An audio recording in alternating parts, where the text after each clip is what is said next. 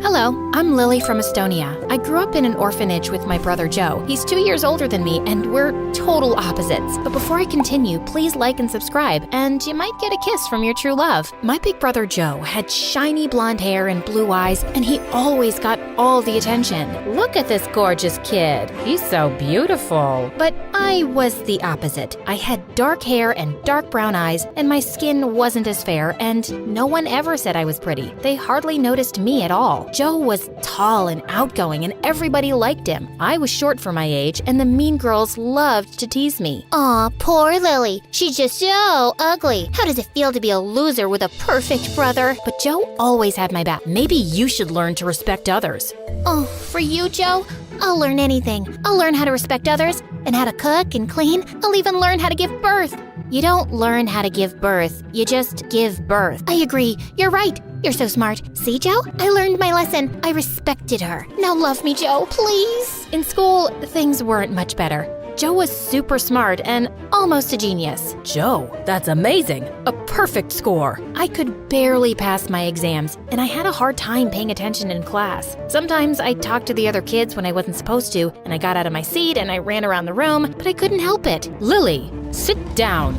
Most of the teachers didn't like me at all. One time I was in grumpy old Miss Koppel's class, and I really had to go to the bathroom. The break just ended 2 minutes ago. You couldn't go then? Oh wait, you were busy playing. The only thing you do in school. No bathroom for you. But it's an emergency. Miss Koppel didn't budge. I tried to hold it, but a minute later, I peed my pants. Ew! Joe caught me crying in the hallway. What's wrong? Miss Koppel wouldn't let me go to the bathroom. Joe's face turned bright red, and he stormed into Miss Koppel's class. You stinky witch. Maybe a bitter old lady like you shouldn't be teaching. You should be at home fighting with your husband who's lost his hearing because of your constant screaming and will go blind soon looking at your hideous face. Miss Koppel sent Joe to the principal's office, and he got detention for 2 weeks. I felt so bad. I'm sorry I'm weird and stupid and always causing trouble. Don't say that about yourself, Lily. None of that is true. Yes, it is. You're just pretending it's not. Don't worry about me and my problems. I'll handle them on my own. You don't have to be my big brother anymore. No way. I'll always be your big brother, and I'll always have your back, no matter what. And one day, I hope you'll see how special and smart and beautiful you are. Joe hugged me, and I cried like a big baby. Then one day, the most amazing thing happened. We were adopted by a really nice couple. They had a big house, Joe and I got our own rooms, and new clothes. They even enrolled us in a fancy school. I was nervous at first because school was still hard, and I always got distracted. I was scared that my new teachers would hate me too. But then my new parents took me to the doctor. Lily has ADHD, which means she's a bit hyperactive and has trouble paying attention. But she's a smart girl. Her IQ is well above average. I went to therapy for a while to help me learn to stay focused. It was difficult at first, but Joe and my parents were really supportive, and eventually I got better. I started getting A's on my tests, and I even won Student of the Month for best behavior. When Joe and I reached high school, our lives totally changed. One day, Joe and I were hanging out at the mall when a strange woman ran up to us.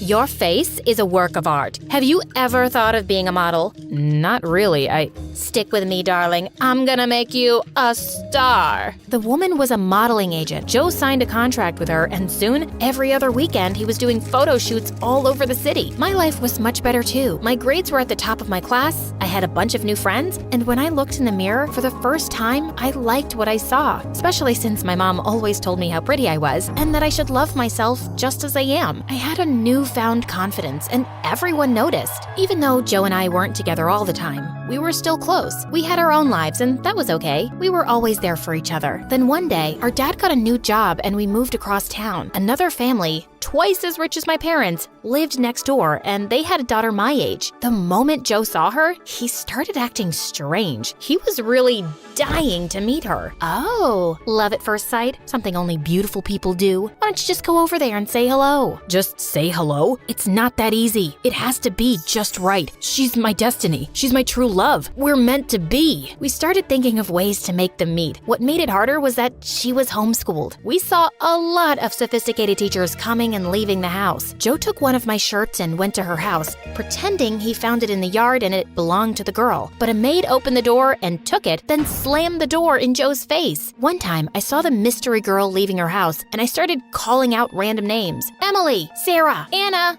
Amber. But she still didn't look up. A couple of weeks passed, and I thought Joe would have moved on, but he was still determined to meet this girl. He hatched a new plan every day, but none of them worked. I needed a break, so I snuck off to the park to sketch. As I was sketching an oak tree, I heard someone walk up behind me. I turned to see a cute boy smiling at me. Those are pretty good.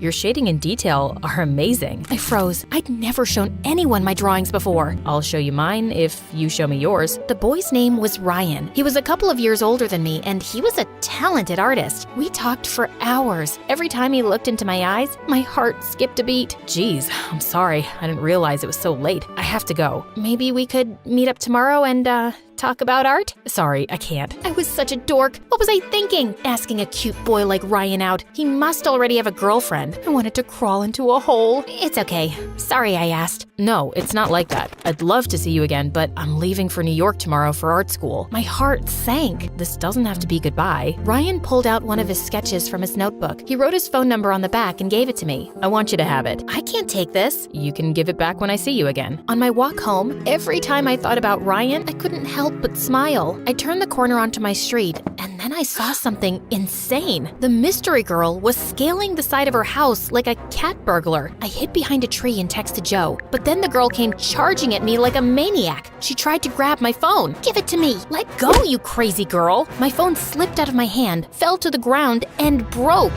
I was so mad. I turned to yell at her, but then she started bawling like a big baby. I'm sorry about your phone. I just didn't know what to do. Her name was Sophia, and her parents made her break up with her boyfriend because he was poor. They won't let me see him or talk to him.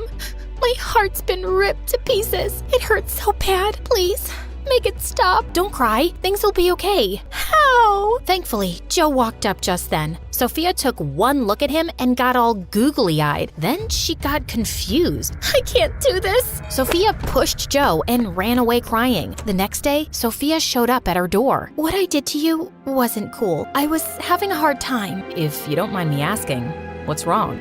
Well, I'm broken. Excuse me. If I could just squeeze past you. Each time life smiles at me, bad things happen shortly after. I fell in love with our gardener's son. It was a secret because I knew my parents would never approve. I don't know how, but they found out and things got really bad. I'm so sorry. If you could just step to the side a bit, I could get out of your way, and they fired him and his father and forced me to break up with him. Then they took my phone and homeschooled me for a while. My dad is an important politician, and he can't risk his reputation. And now, every morning, I wake up in a puddle of tears. That's so sad. Yes, very sad. I've got an idea. Why don't you two be friends? It might make you both feel better. Over the next few months, Joe and Sophia started getting closer, and so did our parents. Joe started dressing in expensive clothes, buying Sophia fancy gifts, and he'd brag to Sophia and her parents about how much money he made modeling. Once, Sophia's parents invited us for dinner. Oh, neighbors, you have such a strong, confident, independent young man. I bet girls are fighting over him all the time. Yes, but I have eyes only for one girl. As Joe looked at Sophia and she blushed, everyone noticed the two and smiled. Oh, this is wonderful. We've been so worried about Sophia. I'm so happy she's found someone like you. We had to protect her, you know. She was tricked and manipulated by a dirty, poor boy that stole her heart. Ugh, poor people. You can't trust any of them. They're all liars and cheats. That's not true. Oh, you sweet, naive girl. You'll learn soon enough. Then Sophia's parents laughed at me, like what I said was some big joke. I'm not naive. You're just wrong. Joe and I used to be poor. We're not liars and cheats. We're not dirty, and we're not bad people. Joe's an exception, of course. Who knew an adopted orphan could be so perfect? You guys hit the jackpot with your son. Your daughter, well, she's no Sophia. Oh, you're right about that, honey. Joe lowered his head. My parents looked away, and I was about to explode. What's that supposed to mean? Thank you for the meal. We must get going. When we got home, my parents sat me and Joe down for a talk. Joe, we don't want you seeing Sophia anymore. No, that's not happening. I love her. You can't tell me what to do. Stop yelling at Dad. Son, what her parents said about your sister is unacceptable. They were just joking. They're really nice once you get to know them. Are you blind? Sophia's parents are jerks, and ever since you've been hanging out with them, you've changed. If I have to impress Sophia's parents to get their blessing, then I'll do it. True love is worth it, but you wouldn't know anything about love. You've never had a boyfriend and you look like you sleep in a trash can. Don't talk to your sister like that. That's enough. No more Sophia, and that's final. Then Joe got mad and shoved Dad. Dad fell and hit his head hard on the table. Dad! I rushed to Dad's side. He was really hurt. Mom called the ambulance. Then I looked up and saw Joe. I'm sorry. Joe ran out of the house. Dad had a minor concussion, and we spent the night in the emergency room. By the time we got back home, all of Joe's things were gone. We heard from the neighbors that he and Sophia moved into her parents' villa in Paris. Dad was weak after the injury, so I helped him out at the office. Staying on top of my schoolwork and helping Dad was tough, but I enjoyed spending more time with him. My parents and I tried calling Joe, but he never answered, which made me really sad. My new friend Ryan always found ways to cheer me up. He sent me funny sketches and MSA videos. One summer, he came back to town and we sat under the oak tree. We saw a boy and a girl playing on the swings, and I started to cry. What's wrong? I miss my brother. He was my best friend and always had my back. I'm scared I'll never see him again. He's your brother, and he could never stop loving you. I'm sure he'll come back to you one day. Then Ryan handed me a sketchbook and I drew a picture of me and Joe. Ryan encouraged me to study art, and eventually I started selling my drawings. 5 years later, we got married in a small ceremony in our backyard, and soon after, we had a baby. But there were complications. I felt this horrible pain, and the machine started to beep. As the doctors raced to save me, I cried out, "Joe, my brother, Joe, come to me." Then I fainted. I woke up from a coma 2 days later, and when I opened my eyes, I saw Joe and Sophia sitting beside me with tears in their eyes. Joe? Yes, Lily. Is that you? Yes, I'm here. I'm sorry, Lily. I'm so sorry for everything.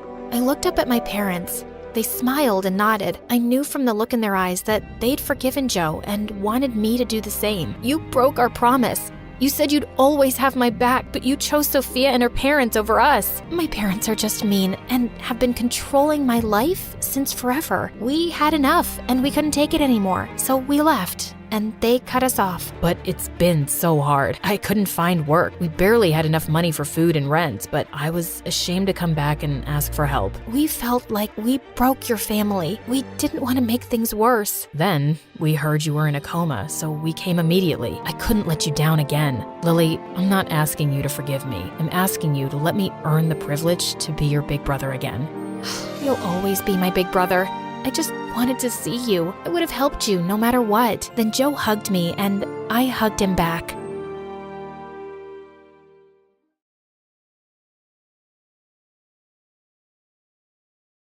Hi, my name is Diana. I was born into a miserable, poor family as the eldest of 4 girls. And for some unknown reason, my whole family has always hated me. Even as a kid, I knew Dad was kind of a loser. He just sat around in his pajamas all day, barking orders at me. We had an ancient TV set without a remote, and every evening it was my job to stand next to it and keep changing the channels. Even though he was useless, Mom seemed to adore him. In fact, the only person she didn't like was me. When I was 7, Mom and Dad decided to have a proper Christmas for once, and I was really excited. But when I opened my present, I saw my little sister's dirty sweater inside. Ew, Mom, I think you meant to throw this in the garbage. And why would I throw away a perfectly good sweater? Was I supposed to wash it, for your highness? Go do it so you can wear it for the family picture. Mom, it won't even fit me. Not with that attitude. It was so tight on me, I could hardly breathe.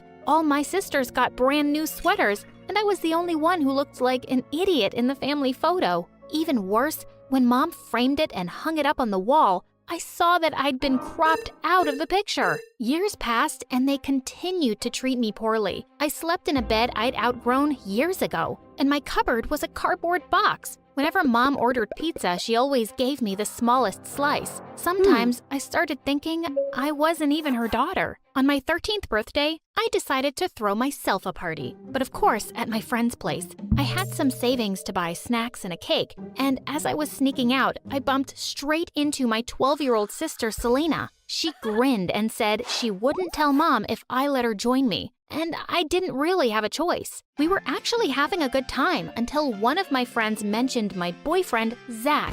Oh no, Mom would kill me if she found out. She always said that having a boyfriend is a red line. I tried to signal my friend to shut up, but she just didn't get it. Wait, you have a boyfriend, Diana? Oh, she doesn't know? Well, your sister is really popular with all the boys, but Zach was the lucky one who finally won her heart. Oh, that's cool.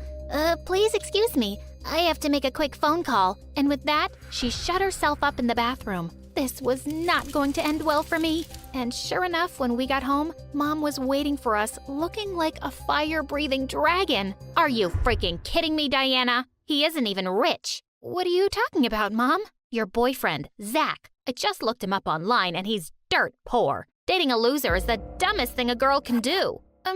How about marrying one, Mom?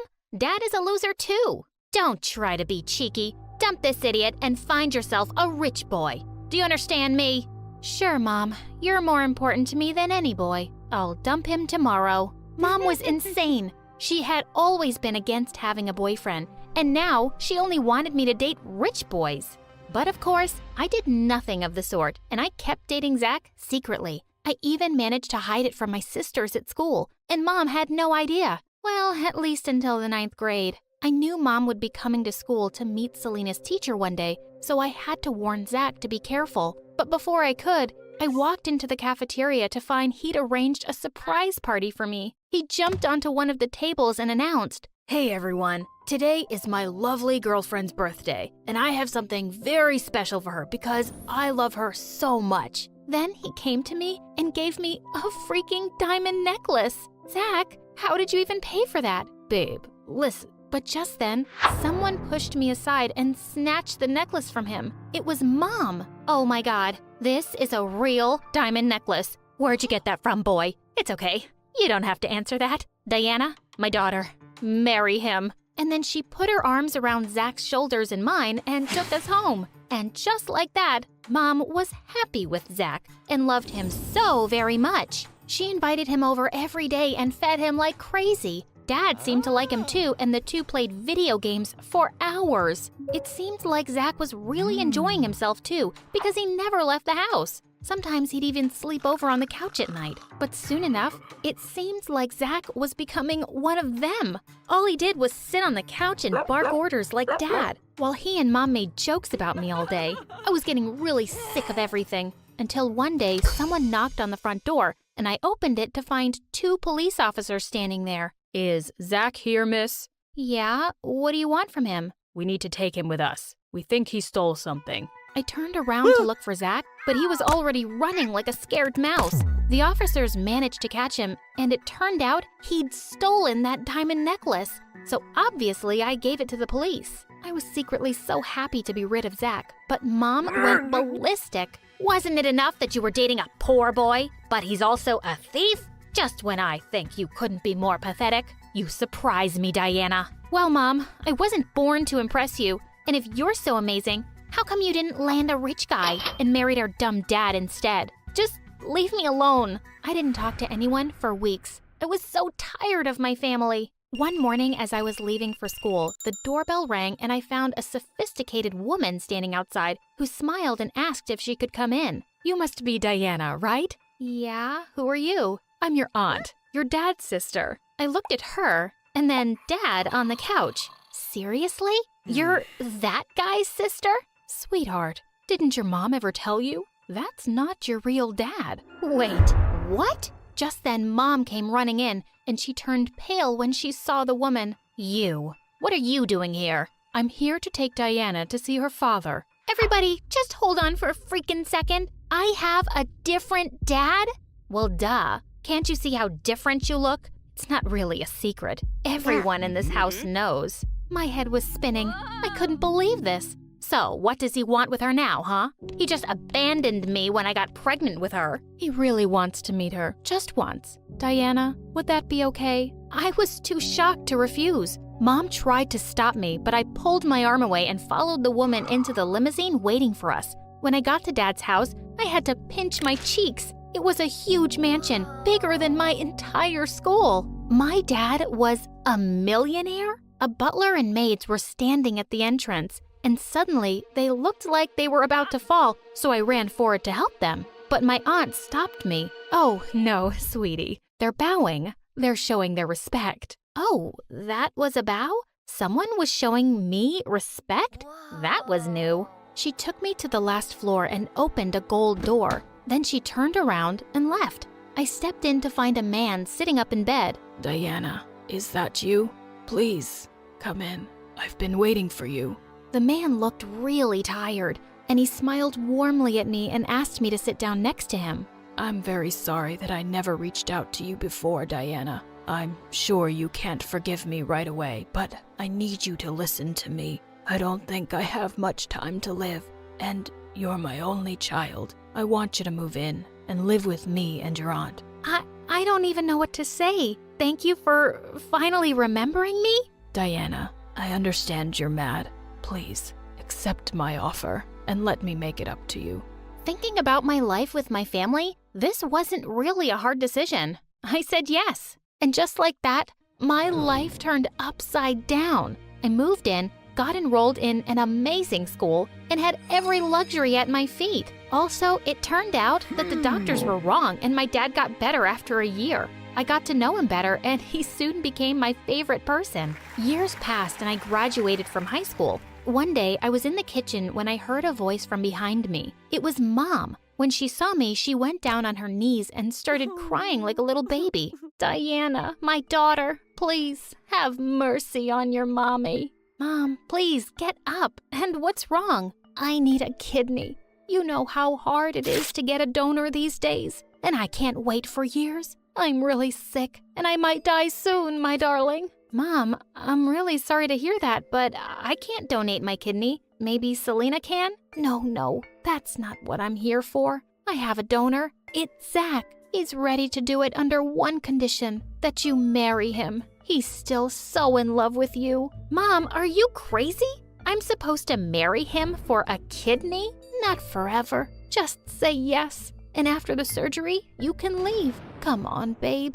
You're the best person I know. Mom started crying again, and my heart went out to her. I didn't want her to die because of me, so I agreed to marry Zach and said I'd divorce him right after the surgery. Dad didn't support my decision and kept trying to talk me out of it, but I said, if I don't help her, I'll blame myself forever. She is my mom after all. But on my wedding day, I was a mess. As I was sitting in my wedding dress and bawling my eyes out, Mom barged in. Why are you crying? Who cries on their wedding day? Mom, just get lost. Is this how you talk to your mom? Rude girl. She was about to spit at my face when I pushed her away and ran out of the room. It all felt like a big, stupid mistake. I didn't love Zach, and I didn't want to marry him. Just then, I spotted Mom and Selena from a distance, and it looked like they were fighting. What was going on with those two? Seconds later, my phone beeped, and I got a message from Selena. Diana,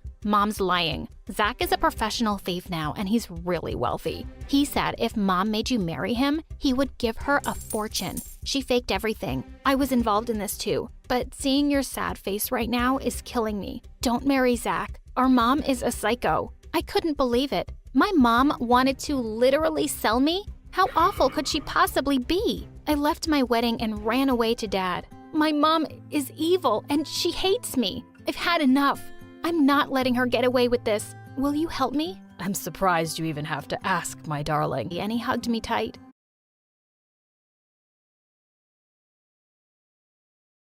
You could say that I was born with a brush and an eyeshadow palette in my hand. I was always obsessed with makeup, and I even sneaked into my mom and dad's room at night to practice on them. A little pink eyeshadow, some red lipstick, and glitter. Perfect. Hi guys, I'm Regina from Seattle, Washington. Before I continue, please hit like and subscribe. I had a happy family. My dad was in the Army and was as big as a bear and as strong as a lion. When I was little, I used to daydream about all the exciting missions he went on. Daddy is defeating tigers today. He's building a hospital for children in Africa. Despite how proud I was of my dad, I couldn't help but miss him. Luckily, my mom was amazing too. She worked at a cosmetic store, so she was like my personal shopping assistant and taught me everything about fashion and makeup. But everything changed when I turned 7. Mom fell madly in love with an accountant, and Dad let her go. Will Mom ever come back? I don't like to see her only through video calls. My baby girl, I know you're sad. But see, your mom is happy and will be happy too. I'll get a desk job and I'll take care of you from now on. But even though Dad was so sweet, he was an army man, and he didn't know any better. So he would wake me up at 5 every morning with a trumpet to go for a run. He could only cook beans and sausage, and when it came to my hair, The brush is stuck. Ouch! Let's watch a tutorial, okay? before I end up completely bald. After a good dose of online tutorials and MSA videos later, Dad finally evolved into a normal parent. Here's your packed lunch and your PE bag. Ready for school? Thank you, Daddy. You're the best. Except when it came to boys. When I was in middle school, one of my classmates gave me a chocolate heart for Valentine's Day, and I showed it to him. Dad, look! A boy asked me out. My dad snatched the chocolate and ate it in one enormous bite. No boyfriend until you turn 21. You'll have time once you're grown up, but right now, you need to focus on your studies. Okay, Dad. And the day after, the boy who had given me the gift transferred to another school. What if Dad scared him off? I felt furious about Dad and told Mom everything when she video called me. But suddenly, she hung up, and I realized it was because of her new husband, who didn't really like her talking to me. And gradually, she ended up only calling on birthdays and Christmas. I learned to live with it and got busy watching makeup tutorials and trying makeovers. But then, in my junior year, I met Simon, and he was so perfect. It was no wonder I forgot everything else, even my passion. I'm sure Dad'll change his mind when he sees him. Hey, Dad, I'm bringing a friend for lunch today, okay? Sure, bring her over. It's a boy. I expected Dad to explode, but he said nothing. Ooh, did he change his mind? But I was wrong. So wrong. When we got back from school, Dad opened the door without a smile and stared at Simon before turning back towards the kitchen. Your dad's kinda scary. Him? No, he's sweet, fluffy. I dragged Simon into the kitchen. See? He made fried chicken. He likes you. Sit down, sit down. But after he'd filled our plates, Dad grabbed a piece of chicken tight and, looking Simon in the eyes, he snapped it in half. Simon literally squeaked and shot to his feet. I suddenly remembered I have to water my fish. I mean, iron my plant. Bye. After that, Simon dumped me, and everyone started whispering that my dad was a crazy, dangerous dude. I thought all the guys would stay away from me now, but I was stunned when they all asked me out to prove they were daring and not scared. Ha! See, Dad? Your strategy backfired. It felt like being on The Bachelorette with everyone trying to win my heart. Too short, too tall. Lame joke. Smells bad. Ew. Yeah, you'll do. But like a dragon guarding a princess, my dad made them all run away. That was until the next year when James transferred to our school. As soon as he walked in, I knew he was the one. Tall, with abs like a washboard, and hair that looked straight out of a conditioner commercial. He was the captain of all the school teams, top of the class, and richer than Elon Musk. Well, a little poorer than Elon Musk. Oh boy, is it even legal to be this hot? I was pretty, but for someone in James's league, I had to up my game. The next day, I woke up at 3 a.m., and after literally hours of careful styling, I was ready. That day at lunch break, I gathered my courage and went straight to sit beside James. Hi, I'm Regina. And I'm amazed. Haven't I seen you on TikTok? You look like a celebrity. Then he kissed my hands like a gentleman. Play it cool. Breathe. Breathe. James asked me out a few weeks later, so I brought him home. There's no point in dating him if he can't get past Dad. Just so you know, my dad can be a bit hyperprotective. Don't worry, he can't resist me. Dad pulled the same tough guy routine, but James was unflappable. When Dad told James to carry super heavy stuff, James did it whistling. Then they got into an eye-staring contest, and James didn't back down. Okay, I'm going to bed. Have fun, you two. Eventually, Dad ran out of ideas. Now that he's survived my dad's trials, we can start dating for real. We had so much fun, but then James started to get a little bit too enthusiastic. Every time we were alone, he tried to kiss me, and I wasn't ready. But I didn't know how to tell him, so every time he got closer, I dodged. During the movie, I spilled soda on myself. Oh, I'm so clumsy. In the library, I sneezed. Oh, allergies. Walking home, oh look, a penny. Ouch. Oh no, are you okay? No, I'm not okay. What is wrong with you? He'll understand. Tell him. Can we take things a bit slower? What? I like you, but maybe we should get to know each other better. You know what? I only dated you because everyone said your dad was too scary, but he's not all that. You're breaking up with me? It's more like we never even dated since you don't want to kiss me. What a loser. As James left, I felt my heart break in two. That night, I was too ashamed to tell my dad what had happened with James, and I didn't want him to tell me I told you so. But at dinner, I couldn't hold it in anymore, and I started crying into my soup. Dad got up and hugged me until I stopped. You were right, Dad. I'm sorry I didn't listen. Baby girl, I don't care about being right. I just don't want to see you hurt. Remember, you don't need anyone. You're a smart girl, and I know you can succeed. But don't forget yourself. Didn't you love makeup? You haven't given me a makeover in years. Oh, Dad, you're the best. And then I vowed to myself, no more boys. From that day on, I only focused on my life and school. I made friends with a few awesome girls, and I started to go back to my passion, which was makeup and fashion. Once, when our teacher invited the whole class to her wedding, my friend couldn't believe I didn't hire a professional stylist. Your makeup is flawless. Maybe you could give me a little touch-up? Of course. Let me ask my dad to bring my beauty case. When my other classmates saw my friend's new look, they all wanted a makeover too, including my teacher. After that moment, word went around that I would give the best makeovers, and I became the school's unofficial fashion guru. Girls and boys lined up after class to talk to me. Have you tried an autumn palette? Ironic bow ties are for clowns only. You cut these bangs by yourself, didn't you? I liked how makeup positively affected my friend's self-esteem, and I spent all my pocket money on it. I wielded my brush like a Japanese samurai's sword. But then one day, a girl came to me with a problem I couldn't solve. I want to go blonde, but the bleach ruins my hair. Is there an alternative? After Googling for a day, I realized that the only way to go blonde was to damage the hair. But what if I can find an alternative solution? Imagine how many people I could help. And so, I went down the rabbit hole of research, and when I thought I had found a solution, I got permission from my teacher to use the chemistry lab, even though chemistry was the only class I had failed. Okay, hair sample, check. Dye sample, check. Now, if I put this here, and then a drip of that there, OMG, it's on fire! My hair sample is on fire! A boy in the lab came to help me. Oh, thank you. You saved me. I'm Regina, the girl who has a scary dad. I'm Tyrell, and I'd love to know why you were setting fire to my lab. Your lab? Let's say I'm the resident chemistry nerd. I looked at him. Pimples, thick glasses, bad haircut, and oh my god, are those khaki pants? Gosh, this guy really needs a makeover. But I wasn't in the business of giving unrequested advice, so I told Terrell about my research instead. He gave me suggestions, and I realized that my love for all things beautiful was totally rooted in chemistry. Who knew science could be so glamorous? But no matter how much I wanted to learn, I kept messing up with chemicals. How did you do that? Instead of getting mad, he helped me fix it. In exchange for all his help, I offered to tutor him in English. Spanish was his first language, so he needed it. And I invited him to my house to do homework. Don't worry, Dad, he's just a friend. He's still a boy. Door open at all times. Yeah.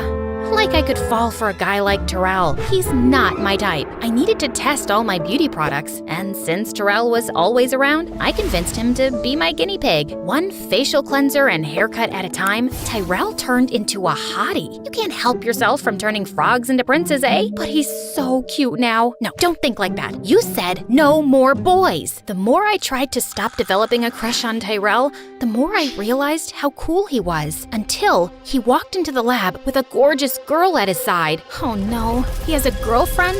Why does this feel so horrible? Hi? Hey Regina, this is my older sister, and she's an angel investor for women's startups. I told her about your ideas, and she'd like to invest in them. I was so relieved to hear that she wasn't his girlfriend that it took me a moment to register the rest of the sentence. An investor? You deserve a lot of success. But you helped me out a lot. It's hard to say no to a beautiful and smart girl like you. Tyrell blushed to the tip of his ears, and I couldn't resist. So I kissed him, and he kissed me back. I thought I was just a friend. You can be my friend and my boyfriend? Really? But your dad. I'll talk to him. Tyrell was nothing like the boys I had been with before, and I hoped that he could see it too. But when I explained, he refused. If he really likes you that much, he can wait a few years. No, that's not fair. It doesn't have to be fair. Now, didn't I promise to take you to the mall? If you think you'll mollify me with some shopping, you're mistaken. Dad really seemed determined to make me forget, and he said yes to everything I wanted. But I had other plans. I texted Tyrell to meet us in the garage where we had parked. If I can't convince him by myself, maybe Tyrell will. But when we were in the elevator to get to the car, it suddenly stopped, and the lights went off. I switched on the torch on my phone and pressed all the buttons, but nothing changed. It looks like we'll be stuck here for a bit. Dad didn't reply. He was staring at the floor. Dad, he doesn't look so good. I'm sorry, baby girl. Dark, small spaces bring back bad memories. My chest. I feel like I can't breathe. I looked at my dad, stunned. I always thought he was invincible, but the truth was, he was just human. I pressed the emergency button, but nothing happened. Dad started breathing very fast. He's having a panic attack, and there's no signal in here. Sit down, put your head between your knees, and think about nice things. I miss your mom most of the time. I sat beside my dad and wrapped my arms around him. I miss her too, but we are happy together, and you've been an amazing dad. I'm so proud of you. And I am of you too. I kept talking to my dad until he was a little bit calmer, and then the doors to the elevator opened. It was Tyrell and the firemen, and they were getting us out. My hero! I'm glad you're okay. I got worried when you weren't answering the phone. I realized the elevator was stuck, and I called the emergency service. That was very clever of you. I think your daughter is amazing. I came here to convince you to let me date her, but I know how much she cares about you. And if it's really important, I'll wait for her for a few years. But just maybe, please don't let me wait forever. Dad looked at me, and I could see something changing in his eyes. You have shown me that strength is not always in the muscles. Some old memories brought me to my knees, but you kept your cool and helped me through it. So yeah, I think you're strong enough to take care of yourself. And I like this guy. Oh, thank you, Dad. But if you hurt her, I'll crush you. Like a can. That is very clear, sir. Luckily for me, Dad didn't have to crush anyone because Tyrell was the perfect boyfriend who grew up into a perfect man. With his help, I developed a makeup line that became a global sensation, and Tyrell became my head of research. Knowing I was in good hands, Dad retired early and started traveling the world, challenging himself to explore the darkest caves. And in one of those caves, he met a spry, adventurous widow, whom he married the next year. See, Dad, true love always finds a way.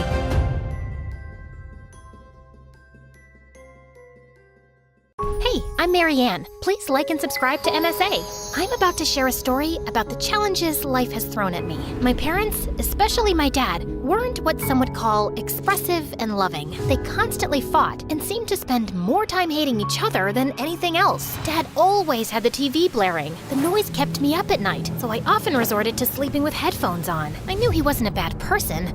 He just had some annoying habits and seemed to enjoy annoying Mom. Mom was kind. She did her best to be the best mom. She'd surprise me with toys and candies. My favorite place was our treehouse, which Mom built for me. It was my escape. I loved spending time there with my bestie Joy. Marianne, everything will be okay. My mom got me 2 dolls and I want to give you one. Let's grab some ice cream. Joy was my best friend since kindergarten. She always knew how to cheer me up, sharing her toys with me. We were inseparable, so much so that some people at school mistook us for twins. Plus, Joy had an amazing voice. Sometimes she sang to me until I fell asleep in the treehouse. Joy's family seemed perfect. Her mom was a successful fashion designer, and her dad was a police officer. Sometimes I found myself wishing I was part of her family, but I'd immediately feel guilty knowing my mom loved me. When I was 16, my gymnastics coach said I should compete in another state. Excited, I asked my parents for money to go. Dad, busy with his motorbike, brushed me off. Wish I could, honey, but I gotta paint the bike. It's my pride and joy. I could tell Mom wanted to help by the way she looked at me, giving me the "I wish I could help you, dear" look. And that day, I made up my mind to do something. I grabbed my dad's motorbike keys, thinking I could ride to the competition myself. But since I didn't really know how to drive, I ended up crashing into a fire hydrant. Dad was furious about his damaged bike, but before he could say anything, Mom intervened. Don't you dare yell at her! Mom then hugged me and handed me some money. Here, take this money. I've been saving it for quite a while now. I love you, babe. I hugged Mom tightly. I participated in the gymnastics competition and took second place. On the way back, my coach had some really bad news. Your mom got into an accident while buying ingredients for your favorite apple pie. She's in the hospital now, in a coma.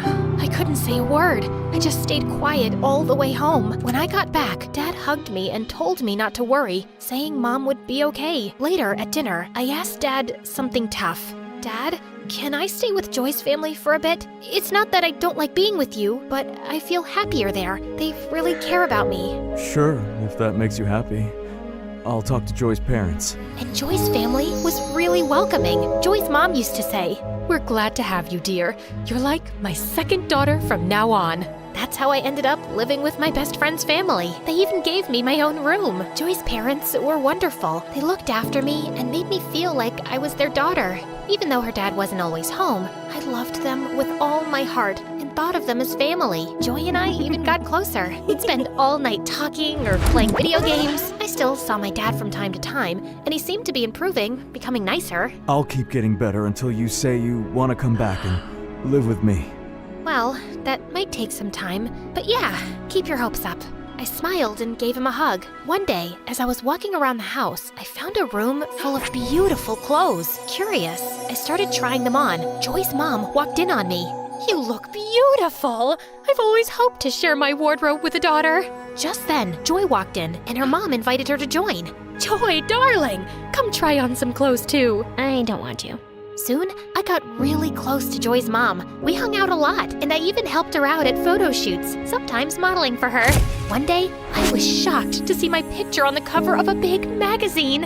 I wish Joy liked fashion like you do. Thank you for always being here for me. I smiled and thanked her for making me feel like part of her family. But something was off with Joy. She started keeping to herself, staying in her room and didn't want to hang out or do anything with me. When I tried talking to her, she just said, I want to be left alone.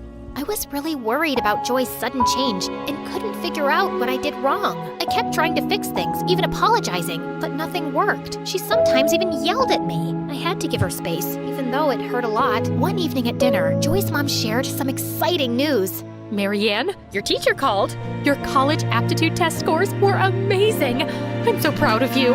Turning to Joy, her mom asked, "And how did yours go, honey?" No, I didn't bother with it. I'm going to be a singer, so I don't need it. Maybe one of your famous friends could help produce my album? I won't do that. I want more for you. You're going to college, and later you can decide what you want. What? You can't make those decisions for me. I'm going to be a singer, and that's that.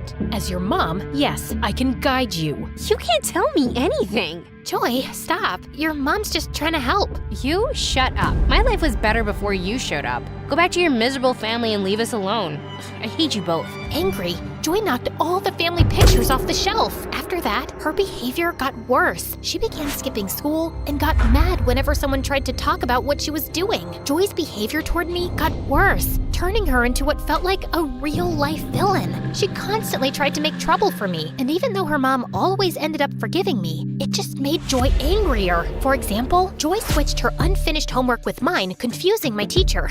Luckily, the teacher sorted it out. Joy made a fake social media account with my name, posting embarrassing stuff. It took a while, but I showed it wasn't me and shut it down. Joy hid a library book I borrowed, causing me to get late fees. Her mom found it later and figured out Joy's trick. Joy messed with my bike's brakes. I felt something was wrong before I rode it and stopped myself from getting hurt. This escalated one afternoon when Joy's mom was away on a business trip and her dad was away at work. Joy decided to do something drastic. She turned the backyard into a makeshift movie theater. I'm not sure showing a movie here is a good idea. Well, it's better than having you around all the time. The backyard quickly filled with people, the projector buzzing to life. I stayed inside, trying to avoid the chaos, and was flipping through a magazine when suddenly someone stumbled into my room. Oops, my bad. I was looking for the kitchen. Hey, is that a magazine about vintage cars? My dad collects them, and I've read a bunch about them. Is that the issue with the 60s muscle cars? Yes, it is. His name was Brian. We discovered we shared a lot of interests and spent the evening chatting in the kitchen. Just as we were really connecting, the screen outside fell over with a crash. Suddenly, Joy and her mom came in. Look, Mom, I knew it. Marianne set up this whole movie thing just to hang out with her boyfriend. Boyfriend? That's not true. Why would I organize this party? Joy, you're my only friend here. Then explain him being in your room. This must be your party. Enough, Joy. I don't think Marianne would do this. But young man, it's time for you to go home, please. Joy looked so angry and stormed off. She stopped talking to me and just ignored my existence. I kept talking to Brian. Having him in my life was great. He was nice looking and well-mannered. His family had money, and he shared his dream of becoming a doctor with me. A few days later, Joy's mom called me into the living room, where I found my dad sitting. I really care about you and loved having you here, but things with Joy are getting tough. She's feeling left out. Plus, your dad's been talking to us. He's made some changes, wants you back, and misses you a lot. The past few months have been really tough without you. I love you and want you to come home. I didn't say much. When I feel a lot, I find it hard to speak, but I managed to say, I'll pack my things. I moved back with Dad, and honestly, things weren't bad. He had really improved, and hanging out with him wasn't bad at all. But I ended up blocking Brian. I didn't have a strong reason to cut him off. I felt like I didn't deserve him and just needed a fresh start. A few months after finishing high school, I couldn't go to college right away. Dad didn't have the money because we had big hospital bills for Mom. So I started working as a pizza delivery person. It was tough, but I never thought about quitting. I worked really hard and finally got into college. I planned to study economics and maybe even start my own business someday. While studying, I took any job I could get. Eventually, I managed to rent a tiny apartment with a view of the city dump. It wasn't much, but it was mine. I could finally study and rest there. Dad even helped me buy a used car for my delivery job. Things were starting to get better. I kept working hard, aiming for success. I often thought about Joy and her parents, and my mom too. I missed them a lot. With exams coming up, I studied all night and worked all day. I felt unstoppable, like nothing could slow me down. But one day, while out on a delivery, I suddenly felt very dizzy, and the next thing I knew, I crashed into a tree. I was rushed to the hospital. Everything hurt, but what pained me the most was my thoughts. Why couldn't things just go right for once? I hugged my pillow and bursted into tears. Then, a young doctor came in, and I was shocked. Brian, is that really you? He recognized me too. I always thought I'd run into the girl who broke my heart again.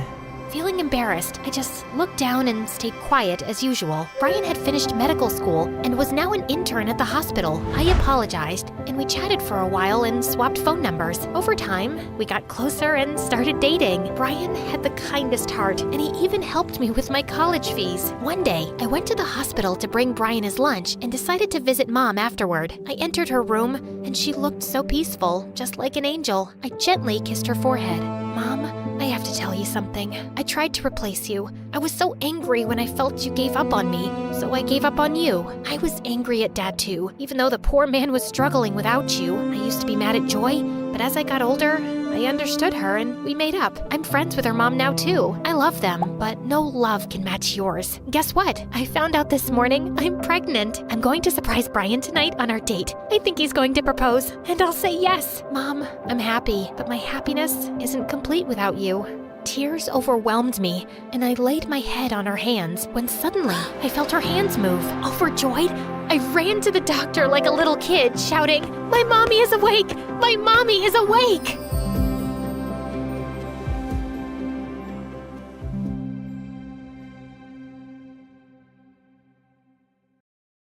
Hello, my name is Charlie. I'm a famous filmmaker and director, but you know me already, don't you? Oh, well, it hasn't always been like this anyway. So sit down, grab some popcorn, and let me tell you my story. But before we start, please hit the like button and subscribe. This is me, Charlie, And this is my best friend, Rose. Me and Rose grew up together since we were only babies. We played together, we went to school together, we did everything together. We were like autumn and colds, unavoidable. Like rain and thunder, indivisible. Rose was the sister I never had. I was to her the brother she never... Well, you got the point. She was blonde while I was black. She was shy while I was sunny. She had a big brain while I had a big butt. We fit perfectly together. Most of all, we had one dream in common. One day, we would become filmmakers and make movies about witches. Yes, that was our dream at the time, our common goal in life.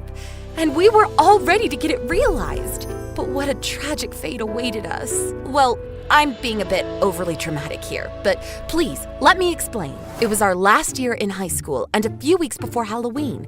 I was reaching my classroom like every morning when Rose came running toward me. Charlie! Charlie! Rose, what? Charlie! Rose! Charlie! Rose! Charlie! Barely breathing, Rose managed to announce to me that the school had opened a cinematographic contest where the winners would be enrolled in the best movie school in the country. We started screaming. At that point, me and Rose already had tins of scripts ready. We simply chose one and brought it in the next morning to our art professor to have it approved. But instead, there stood Mona, high like a giraffe, dressed like a rock star, and loud like a tempest. Who is Mona, you ask? She's the daughter of a famous celebrity couple, a movie producer dad, and a 5-star actress mom. She had the best connections, the best grades, and the best face. A cloud of desperation came upon us when we saw her just talking to the teacher, explaining her project for her script. We felt lost. When our turn came, I spoke for both of us because Rose was too shy to speak, and the sight of Mona shook her too much. Hey, Charlie. Nice job there. What? What? Mona was approaching me, willing to talk. Had I stumbled, hit my head, and fallen into a dream without noticing? Sorry, I couldn't help but listen to your script while you were explaining. It seems like some hot stuff there. Did you come up with it all by yourself? Well, me and Rose, yes. It seems you have a promising future in the business, baby. Would you mind joining me tonight at my party? There'll be producers, movie stars, and many important people. I couldn't believe it was happening. It was too much for me, and all at once. Of course, me and Rose will be there for sure. Rose? I'm sorry. I don't want someone who is barely able to speak in public to be associated with me. You are invited. See you later, baby. She left like the tornado she was, leaving both me and Rose speechless. I tried to console my best friend, convincing her this was a once-in-a-lifetime opportunity that could help us both. Rose nodded her head, but her look told me something else. I pretended not to see it and went straight to the party. This was an occasion I just simply couldn't afford to lose. Mona's house was not exactly a house. It was a castle, a gigantic manor with a park, 4 towers, and 2 pools. All over the place, men in elegant suits and shiny-looking women talked to each other cheerfully. Oh dear, you've arrived. Sir, lady, nice to meet you. I'm so glad you invited me. That man and woman were Mona's parents. They look amazing together. A perfect couple in a perfect house. Everything was perfect in Mona's life. Shiny and bright, like herself. Please, enough with the pleasantries. You're part of the family now. Mona told us all about the project you're working on together. The project? Of course. I told Mom and Dad we are working on an amazing movie. We will win the contest for sure. I didn't know what to say. I was totally caught unprepared. So I just smiled and said nothing. Mona's parents left us soon, and I immediately reached after her. Mona, what did you tell them? Well, that we work together. Isn't that true? But I already work with Rose. Didn't you know that? She's my best friend. I can't just leave her like this. Mona just smiled and washed the problem away with a swing of her hand. You create too many problems, baby. Can't you just work with us both? Come on, let's have fun. I'm ashamed to admit, but the truth is that I forgot Rose for some time, and quite easily. I just loved to be asked about my history and my interests by all these interesting people there. The future was winking at me and I just couldn't resist. Then I saw him. How to describe the finch that came to perch on my branch? He was like a god in a garden on Olympus. He was like a breeze on a hot summer day. He was like well, that horse was hot, girls. You can bet about it. That angel had dark eyes like enchantment and such a fine, elegant beard. I was totally captured. He must have noticed my dumb expression because he started smiling at me as if trying to help me retrieve some of my dignity. Too late. And Charlie, let me introduce you to my brother Tom. So you are the famous Charlie. A handsome lady, that's for sure. Nice to meet you. Is he really going to kiss my hand? Is he really? Oh, God, I'm fainting. Am I famous? How? Of course. Mona has talked about you all afternoon. Mona, can I steal this lady from you for some time? Do as you please, brother, but be a good boy. I always am. Mona, don't scare our host like this. The walk with Tom around the garden felt like a dream. He was not only handsome in sight, but also elegant, charming, and kind. His fierce appearance was balanced by such a quiet temper that it made him look like the perfect man in every single way imaginable. Hours passed in a flash, like seconds. Come back soon, baby. We're here for you anytime you want. Couldn't wait to be invited again. The image of Tom was still in my eyes when I woke up. And even if I don't remember it with certainty, I can bet I dreamed about him. How did it go? Rose's soft voice reached me as if coming from far, far away when she met me in the corridors at school. I felt happy to see her, but not so happy as I should have been. I think she noticed, but I kept it a secret. I explained to her all that happened the night before and promised to meet her within a few days in order to complete our script. The plot was there, but so much work had yet to be done. Fine then. See you soon. See ya. Those were busy times for me. In the daytime, I met Mona to work on our script for the contest. At night, I often saw Tom. Mona's script was completely different from mine. Her subject was Barbie. Barbie! Can you believe it? What's wrong with that? Barbie was a paradigm of freedom for girls, don't you know? Mona's fantasy was wild. She had a lot of ideas, but none of them were connected to each other. Her thoughts were as chaotic and impulsive as she was. Without me, she would have been lost. But what about Rose? Without me, she would have been lost too. She was smart and nerdy, but she didn't have the creativity I had. Rose had always been my best friend and sister, and even if Mona's spell and Tom's charm were still upon me like magic crows, I started to feel bad about how easily I abandoned my lifelong friend in order to get a quick ticket to success. The moment of the contest was approximating, and I had to speak with Mona about this. I would have helped her with her project, but I had to participate in a team with Rose, and if Mona didn't want Rose, I would leave the Barbies in order to go back to the witches. I found the courage and spoke to Mona. Roar!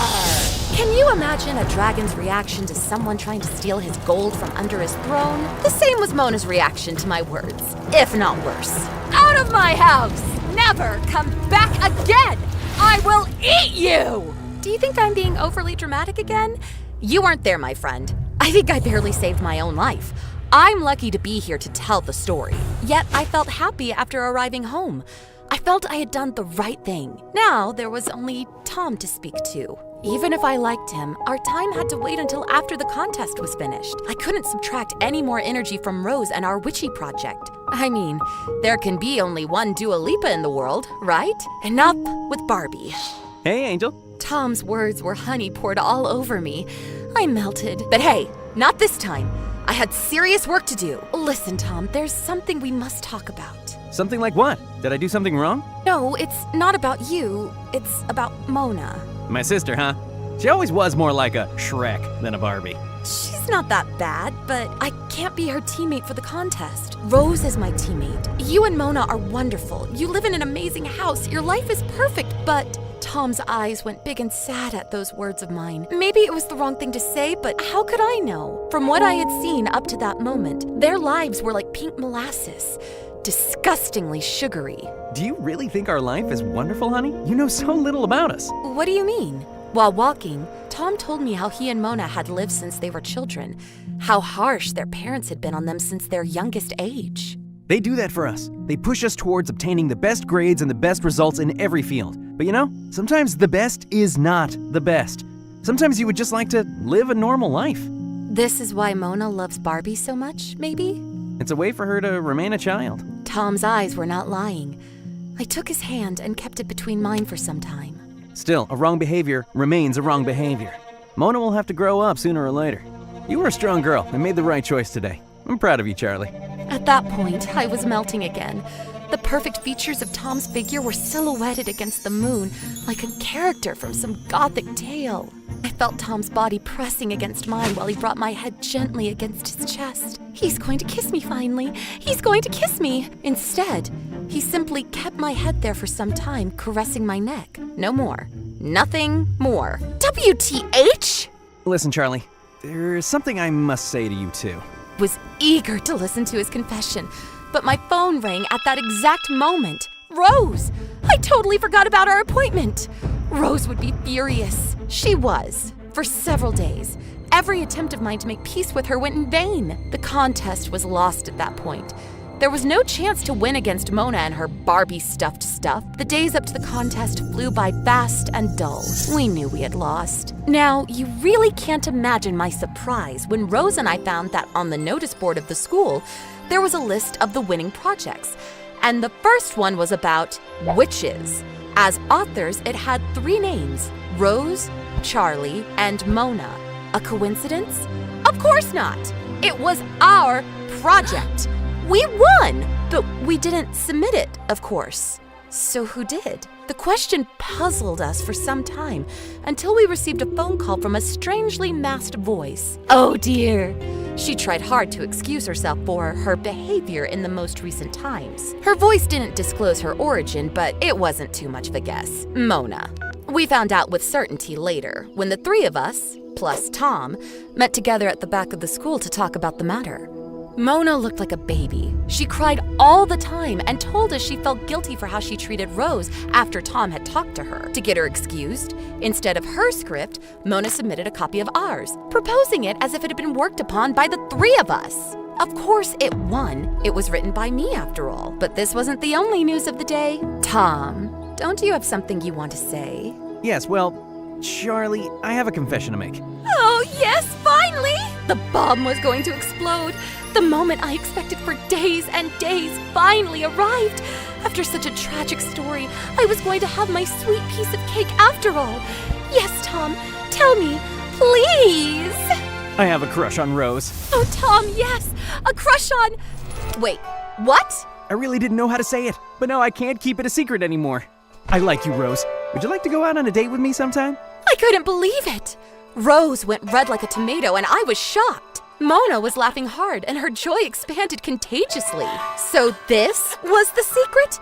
I should have felt offended, but the occasion was so joyful that I felt too happy for Rose to be concerned about myself. All's well that ends well? Mona and I went on in life, becoming best friends, and we went to college together. You know, sometimes things take such an unpredictable turn that the only thing to do is sit back, relax, and watch the events unfold as if they were a movie. And isn't life a long, tear-jerking, and magical movie itself? Oh God, I can't believe what an incredible artist I am. Really.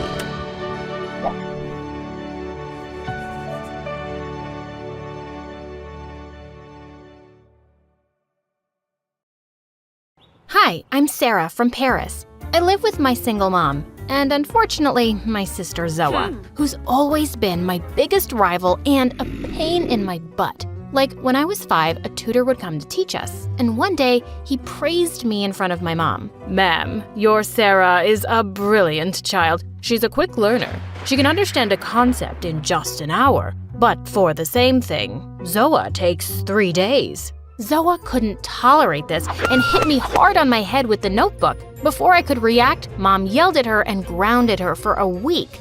I never really understood why she was jealous of me for being smarter. I wasn't jealous of her for being prettier. Whenever we went out together, people noticed her first and gave her compliments, but she was still so insecure. But maybe the reason why she really hated me was because I was fearless. Once when I was 10, the 3 of us were out on a picnic when I noticed a man snatch a woman's purse and run away. I immediately stuck out my leg and he tripped and fell down hard. The thief was taken away by the police and everyone there clapped for me, except for Zoa. Mom was pretty freaked out too. Sarah, the thief could have had a weapon. He could have hurt you. Don't do that again. You're just a child. Yeah, dummy cow. This is not some movie where you pretend to be an action hero. This is real life. And I'm afraid one day someone might cut you down into pieces.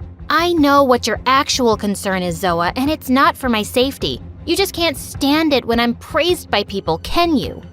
Oh, please. I get plenty of praise because I'm so pretty. Have you ever heard someone use that word for you? I bet you can't even spell it. It's P-R-E-T-Y. You forgot a T, dinosaur brains. And you forgot my hand, dinosaur face. And suddenly she slapped me and we broke into a huge fight right in the middle of the park. As we grew up, she became prettier and more popular in school. All the time, boys would roam around her, while her minions cracked jokes about how I must be adopted. But I never let Zoa or any of those bullies get to me. I was smarter and stronger than those idiots any day. Once in 9th grade, I was looking for a book in the library when I noticed a boy staring at me from a gap in the shelf.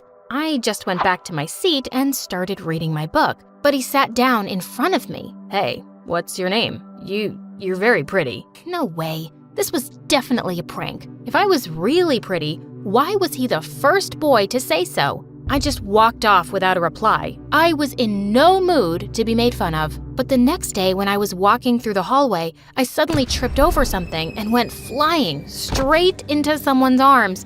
It was the boy from the library. Oh, thank you so much. If you want to thank me, just tell me your name, please. I did, and it turned out his name was Henry and he was my senior. We became good friends and started hanging out together all of the time. One day when I went to the cafeteria, I found a large poster stuck to a wall. It was my picture with an ugly mustache and devil horns, and the caption, "Sarah, the ugly monster." As I saw Zoa and her friends cackling in the distance, I was about to tear it down when Henry walked in. Wow, someone's really jealous of your beauty, Sarah. And with that, he tore it in half. Then he turned to me and said in front of everyone, I think you're the most beautiful girl here. And you're smart and funny. You're just amazing. Will you be my girlfriend, Sarah? I was shocked, but I said yes. And what made me even happier was seeing Zoa burn with rage. The next few days, I felt like a princess in some fairy tale.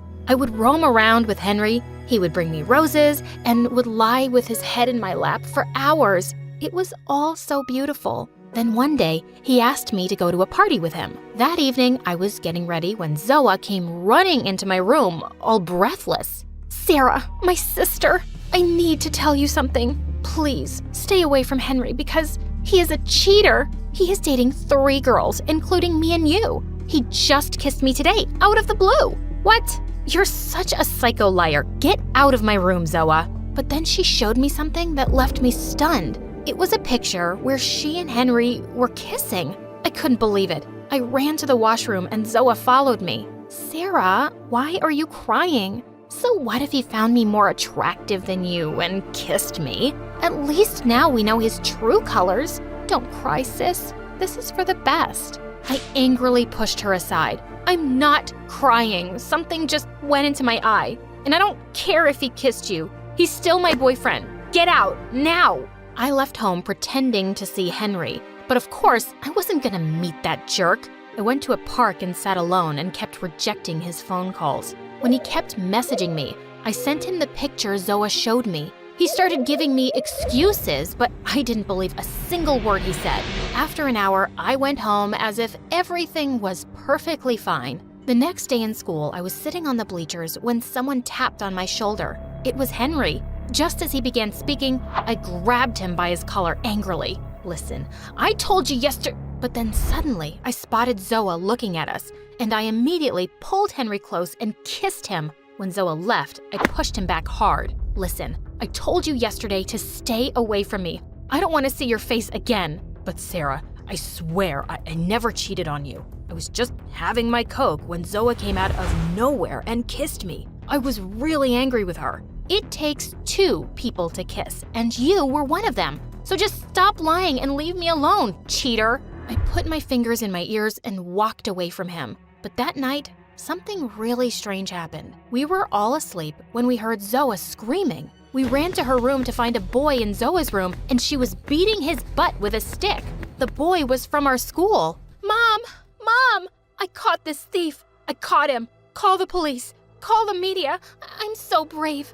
I'm a hero! I'm not a thief. I'm Zoa's freaking boyfriend. I just came to see her and she went bonkers on me. Crazy girl. Oh, also, Sarah, she kissed your boyfriend and told me to take pictures of her doing that. He was so mad at her. In case you didn't know, your sister's a psycho. Oh God, Henry was telling the truth and I hadn't believed him. The boy broke up with Zoa and jumped out the window while I turned around and pounced on her. I pulled her hair as hard as I could till Mom pulled me away. The next morning, I literally ran to school and found Henry and apologized to him. He opened his arms and we hugged each other really tight. Time passed and we graduated from school. Henry went abroad for his higher education and Zoe and I started college. Then one day, Mom suddenly felt some pain in her chest, and after the doctor's examination, it turned out that she needed a really expensive heart surgery. This was the first time in my life that I felt scared. We didn't have enough money, so I took up a part-time job to start saving. I asked Zoa too, but she flatly refused.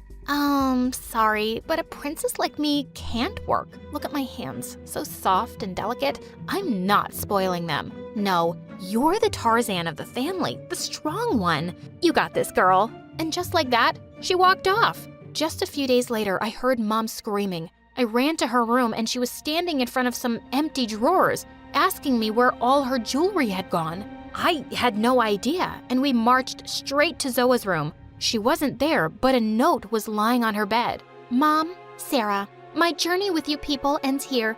I can't live with poor, depressed people like you anymore. Mom, please make Sarah the heir of this damaged house because I like mansions only. I'm taking all the jewelry as memories of you, Mom. Love ya, but don't look for me. Mom was completely devastated. I took her to her room and put her to sleep, but I was in despair. We were left with nothing. My salary wasn't enough for the treatment. I left home to contact some charity organization, and on my way, it started raining. Just then, I saw a huge crowd gathered around on a bridge. I looked down and saw a small kitten hanging onto a log in the strong river current, and people were just standing around making videos and doing nothing. Luckily, I found a piece of rope tied to the bridge. Without another thought, I climbed down the rope and reached out for the kitten. Some people started helping me then by pulling us up, and we both landed safely. I was completely drenched in the rain, so I decided to go back home.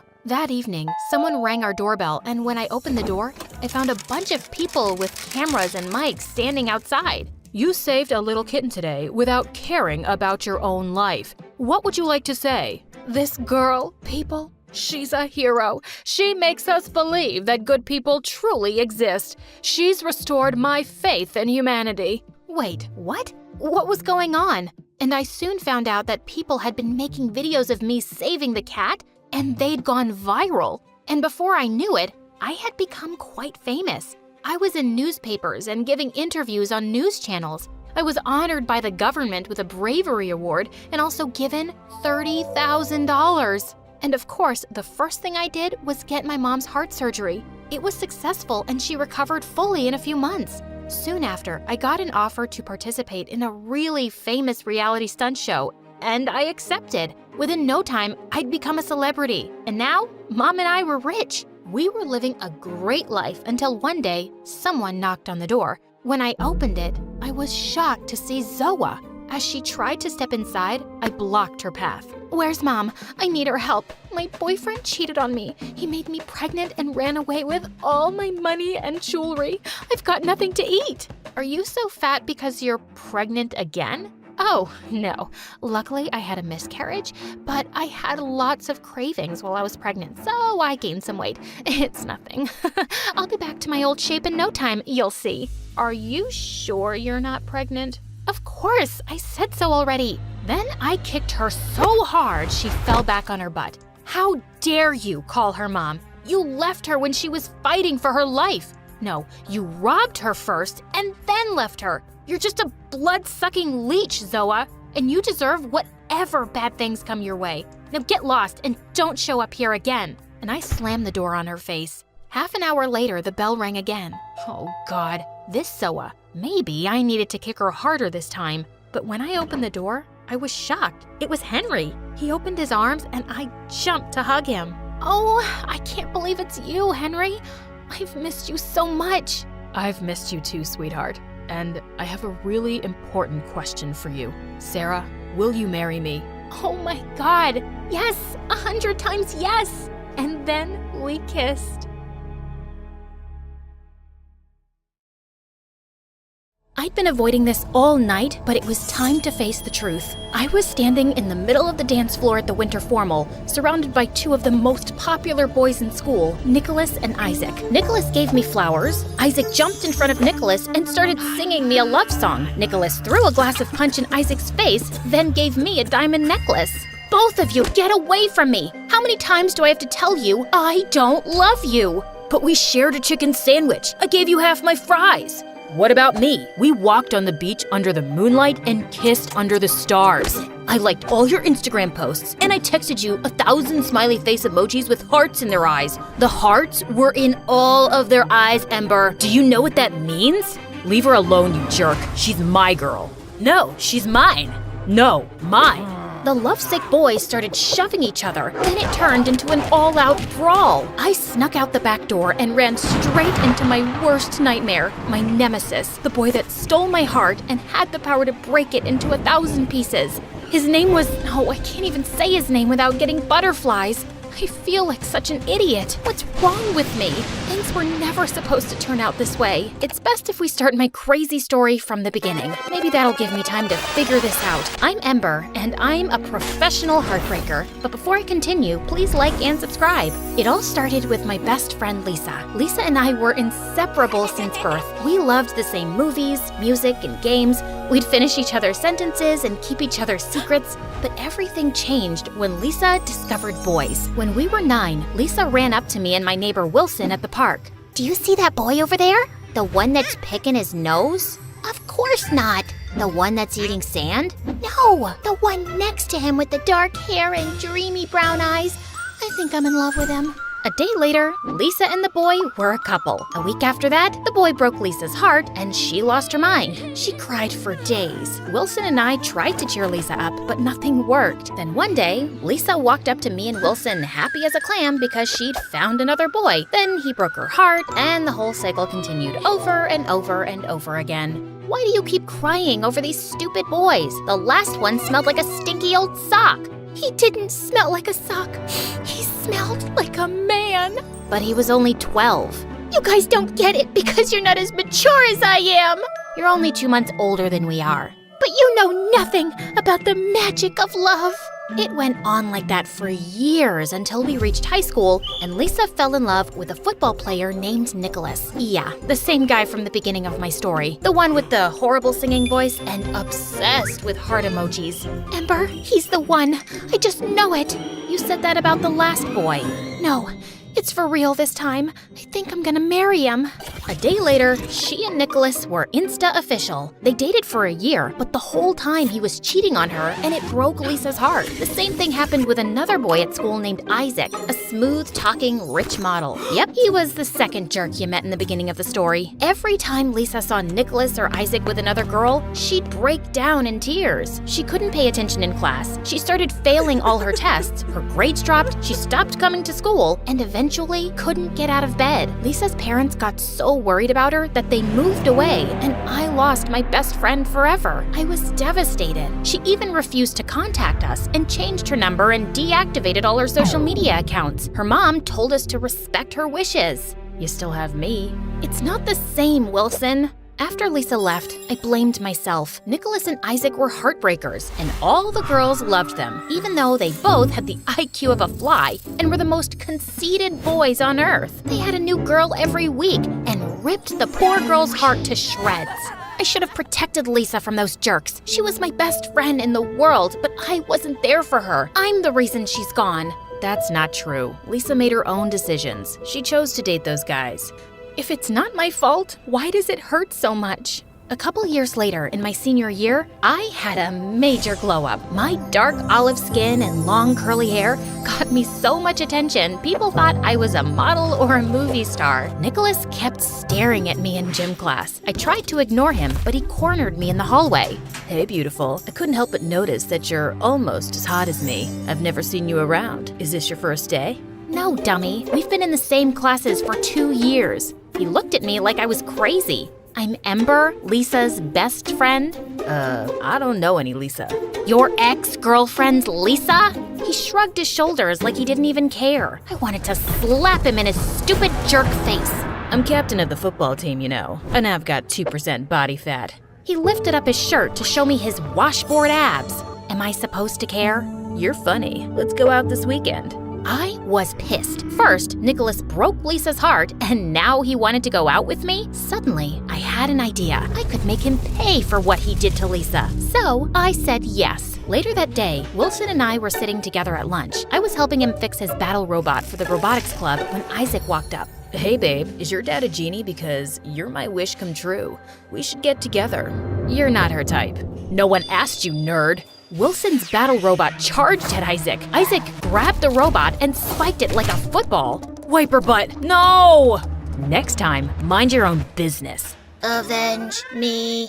Wilson jumped up to confront Isaac, and I slid between them. I'd love to go out with you, Isaac. I gave Isaac my number, then he walked away. Wilson was totally confused. Why would you go out with that jerk that broke Lisa's heart? I'm gonna go out with both jerks that broke Lisa's heart. I'm gonna make them pay for what they did to Lisa. After that, Wilson and I came up with a master plan. Nicholas was the first target. He was obsessed with sports and super competitive. He was on the basketball team, the football team, and the baseball team. But after a little investigation, Wilson and I discovered that Nicholas was terrified of heights. For our date, I invited Nicholas to a rock climbing gym. As we were walking inside, Nicholas saw a beggar on the street and yelled at him for asking for food.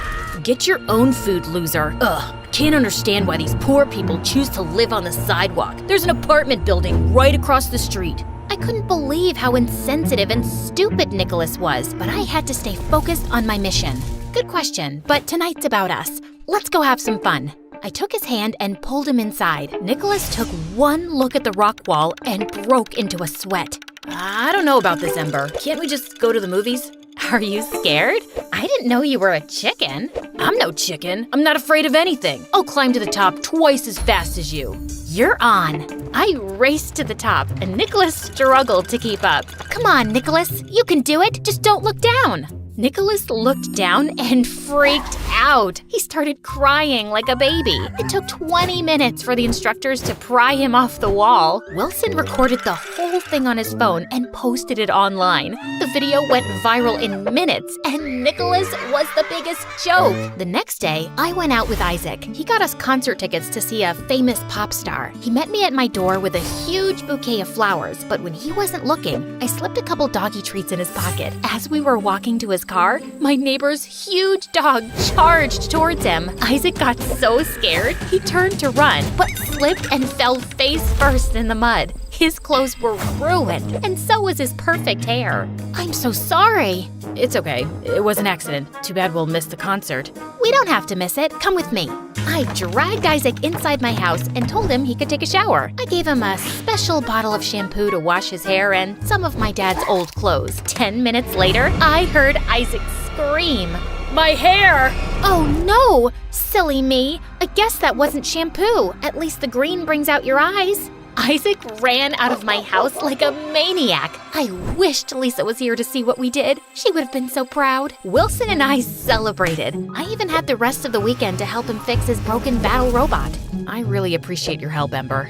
It's the least I can do. I couldn't have gotten back at Nicholas and Isaac without you. I was worried that you'd fall for those guys like all those other girls at school. Give me some credit. Those guys are the worst. I like guys that are smart and kind. Then Wilson gave me a strange look. I think I like you. I mean, like you, ever since we were kids. I was wondering if maybe we could go out on a real date. I was shocked. I never saw Wilson as anything more than a friend. But as I thought about dating him, I suddenly started to blush. Sorry, I guess that was a dumb idea. I'll leave now. Before I knew it, Wilson was walking out the door. Wait! I grabbed Wilson's hand. He turned to me, and when we looked into each other's eyes, I swear that sparks started flying. Or it could have been the porch lamp shorting out again. It had been doing that for weeks. The next day, spring break started, and Wilson and I spent every minute together. We grew closer by the day, and after we shared our first kiss, I finally understood what Lisa meant about the magic of love. Being with Wilson made me feel like I was walking on a cloud, though it was bittersweet because I still missed Lisa so much. But when school started, everything changed. My first day back, Nicholas ran up to me with a huge smile on his face.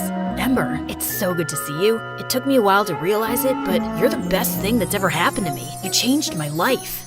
Wait, what? I was totally shocked. I thought Nicholas hated me. You gave me the courage to face my fear of heights, clowns, and strawberries. You're afraid of strawberries? It's the seeds and their pointy ends. They could take an eye out, but that doesn't matter anymore. I've conquered all my fears, and now I'm unstoppable. I'm a new man, and I think I like you. Then Nicholas kissed me on the cheek and waltzed down the hall. After school, Isaac ran up to me in the parking lot with his bright green hair. He hugged me and spun me around. Babe, you're amazing. My hair is a hit. I booked 10 modeling jobs over the break. I wanted to call and tell you, but I was so busy. You're my good luck charm. Before I could say anything, Isaac kissed me. Then out of nowhere, Wilson and Nicholas appeared. Wilson stared at me and Isaac in total disbelief. Nicholas got so mad, he grabbed Isaac and punched him in the nose. Get your hands off my girl. She's not your girl. She's the love of my life. Then I saw an amazing opportunity. My mission wasn't complete. That night, I told Wilson about my new plan. Our mission isn't over. I'll go on a few more dates with Nicholas and Isaac. I'll make them compete for my love, and when I know I've got them hooked, I'll rip their hearts to shreds. I'll just need you to... What about us? We'll keep our relationship a secret until after I break Nicholas and Isaac's hearts. You're not making any sense. I'm your boyfriend. I can't just sit back and watch you date other guys. We have to complete the mission. I don't care about the stupid mission. What are you saying? It's me or them. I chose the mission. I couldn't back off now. It was too important. I owed it to Lisa. After that, Wilson and I broke up. I kept dating Nicholas and Isaac and made them compete for my affection. It was funny seeing them try to one-up each other to win my heart, but every time Wilson saw me with them, he gave me the saddest looks. What are you staring at, nerd? A jerk sandwich with a side of stupid sauce? Nerd boy thinks he's funny. He's just jealous because Ember's out of his league. She'll be my girl soon. No, carrot head. She'll choose me. My muscles are bigger than yours. I've got an 8-pack. You've only got 6. Oh yeah? My biceps are the size of a grapefruit. Nicholas and Isaac took off their shirts and started flexing in front of each other. A couple of Wilson's battle robots ran up and kicked them in the shins. As the days passed, I couldn't stop thinking about Wilson. Suddenly, I felt like I was the bad guy. It was one thing to break Nicholas and Isaac's hearts, but Wilson didn't deserve this at all. I was so confused. I was doing this for Lisa, but hurting Wilson in the process. So, I was finally able to reach out to Lisa for the first time in years. She was living 3,000 miles away in Australia. She told me all about her new life and her new boyfriend and how sorry she was for not keeping in touch. Then, I told her about my mission. Oh, Ember, you didn't have to do that for me. Love's a risk, and sometimes it hurts, but it's worth it. I was trying to break those heartbreakers' hearts and broke Wilson's along the way. I feel like a hypocrite trying to teach those guys not to play with a person's emotions while I was doing the same thing. You made a mistake, and that's okay. We all do. Now you just have to fix it. The next day, I met up with Nicholas and Isaac. It's over. I don't love you. I don't want to see you anymore. They didn't take it very well. They dropped dozens of teddy bears, candy, and love notes at my door, but I sent it all back. I tried to contact Wilson, but he didn't return my calls, and when I went by his house, his mom told me he was out of town at the National Robot Battle Championships. I was proud of Wilson, but so sad I wasn't there to support him like he'd always supported me. He posted a bunch of videos from the competition online. The moment I saw his face and heard his voice, my feelings for him rushed back, and suddenly, I was nursing my own broken heart. A week later, a couple of girls from class encouraged me to go to the winter dance. It was better than sitting in my room all alone, so I agreed to go. So, yeah, now we're back to where we started. Hey, editor, can you speed things up from here? No problem. Okay, here it is, the moment of truth, when I ran out the back door and right into the love of my life. If you haven't guessed it by now, the mystery guy is Wilson, and he looked so different that night. He was confident and happier than I'd ever seen him before. Wilson looked up at me with his big brown eyes, and all my feelings for him were stronger than ever. I'm sorry I hurt you. I was so obsessed with getting revenge for Lisa that I became a colossal jerk. I hope you can forgive me. Maybe someday we can be friends again. I don't know. You did some really dumb stuff. I get it. I ruined our friendship and broke your heart. I understand why you don't want to be friends anymore. I guess this is goodbye. I turned to leave, then Wilson grabbed my hand and smiled. This doesn't have to be the end. Maybe we can fix this. I think it's worth a try. Another mission? Something like that.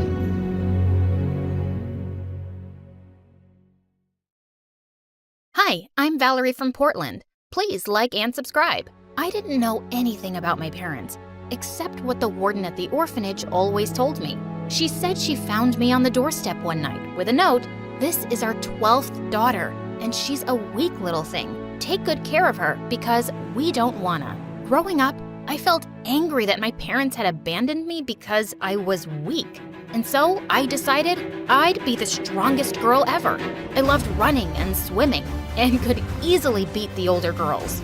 And I was scared of no one. This made me a natural leader at the orphanage. If anyone had a problem, they'd come to me, especially if it involved bullies. There was a reason everyone called me Miss President around here. Well, that's because I told them to, but I'd earned my title. Like once when I was 13, I was about to join the queue outside the bathroom for taking showers when I saw this mean girl kicking others and pushing her way through. I ran forward and jumped on her. This is your last warning, you weasel. If I see you bullying anyone again, you'll wish you'd never been born. All the girls started cheering and chanting, "Valerie, Valerie, Valerie!"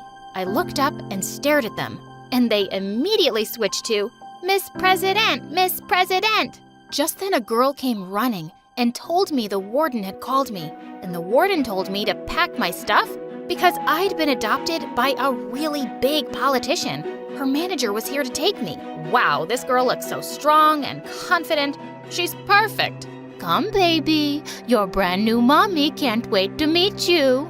Please don't call me baby. My friends and enemies call me Miss President. I was glad to finally get a family, but the girls were really sad to see me go. Then I saw the manager had come for me on a freaking helicopter. It soon landed in the grounds of a huge mansion.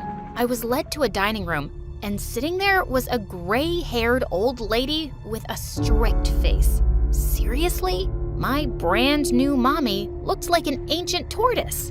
And she didn't even look happy to see me. She barely spoke a word, and anytime I slurped my soup or dropped a fork, she glared at me. When I jumped off my seat to leave, she banged her fist on the table.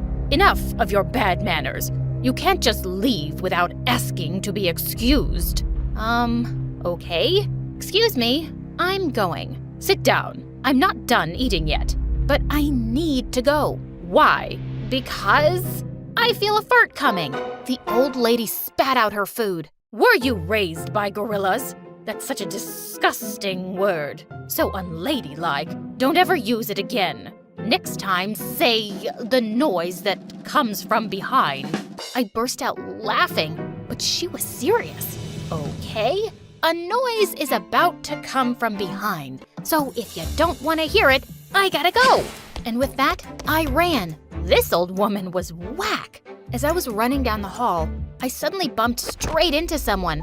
I looked up to see a lady with the sweetest face. "You must be Valerie." "Oh, I'm so happy you're here, darling." She pulled me into a hug, and it made me feel all warm inside. As she walked me to my room, she told me her name was Amelia, and the old lady was her mother. "She's the one who adopted you, but I've always wanted a daughter too. You can call me Mom if you want to, whenever." I almost wanted to, but I needed to trust her a little more. My room was 5 times bigger than the shared one at the orphanage, and I squealed happily as I looked through the closets. Now this was a wardrobe fit for Miss President. Later that evening, I was asked to dress up and go downstairs to the old lady, and I was surprised to see her surrounded by reporters. and she was smiling at me. Ah, here she is, my lovely new granddaughter. God has blessed me with so much, and I wanted to pay it forward. That's why I've adopted Valerie. I hope this sets an example for everyone to open their hearts like I have. Then she started smothering my face with wet kisses. Ugh, so gross. It didn't take a genius to figure out that she was a fake.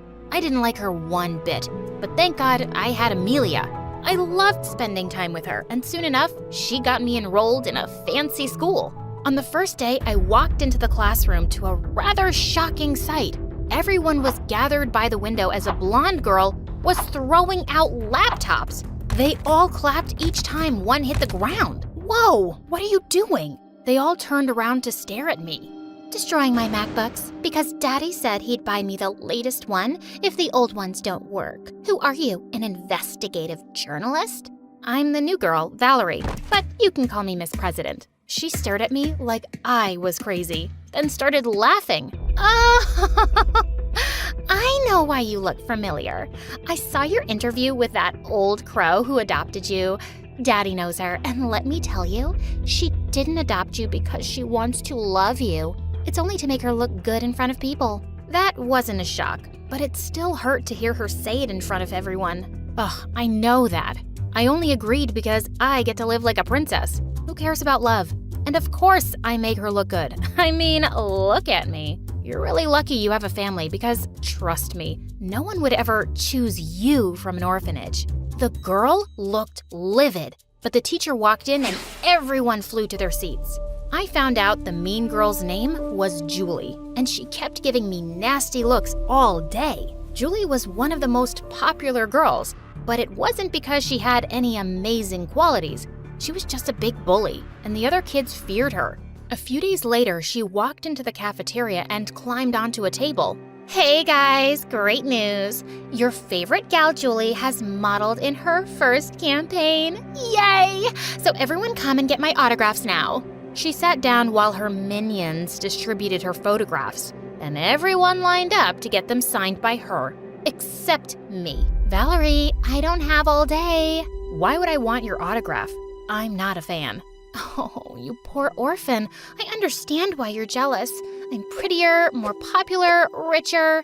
You're not richer. Yeah, I Googled your family. Mine's definitely richer than yours. And suddenly, Julie lost it. She took out a thick bundle of her $100 bills from her bag and started tearing them up. Want to see how rich I am? I can just tear up money and not even care. Hey, don't do that. You could give it to someone poor. Just stop it, you brat. With that, I pounced on her. We ended up in a huge fight that landed us both in detention. But it was totally worth the slaps I'd given her. A few days later, we had a field trip by a lake, and suddenly we heard someone screaming. One of the girls was in the lake, struggling to stay afloat. Without a second thought, I jumped in and got her out of there safely in minutes. Oh my God, I slipped into the water and I can't swim. You saved my life, Valerie. By the time we got back to school, the news had reached the principal and she praised me.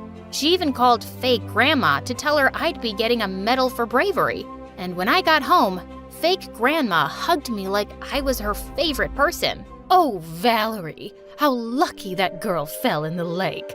You and I will do a lovely photo shoot once you get your medal and some interviews. Let's hope more kids at school keep having accidents so you can keep playing the hero.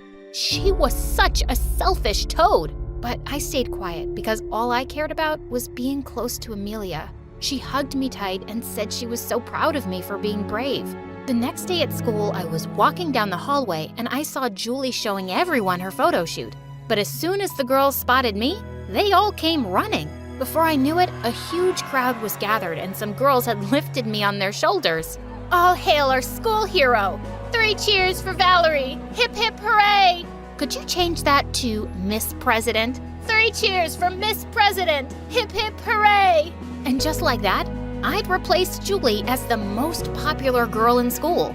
I was soon selected as the school's swim team captain. And when I led our team to victory in the nationals, I received a celebrity's welcome.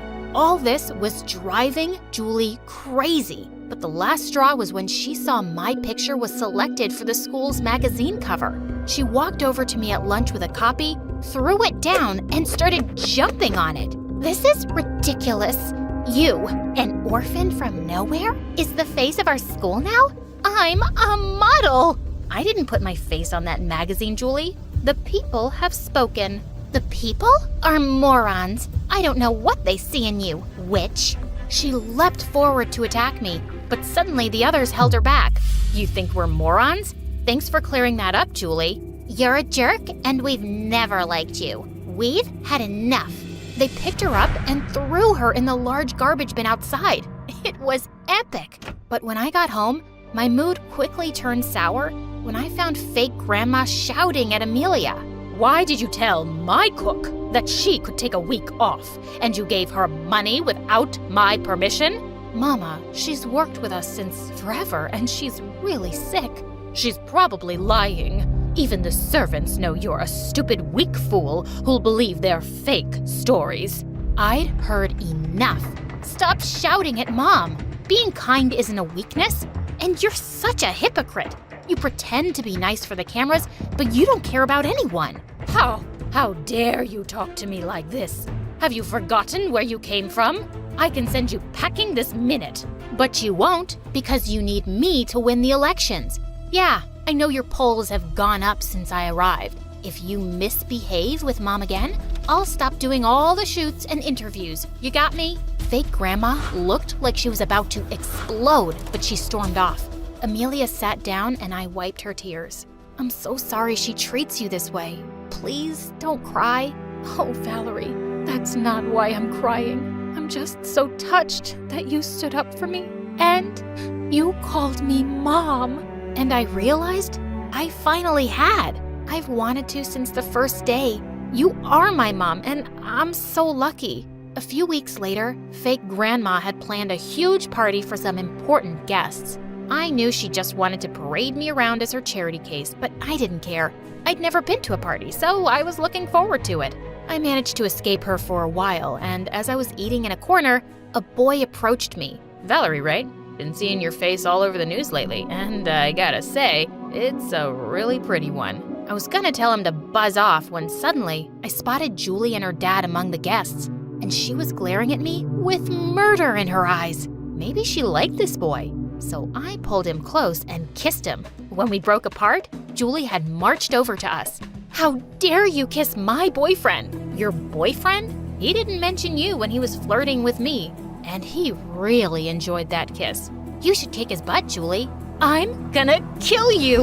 And she jumped on me, but I was much stronger and I had her pinned on the ground in seconds. Daddy, help! Her dad completely lost it when he saw us.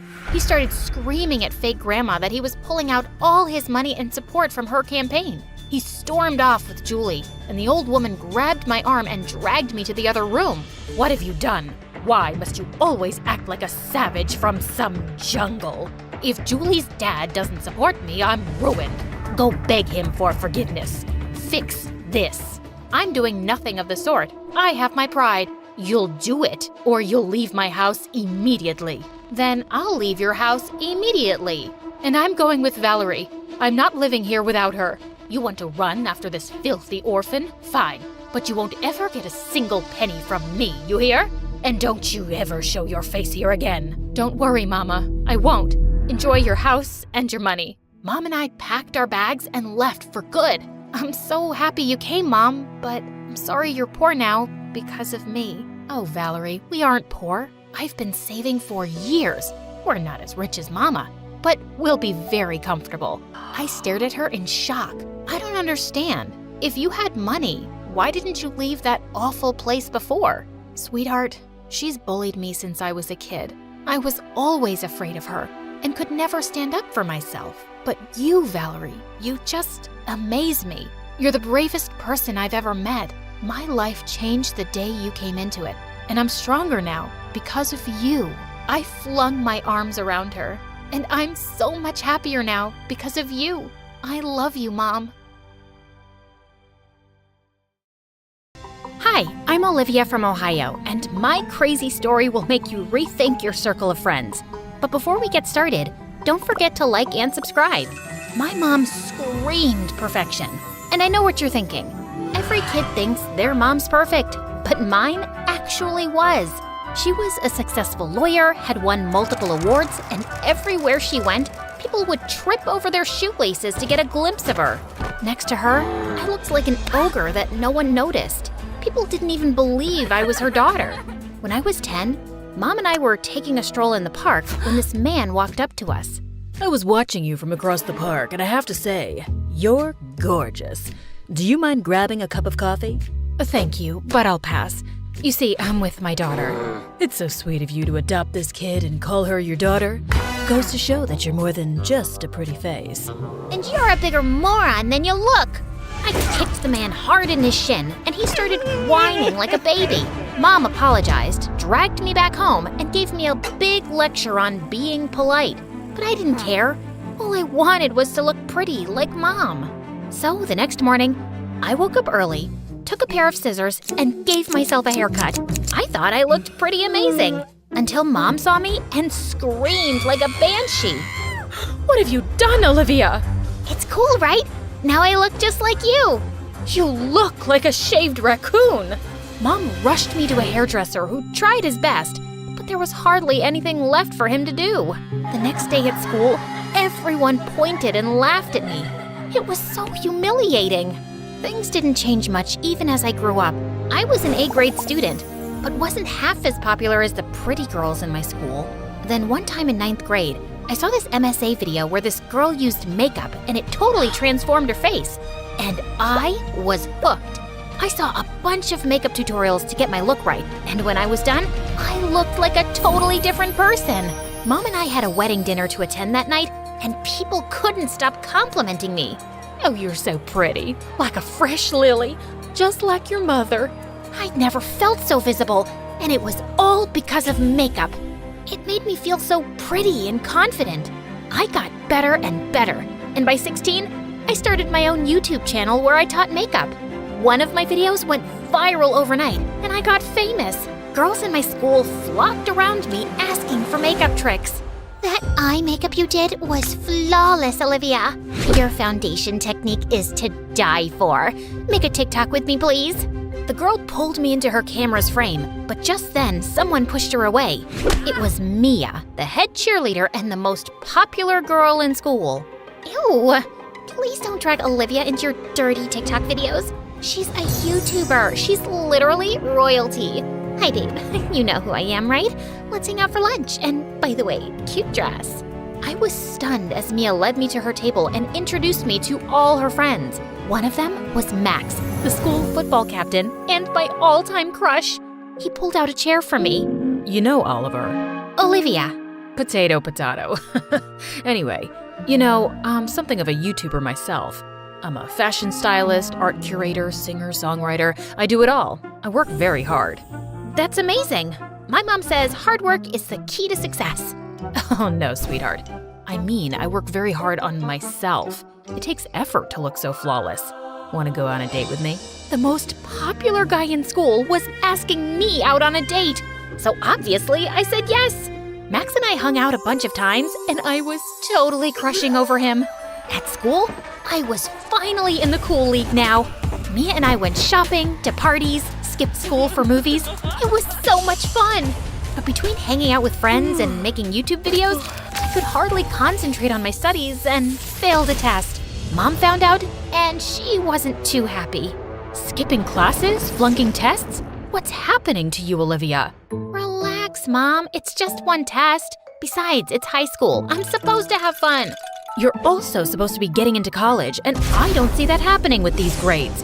You're acting like a totally different person. And maybe that's not such a bad thing since I'm tired of living under your shadow, Mom. I'm my own person, and I know how to make my own decisions. Saying that, I rushed to my room. I felt kind of bad for being so rude to Mom, but I was too mad to apologize.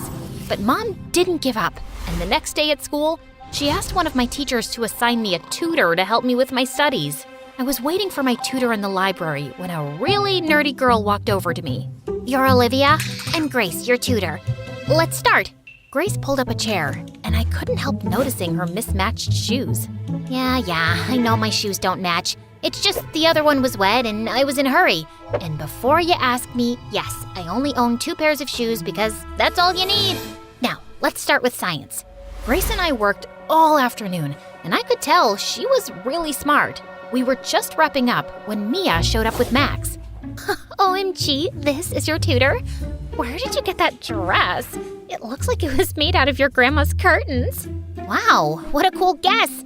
She was giving her curtains away to Goodwill. I told her I could get a use out of them for another 10 years. You're such a dork, man. Right, Olivia?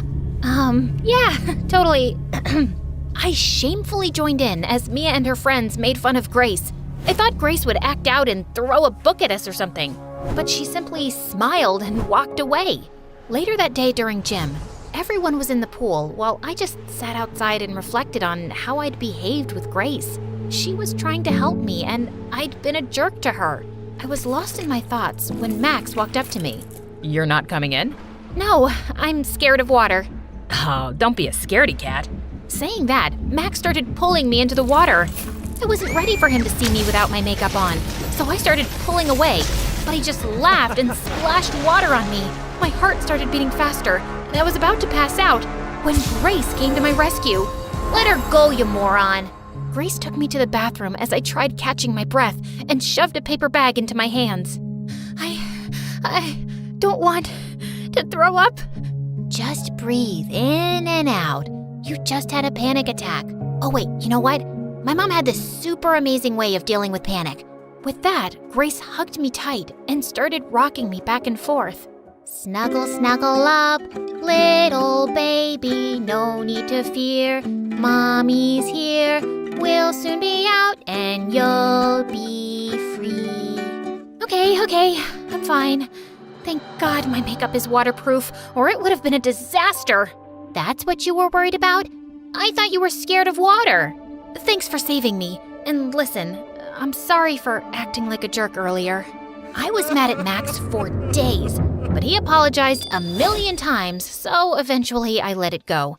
Grace and I continued hanging out for our tutoring sessions and slowly became friends. Even my grades were up again, and Mom couldn't be happier. I'd never met anyone like Grace before, and I was fascinated. While everyone dressed up in fancy clothes, Grace would wear what made her comfortable, no matter how silly she looked.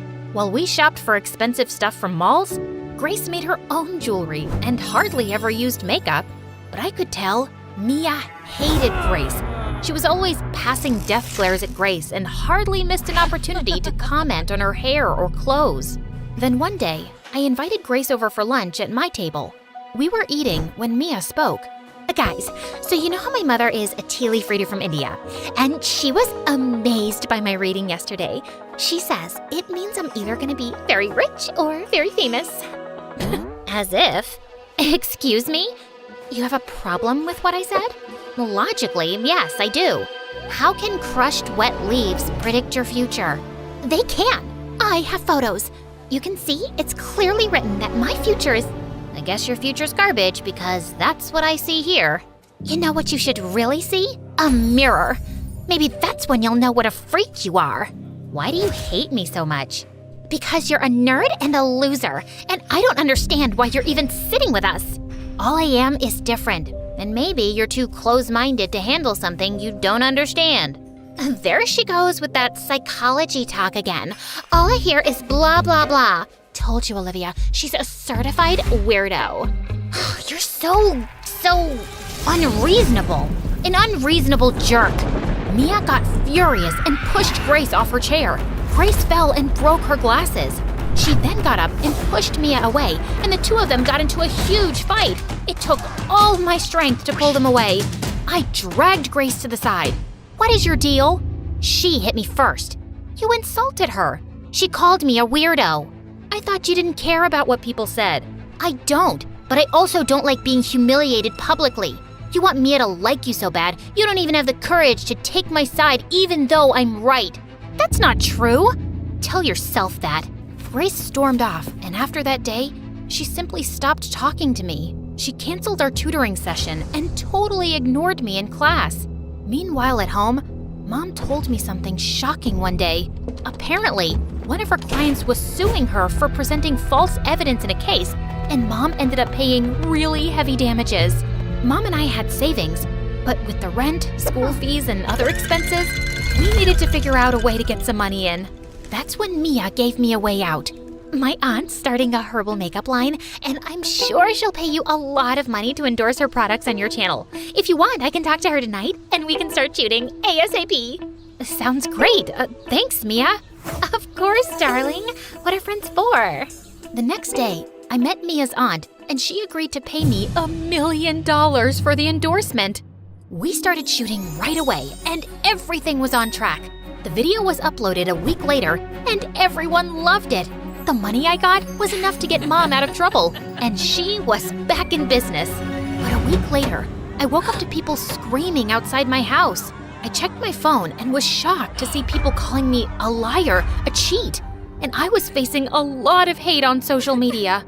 My heart sank reading all the comments. Apparently, Mia's aunt used cheap chemicals in her skin line, and people were complaining of severe skin issues. I immediately pushed an apology video saying that I had no idea, but no one believed me. Since Mia's aunt wasn't answering my calls, I rushed to Mia's house to get an explanation when I saw she was having a party. I instantly spotted her on the porch making out with Max. What the heck, Max? I thought you liked me. I did, but then I saw what a fraud you are, and I don't want your tainted reputation ruining mine. I'm not a fraud. Mia's aunt is, and now she's not even answering my calls. And you, Mia, go on record and tell my followers that I had no idea those products were harmful. And why should I do that? It's not my problem that you didn't do your homework. You should have checked those products before endorsing them. I trusted you. We were friends. And I did you a favor as a friend.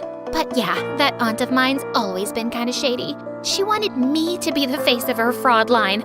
Imagine the horror if I would have said yes. Aunt needed someone stupid and popular enough to spread the word about her brand, and you stepped up. Now, if you're done, you're interrupting my date, and I'd like you to leave. Mia went back to kissing Max, and I was furious. I noticed a cat litter in the corner of the kitchen, and I picked it up and dumped it on Mia's head before storming out of the stupid party. I was in the parking lot when I saw Grace waiting for me. What are you doing here? I wanted to make sure you were okay. And look, I recorded the whole conversation with Mia. Upload this on your channel, and everyone will know what lying pieces of poop Mia and her aunt are. And then what? I know how horrible cyberbullying is, and I don't want another person to go through it. So you're just gonna let this go? Nope. We'll show this video to the police and let them take action. And after it's all behind us, there's something else I want to talk about on my channel. I've spent my entire life feeling invisible and not good enough, and makeup was my way to get noticed. But I just attracted shallow, awful people like Mia and Max. The only people worth having in your life are those who don't make you feel like you need to be someone else to be accepted by them. Did you hit your head on the way out? You're sounding like me. Well, you're the one who showed me that originality is our biggest superpower. So that's what I'm going to do. I still love makeup, but I won't lose sight of who I am as a person anymore, and I won't hide behind it.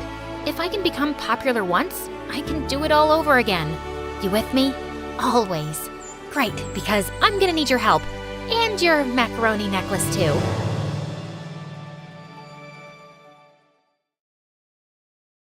Years ago, outside a busy restaurant, there was a 17-year-old girl begging for money. She held a child in her arms. She was too skinny, dirty, and tired. No one paid any attention to her. A few minutes later, exhausted, she sat on the curb, holding her baby, listening to the hungry cries of her newborn. She didn't know what to do. A car pulled up beside her. A lady walked out and took her hand. "Stand up, sweetheart." The young girl stood. "Why are you here?" The young girl told the lady her story. Her boyfriend abandoned her when he knew she was pregnant, and she didn't know anyone else in the city. She didn't know where to go or how to get her next meal. The lady listened to the story without interrupting. "My name's Griselda," she said. "I've got a place that you can go to. I've helped many women just like you. Will you come with me?" Desperate, the young girl joined the woman in her car. She took her to a shelter for women in need. The young girl had heard stories about shelters, but this was nothing like the accounts she'd heard. It was neat, friendly, and warm. It was a place where women regained their dignity and cared for their children. It was blissful. Griselda was a rich businesswoman, but the shelter was her passion. She funded it and searched the streets looking for women who needed help. There were many of these women, and they all seemed to grow healthy again under her watch.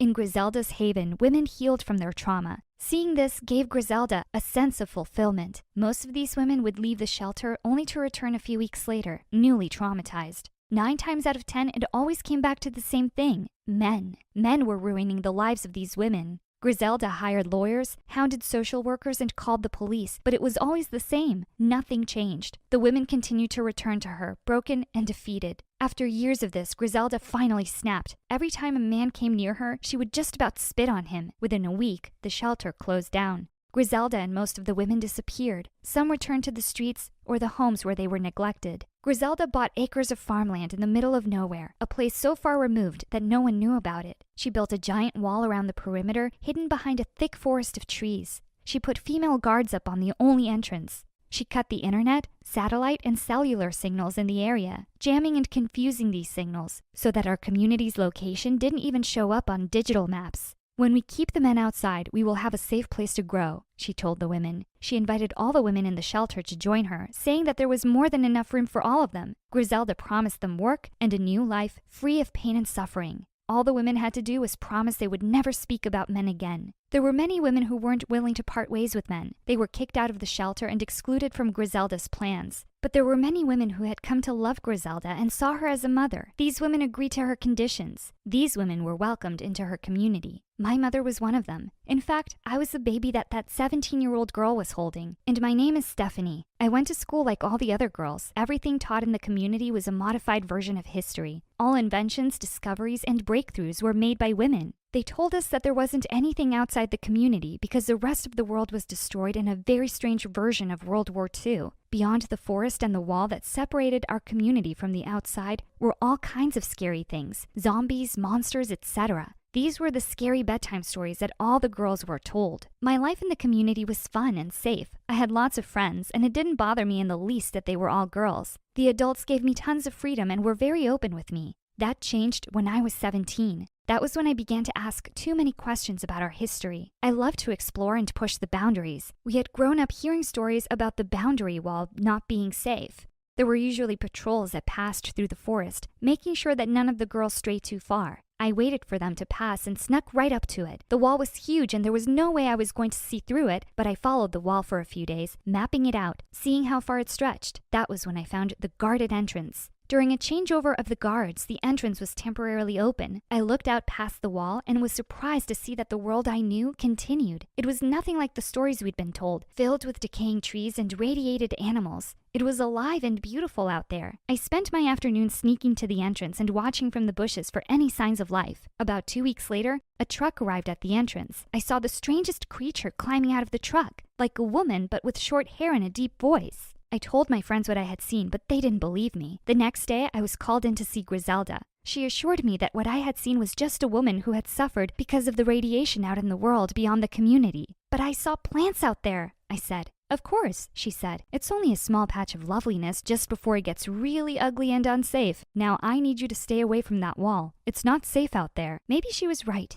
I agreed to stay away from the wall, but unlike my friends, my curiosity continued to grow. Griselda was definitely hiding something. About 3 months later, one of the pregnant ladies that used to babysit me when I was younger went into labor. After 2 days of not seeing or hearing from her, I went to the hospital to see her. She was dazed from all the medication, but when she saw me, she became lucid. "They took my boy," she cried. That was all she was able to say. The nurses burst into the room, ushered me out, and closed the door. That evening, I asked my mother what boy meant. She almost dropped the pan that she was washing. Then she smiled at me and asked me where I'd heard that word. I told her. It must be a name that she gave to her daughter. I didn't feel like I was getting the whole truth, but I let it go. A week later, I went to visit my babysitter in the hospital, but she wasn't there anymore. But Griselda was. She greeted me with a sad look on her face. Unfortunately, she didn't make it through the trauma of her delivery. I was shocked. I'd seen her after she'd had her baby. It didn't make sense. But I came to see... Griselda didn't let me finish. She has suffered enough. Please leave this now. Go and grieve and stop fighting me on this. I spent the next day wandering the community alone, clearing my head. Something kept bringing my mind back to that entrance, so I visited my secret spot in the bushes where I could watch. A car drove by and stopped in front of the gate. I couldn't believe my eyes. In the passenger seat was my babysitter. She looked sad, but she was definitely alive.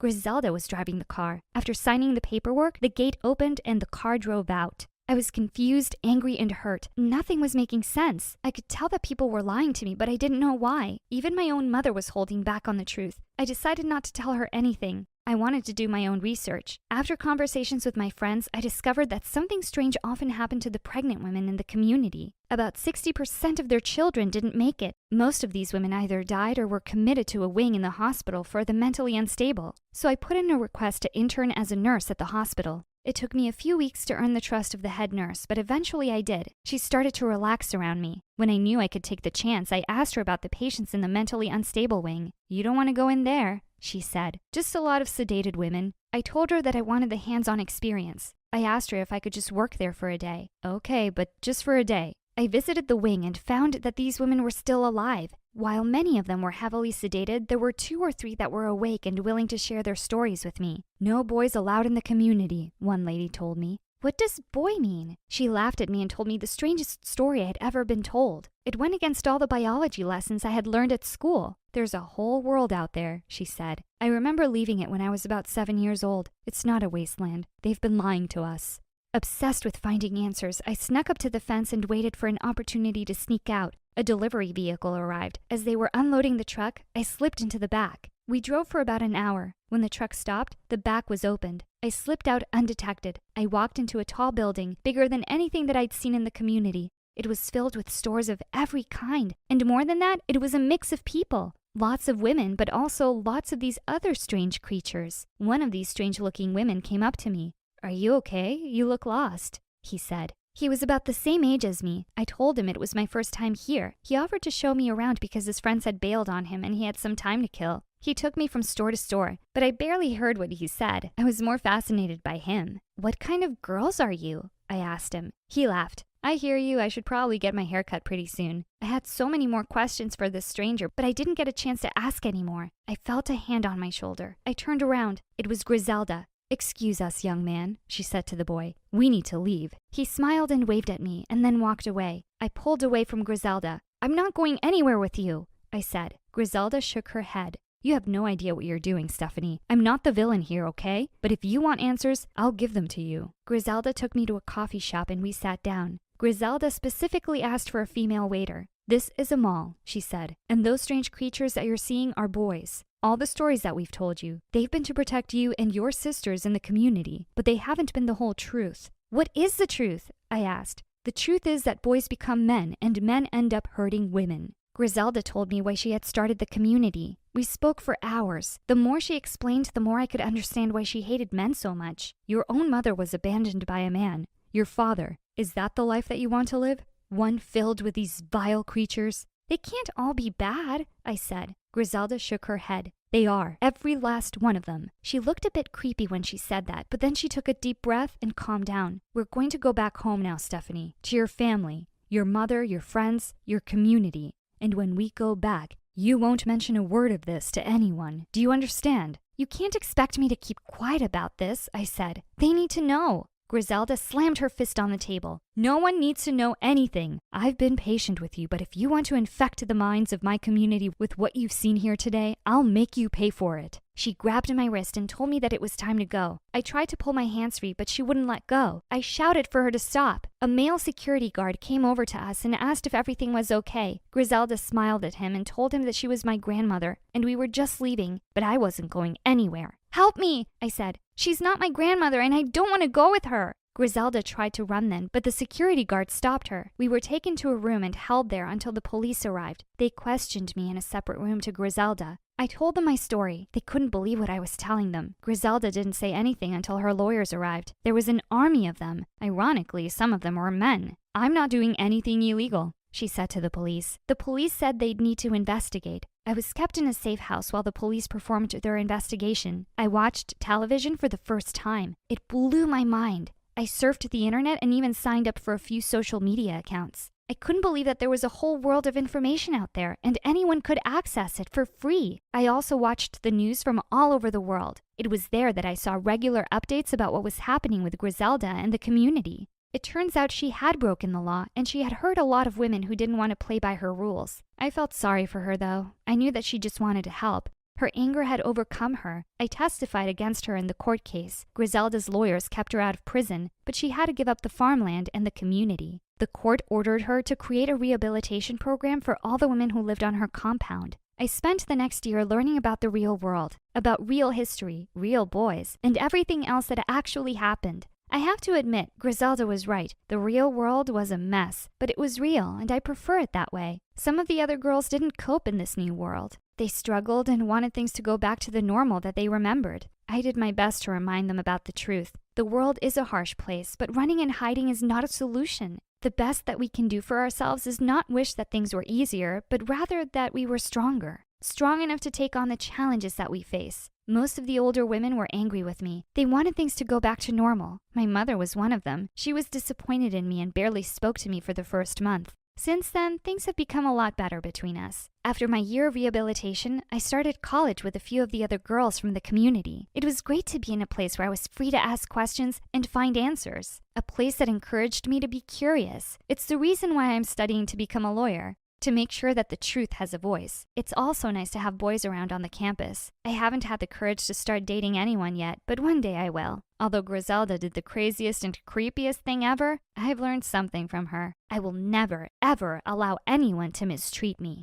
Hey friends, so my name might not be Madison, but for the sake of simplicity, we'll just call me that. I'm a world-famous music influencer, so if you're into music and MSA, you know what to do. Hit that like and subscribe button. Growing up, my dad and I would listen to tons of music. Rock, jazz, hip-hop, rap, everything. Dad worked at a concert arena and told me tons of stories about the shows. One day, I insisted on seeing one, so he took me with him. I'm telling you, Madison, you'll love it. They'll blow your mind. Yay! I'm so excited! I watched the entire concert from my dad's tiny office window and was mesmerized by the sound and energy of the crowd. After that, it became routine for Dad to sneak me into his office every other weekend to watch the shows. In 9th grade, I decided I wanted to share my passion for music with the world and dreamed of being a music influencer. So I created an Instagram account and started posting reviews and videos from the concerts I went to. My content quickly gained attention, and soon I had a steady stream of followers. Then one day, a local band contacted me on my Insta and offered me free tickets to their concert if I posted about them. It was then I knew I was well on my way to my dream of being a professional music reviewer. It all felt like a dream. I mean, I went from watching concerts through small windows to getting free tickets. Over the summer after high school, I was obsessed with a rising music superstar who had just left a huge boy band to start his own solo career. His name was, let's call him Barry Skies. I had a crush on him, and I was dying to see him perform live. Dad suggested I reach out to him for free tickets, but I wasn't too sure. He's one of the most famous upcoming artists under 20 in the world. I really want to, but I'm not sure they'd think I'm worth it. Sweetheart, people won't know what you want if you don't ask for it. I say try it. It was worth a shot. So I sent Barry a message on his Instagram, not really expecting a response. Little did I know that this single action would change my life forever. Cause not only did I score front row tickets, but I also got a meet and greet with him. At the concert, the arena went dark and everyone started screaming. Barry stepped out of the smoke and walked up to me, and before I knew it, he took my phone. Whoa, I was about to get the best live stream of the night. Do you think he's just gonna keep it? Who cares? I'm live on Insta. My followers must be going gaga right now. Eventually, he did give me my phone back, along with a wink, making all the girls in the arena scream. Was he flirting with me? After the concert, I went backstage and was greeted by Barry's manager. Thank you so much for the tickets. You certainly are an impressive young lady. As soon as you went live earlier, the sales for Barry's new record skyrocketed. I was honestly flattered. Right then, I remembered my dad's words and had the most awesome idea ever. So, I have like 5 million followers on Instagram and TikTok combined. I can give Barry's fans a behind-the-scene look at life on the road. He's not active on social media, so I can really help him out. It's certainly an interesting idea. We've never done anything like that before. I'll talk with the team. As she walked away, I was excited that she was even considering it, but I never knew that this moment would create a domino effect that would lead me to where I am today. Stay tuned to find out how my dad's advice changed the course of my life. While While I waited, I spotted candy on the snack table and grabbed a handful. Right then, this dude wearing a baseball cap and sunglasses came up to me. The food is for the band only, and I don't remember you on stage. Who are you? I'm Madison. Ugh, security just lets anyone in here. Hey, I was invited back here by Barry's manager. Wait, you're that girl from the front row, the influencer? The one and only. Well, I hope you got the numbers you were desperate for. Hope Barry got the numbers he was desperate for. My fans drove up his record sales, so if you work for him or something, you're welcome. My heart pounded as I faced the jerk. Right then, Barry's guitarist did a slow clap. Tell him, influencer girl. Stay out of it, Leilani. No way. I gotta shout out anyone who can take on Barry Sky's massive ego and win. What? He was Barry? Barry Skies? OMG, I didn't recognize him with the glasses and baseball cap. I was horrified. I guess that's why they say never meet your idols. Right at that moment, Barry's manager returned and told how the team wanted me to join them on the tour. Actually, I'm not so sure now. And this is what we'll be paying you. When I saw the contract, I had to take it. I could use the money to buy tickets to a music festival, fly first class, get a whole new wardrobe, buy a car. Okay, not buy a car, maybe rent an awesome car. I'm all yours. No way. She's not on my tour. Yes way. You need to engage your fans and she'll help you do that. See you tomorrow. Saying that, she walked away, taking Barry with her. At home, I begged my parents to let me go, and once I promised to call every day, they agreed. I packed my bags and was off on my first ever tour with a band. My first night backstage was nerve-wracking. Barry was giving me the stink eye, but then Leilani came over and put her arm around me, making me feel better. Hey, it's nice to have another girl my age here. Yeah, if I can survive Mr. Ego over there. Barry's not so bad once you get to know him. You should watch out for Mrs. Skies, the momager, though. Oh, she's his mom? Mrs. Skies had everybody under her thumb. It was obvious why Barry was so grumpy. Even the sound techs, Leilani, and the lighting guy were all scared of her. I was relieved I didn't have to deal with her. My job was to post videos of Barry performing with great captions, go live on Instagram, and keep everyone updated about what was happening backstage. The tour was going great, and I was getting tons and tons of new followers, and they all had one request. Give us an interview with Barry. Take pics with Barry. But how? I was so frustrated with the guy. He was always in a bad mood. Leilani, you're playing the tune wrong. Ugh, start it again. Barry, I am not feeling well today. I am trying. Give me 5 minutes. Fine. Everyone take 5. I don't know how you do it. He's such a baby. Well, we've known each other since we were kids. Barry used to be more easygoing. I think he's just overworked. He just needs a little more fun in his life. A little fun, huh? I'd give him fun. That night when Barry opened the dressing room door, fake spiders dropped on him. The guy totally freaked out. Hey, who did this? Leilani and I cracked up watching Mrs. Skies trying to pick up the fake spiders. But when he realized they weren't real, he started laughing. Everyone else looked at him like he was crazy, but then they started laughing too. After that day, whenever Barry had a bad day, I'd pull a prank to make him laugh. I'd put a fake snake in a suitcase, fill his dressing room with balloons, have his favorite caramel apples delivered, but with onions instead of apples. Everyone loved hearing Barry's laughter, and it felt like Barry was finally being himself. He was more relaxed, and everyone had a blast on stage. Whilst everyone was having fun, in the background, his momager would be tapping her foot, reminding Barry that he's the star and this is work. I could see why he was so tense all the time. One night, I went to listen to Barry and his bandmates rehearse. As soon as I sat down on a chair, there was a loud fart noise. I was so embarrassed, but Barry just laughed like crazy. Someone had put a whoopee cushion there. Gotcha. What? You thought I wouldn't get back at you? I realized then that he knew I was the one behind the pranks. From then on, Barry and I started a prank war. We kept trying to make each other laugh. We had fun being silly together. His glares turned into smiles, and I felt the butterflies again. His mom, on the other hand, was so mad, always trying to find out who was behind the pranks, but Barry never told her anything. If only she knew, I'd be out of a job. One time after the show, I snuck onto the stage to record a live session at Barry's piano, but stopped the moment I heard Barry's voice. I didn't know you played so well. It was nothing. I'll just go. No, please, play a little more. As I played, Barry hopped on the piano and joined in. We finished the song, and he smiled at me. I suddenly realized I was live to millions of people. And there you have it. Barry Skies live and unfiltered. See you tomorrow on the road. So sorry. I forgot I was live. It's okay. Much better than a bunch of spiders falling on my face. I won't say I'm sorry for that. You needed some fun. I know. It was good to laugh like that. It's just that Mom pushes you really hard. Yeah. I know she wants me to succeed, but sometimes it's too much. I wish I could tell her to just ease up. Give me some time to bond with my band. Give me time to breathe. Why don't you tell her then? My dad told me once, people won't know what you want if you don't tell them. Tell me what, Madison? Before Barry could reply, Mrs. Skies appeared. She must have heard it all. Oh, we're paying you, so hurry up, Madison. In the van. Barry, you in the limo. Mom, I'm taking the van with the rest of the band. Barry, honey, you're the lead singer. I don't think it's a good idea. Mom, I wasn't asking. Come on, Madison. This wasn't gonna end well, but from there on out, Barry and I got along much better and realized we had a lot in common, like our favorite movies, books, and so much more. We became really good friends. One night, Leilani told me how it was Barry's birthday, but with all the concerts and touring, even he had forgotten about it. We decided to do something special, so we invited Barry to join us for a night of pizza, cake, and our favorite MSA videos. Wow, thanks a lot. I totally forgot. But we remembered. Come on, blow out the candles and make a wish. I so want to party with you guys, but I've got an early interview with MTV. Barry, you deserve to have some fun. Okay, just one slice. Maybe 2 or 3.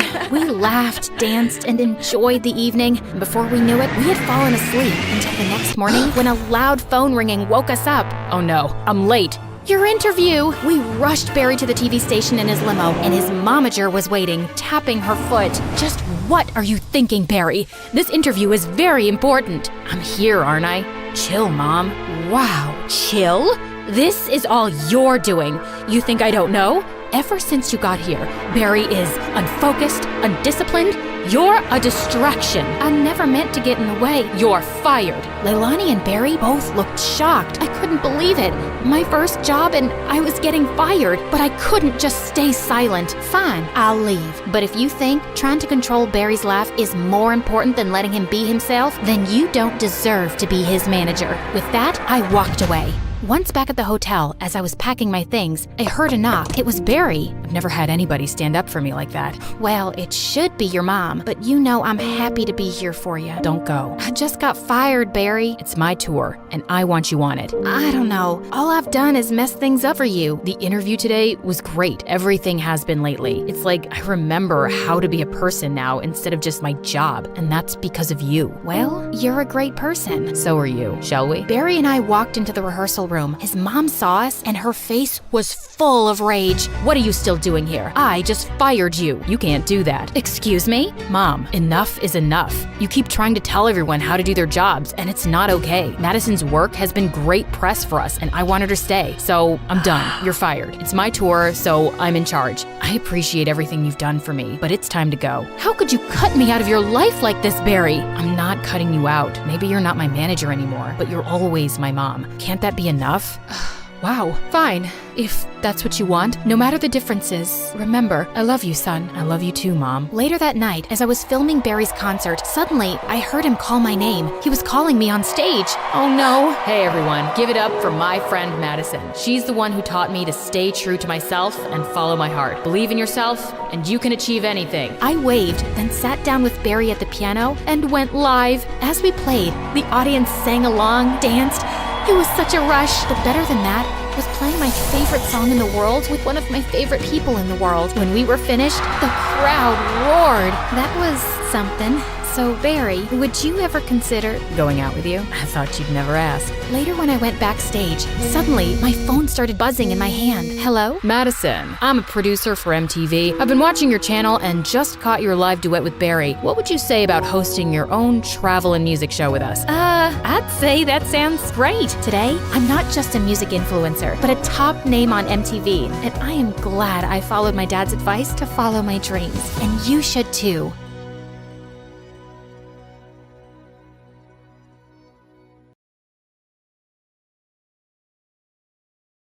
I never knew why, but I always seemed to annoy my parents. It wasn't as if they didn't like kids. They absolutely adored my brother John. He was always being showered with expensive gifts. In my case, they never even remembered my birthday. On my 10th birthday, I came downstairs and saw a tiny wrapped box on the kitchen table. I ripped it open, only to have Mom walk in and snatch it away from me. "That's not for you. Look, she's torn the wrapping." Just then, John walked in, and they were all smiles. They handed the box to him, and inside was a key to a Porsche. He screamed in delight and followed them outside. He jumped into his new car. "Mom, Dad, let me take you around the block with this baby." And they were all off together. John was failing high school and was mostly just partying with girls, but that never seemed to bother my parents. Last Christmas, he brought 2 gorgeous girls home, and my parents looked like they couldn't be prouder. I had the duty of serving everyone drinks and food. I pretended to trip up and spilled an entire tray of drinks on John and his guests. Mom sent me to my room, and I was more than happy having dinner on my own. A couple of weeks later, he turned up with another girl, Alina, and said they were in a serious relationship and she was moving in with us. I wasn't even allowed to have friends over to study with. If I ever wanted to ask someone, Mom would say, "Are you too stupid to do your work on your own?" And here my parents were, welcoming Alina with open arms. To my horror, I heard Mom say, "Oh, John probably doesn't have enough closet space. Why don't you put your things in Gwen's closet? She can put her clothes under her bed." As I started cleaning out my closet, I said, "You know, this is Whisker's favorite sleeping spot. I hope he doesn't scratch all your pretty clothes." Alina shrieked, picked up all her dresses, and ran off. Later that year, my brother and his dumb girlfriend became proud parents to little Mike. My parents practically sobbed with joy at being grandparents, and I became the official babysitter. Anytime they were heading out to a party, they'd dump the baby on me and tell me they'd be late, which usually meant I'd be staying up till 2 trying to juggle schoolwork and diapers. To make matters worse, Alina was a mess. Mom ordered me to do everything she asked, and she had me running around constantly because, as she said, taking care of little Mikey is so exhausting.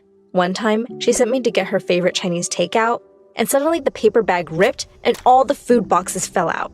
I stood there staring at the mess for a minute, and then I just scooped up the noodles from the pavement and put them right back in the box. She didn't have to know. She popped into my room one day to try on one of her designer dresses, and she started crying when she couldn't get the zipper up because she'd gotten so fat. I helped her out of it, but inside, I felt so happy. Served her right for stuffing her face all day. One day, while Alina was taking one of her many naps, I was watching over Mike, and he just wouldn't stop crying. John barged into my room and snatched him from me. "Seriously, why are you so useless? You can't even get a baby to be quiet." That was it. I was done with the thankless job and these selfish people. I decided that things had to change now. Anytime they tried to leave Mike with me, I would say I was too busy with exams and projects and lock myself in my room.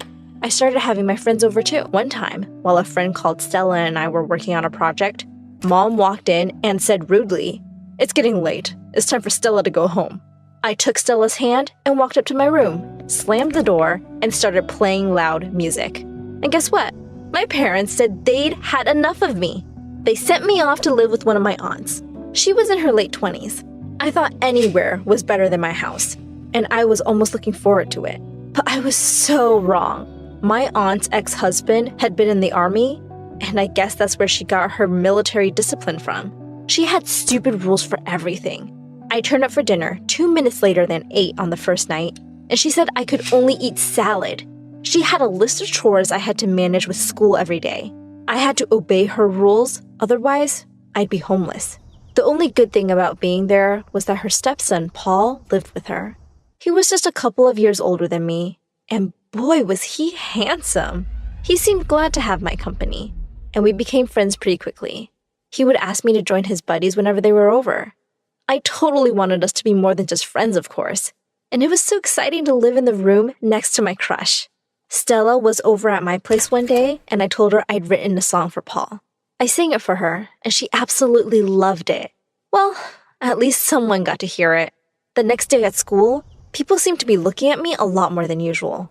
A girl from my class said, "Wow, I had no idea you had such an amazing voice." Another said, "Oh my god, why haven't you auditioned for American Idol already?" Wait, what? Another girl pulled out her phone and said, "Have you seen the views on your video yet?" I looked in horror at myself singing in my room. I couldn't believe Stella had recorded me and uploaded the video to YouTube. And it looked like everyone was loving it. The video went viral.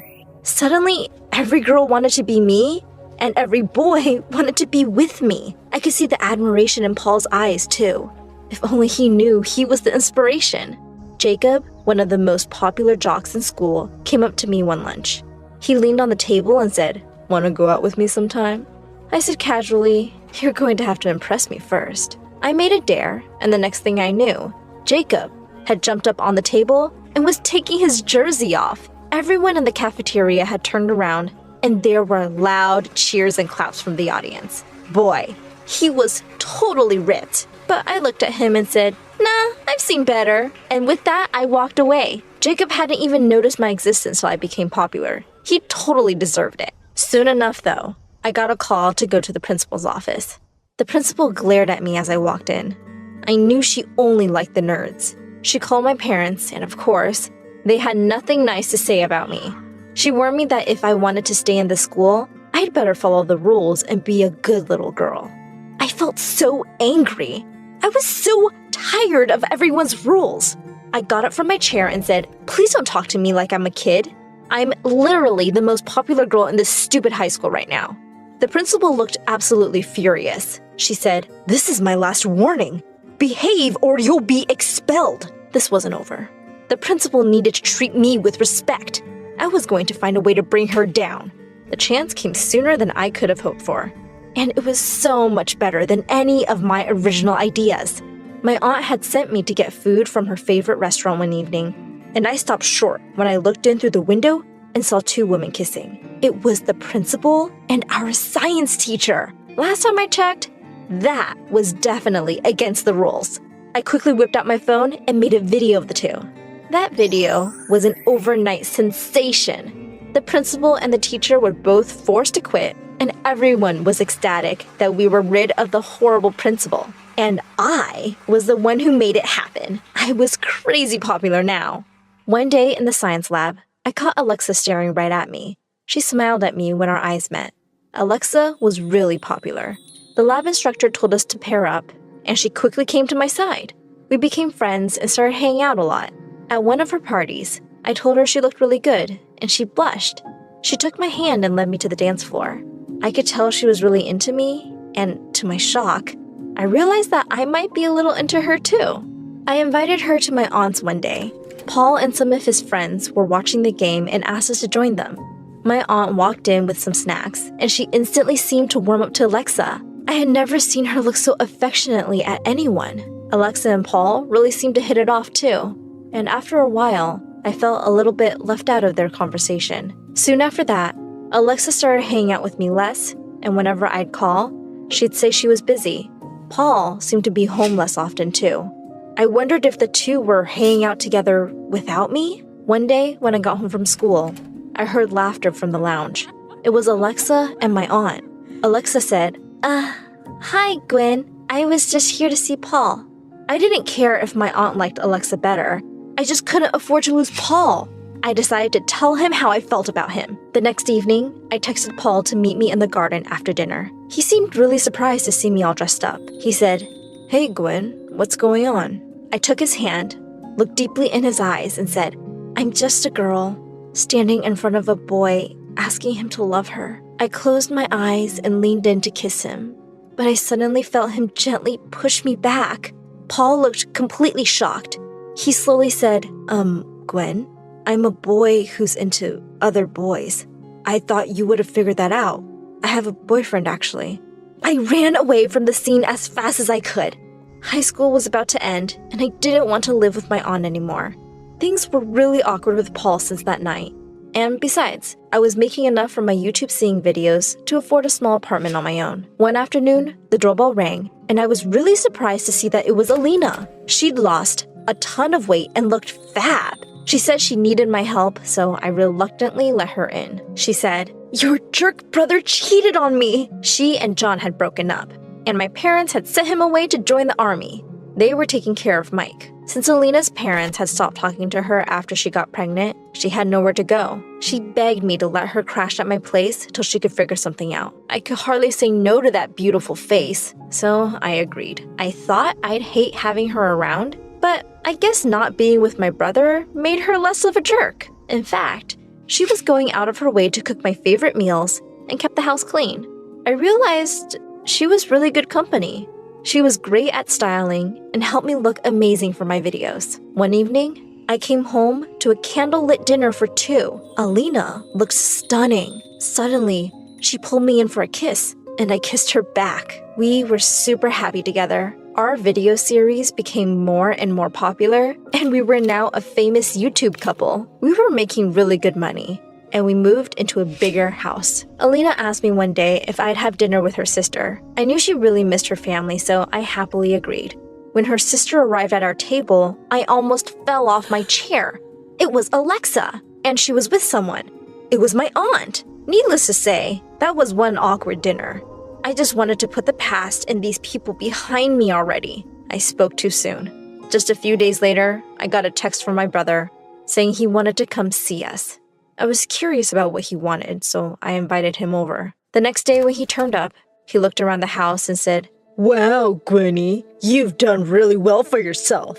Just then, Alina walked in and sat down next to me. John looked a bit angry. I said, "Yes, as you can see, I have a much better life than you. I have everything you could possibly want." He forced a smile and said, "Well, yes. So here's the thing. I have a great business plan. I need $100,000 for it, though. Can you lend me the money?"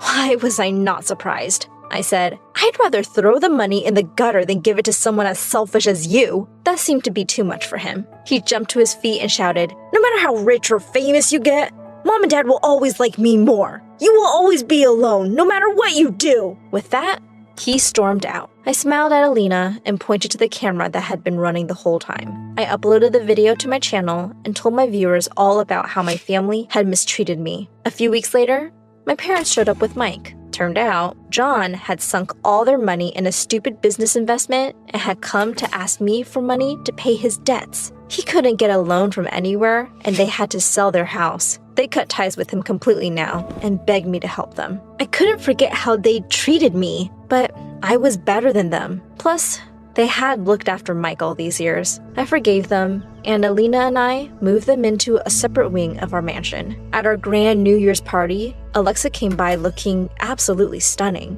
Apparently, she was no longer with my aunt. She kept flirting with me all evening and was conveniently by my side when it struck 12. She said, "I guess I'll have to kiss you now." I pushed her aside and walked off. I joined Alina on the balcony and took her hand. I said, "The best thing to happen to me is you." She smiled and said, "My life with you is just perfect." And we kissed under the stars.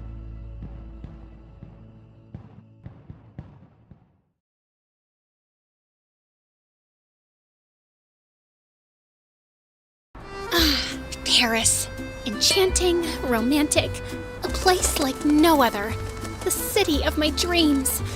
Until now. My name is Ella, and I started my summer vacation in Paris, hauling a backpack and suitcase up 5 flights of stairs because the elevator at the hostel was broken. I had a reservation for the first floor, but my cheating ex-boyfriend got here first and used it with his new girlfriend, Harpy. Harper. But it's fine. I'm only 2 days behind them, but I can catch up. They're probably using the itinerary I put together. Because Ryan, the human equivalent of a decorative houseplant, is too lazy to do his own research. But wait, I'm getting ahead of myself. Let's start at the beginning. I met Ryan in the 3rd grade when we were 8 years old. It was love at first sight. We passed notes in class, we ate lunch together, we did homework together. Well, technically, I did all our schoolwork, year after year, while Ryan blissfully coasted through life doing whatever the heck he wanted, like perfecting his dumb video game skills. Number 4. The Boston Tea Party was a protest against... Ryan, are you even listening?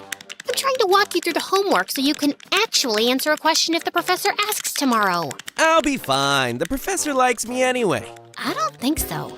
Just today, she said that you have the memory of a frog, and that you should get your head out of... Okay, I get your point. But who cares what a dumb professor thinks about me? Studies are for losers anyway. Did you just call me a loser? No, not you, of course. You're amazing. You're the best, Ella. Now let's just finish this so I can finally treat you to your favorite ice cream. I'm done with my game anyway. Really? Give me 2 minutes. Yeah, I kind of missed the point there. And things didn't change much even as I grew older. By the time we got to high school, everyone was calling us Ryanella, much like Cinderella. Because, just like her, I was out here slogging my butt off for Ryan while he lived his best carefree zero-effort life. The entire school saw it. except me. People would literally call me his unpaid assistant, a doormat, a carpet under Ryan's feet. But I ignored them because Ryan would occasionally give me a big hug, flash that lazy smile, and say, Ella, you're the best. Soon it was time for senior year, and I threw myself into planning our big post-graduation trip to Paris. The perfect way to kick off our next chapter before heading to college together. Well, my new chapter, because Ryan had decided to take a gap year. I always thought we'd go to college together. That was the plan, right? Well, plans change, Ella. Besides, I really need to, find myself first. There's so much untapped potential inside me. Who am I, really? What do I want? I need to feel my vibes. You know what I mean? I guess. But we're still on for Paris, right? Because I'd hate for your graduation gift to go to waste. And I pulled out a receipt for a first-class ticket to Paris. Ryan's eyes instantly lit up, and he threw his arms around me. Oh my God, this is the best gift ever! But I didn't get you anything. You're in my life, and that's all I want. You're the best, Ella. I was practically floating when I got back home. Ryan and I were gonna spend our entire summer in Paris, and it was gonna be epic. I was just making plans in my head for the most romantic getaway ever when Mom walked into my room. Ella, why am I getting a message from the bank saying you spent over $1,000 on a first-class plane ticket? For Ryan? I was gonna tell you, Mom. What? That you spent your inheritance money on a stupid ticket? Ella, that money was for your future. Ryan is my future, Mom. I've loved him since the 3rd grade. Besides, I'll be going to college soon, and I wanted to end our graduation on a happy note. Will you please stop judging me now? I'm not judging you, Elle. But sometimes you act like an idiot around Ryan. He might be a nice boy, but what if there's someone else out there who's better for you? Better than Ryan? That's impossible, Mom. He's the only one in the world for me. Mom didn't argue with me after that. A week later, we had our senior prom. And as expected, Ryan and I were crowned the prom king and queen. It was the best night of my life until Harper showed up, and Ryan ignored me like I was a potted plant in a corner. Harper! What are you doing here? You're Harper? How nice to finally meet. My cousin Wally needed a date for the prom. I flew in last night. Ryan, aren't you gonna introduce me? Wow, that's great! How long are you staying? Hi, Harper. I'm Ella. My family is moving here this summer, permanently. So you're going to our... Cool. Then we'll be seeing a lot of each other. For the rest of the night, Harper hovered around me and Ryan like a honeybee. She was on the dance floor, by the punch bowl, laughing at the stupidest things Ryan said. It wasn't like I was enjoying third-wheeling in my own relationship, but they were old friends. Ryan had always told me stories about how they were close as kids, so maybe he was just excited to see her again. And maybe I was just overthinking. But then we went to the ladies' room, and Harper turned to me with a smirk. I love that crown. Do you mind if I try it on? Before I could answer, she snatched it off my head and crowned herself. For a moment, I fantasized about wrestling her to the ground and taking back what was mine. But all I did was smile like an idiot and tell her how pretty she looked. I thought I would just tell Ryan about it on our way back home, but he insisted on dropping off Harper and her cousin. Shotgun! She slipped into the front seat, while I was stuck in the back with Wally snoring on my shoulder. Suddenly, the car stopped. Ella, you're home. Wait, you're dropping me off first? You're on the way to their house. Can I at least have my crown back? Oh, but it looks so much better on me. Please let me borrow it for tonight. I'll make sure to send it with Ryan tomorrow. But... Relax, Ella. It's just a dumb crown. I'll see you tomorrow, okay? And he just left. It's safe to say, I never got my crown back. Or my man. Because 2 days later, Harper, joined our school and Ryan broke up with me. He started ignoring me at school and didn't even return any of my calls or messages. Ryan here. Leave me a message. And if this is Ella, stop texting me. I spent thousands on your first-class ticket to Paris, and I was gonna fly coach. That's how much I love you, and now you're ghosting me? I was devastated, and I planned on hiding under the covers forever. But on the day of my graduation, Mom flung open my door. Ella, enough is enough. You're graduating today. I'm not going. You worked hard for this. Don't let that boy take it away from you. Everyone knows he dumped me for Harpy. It's embarrassing, Mom. Well, if you ask me, it's a blessing. Now you won't be stuck with a lazy loser who doesn't know what to do with his life. And you can finally travel to Paris all by yourself, doing things that you like. No, I can't do it. I'll go to the graduation, but to go to the most romantic city in the world without my one true love? I'd rather eat sawdust. Besides, Ryan and I planned that trip together. No, Ella, you planned that trip. Ryan just showed up. Now get up, put on a cute dress, and go to your graduation with your chin up. I did what Mom said, and honestly, it felt like a good idea. My friends tried to cheer me up, and for a moment, I was happy. But then, I walked on stage to get my diploma and spotted Harper sitting in the front row, wearing my crown. And I knew it was going to be a long, horrible summer. I drowned myself in pity for the rest of the summer. Ate junk food, watched sad movies, doom-scrolled social media till I passed out crying over my stupid single life, while everyone else posted pics of their perfect summer. Volleyball games on the beach under the California sun, trips to the Redwood Forest, the Grand Canyon, Disneyland, Ryan and Harper, the Eiffel Tower behind them. Wait, what? Ryan went to Paris with Harpy? I immediately clicked his social media profile, and there he was, enjoying that two-faced witch on my vacation. Ryan and Harper taking a selfie at an outdoor Parisian cafe. Ryan jumping for joy, the Arc de Triomphe behind him. Harper, holding a yellow umbrella in front of a hotel that we were supposed to stay in. I had it. It was one thing to break up with me, and a totally different thing to take Harpy, Harper, on a vacation that I planned. My blood boiled, and I screamed for Mom. Mom, I'm going to Paris!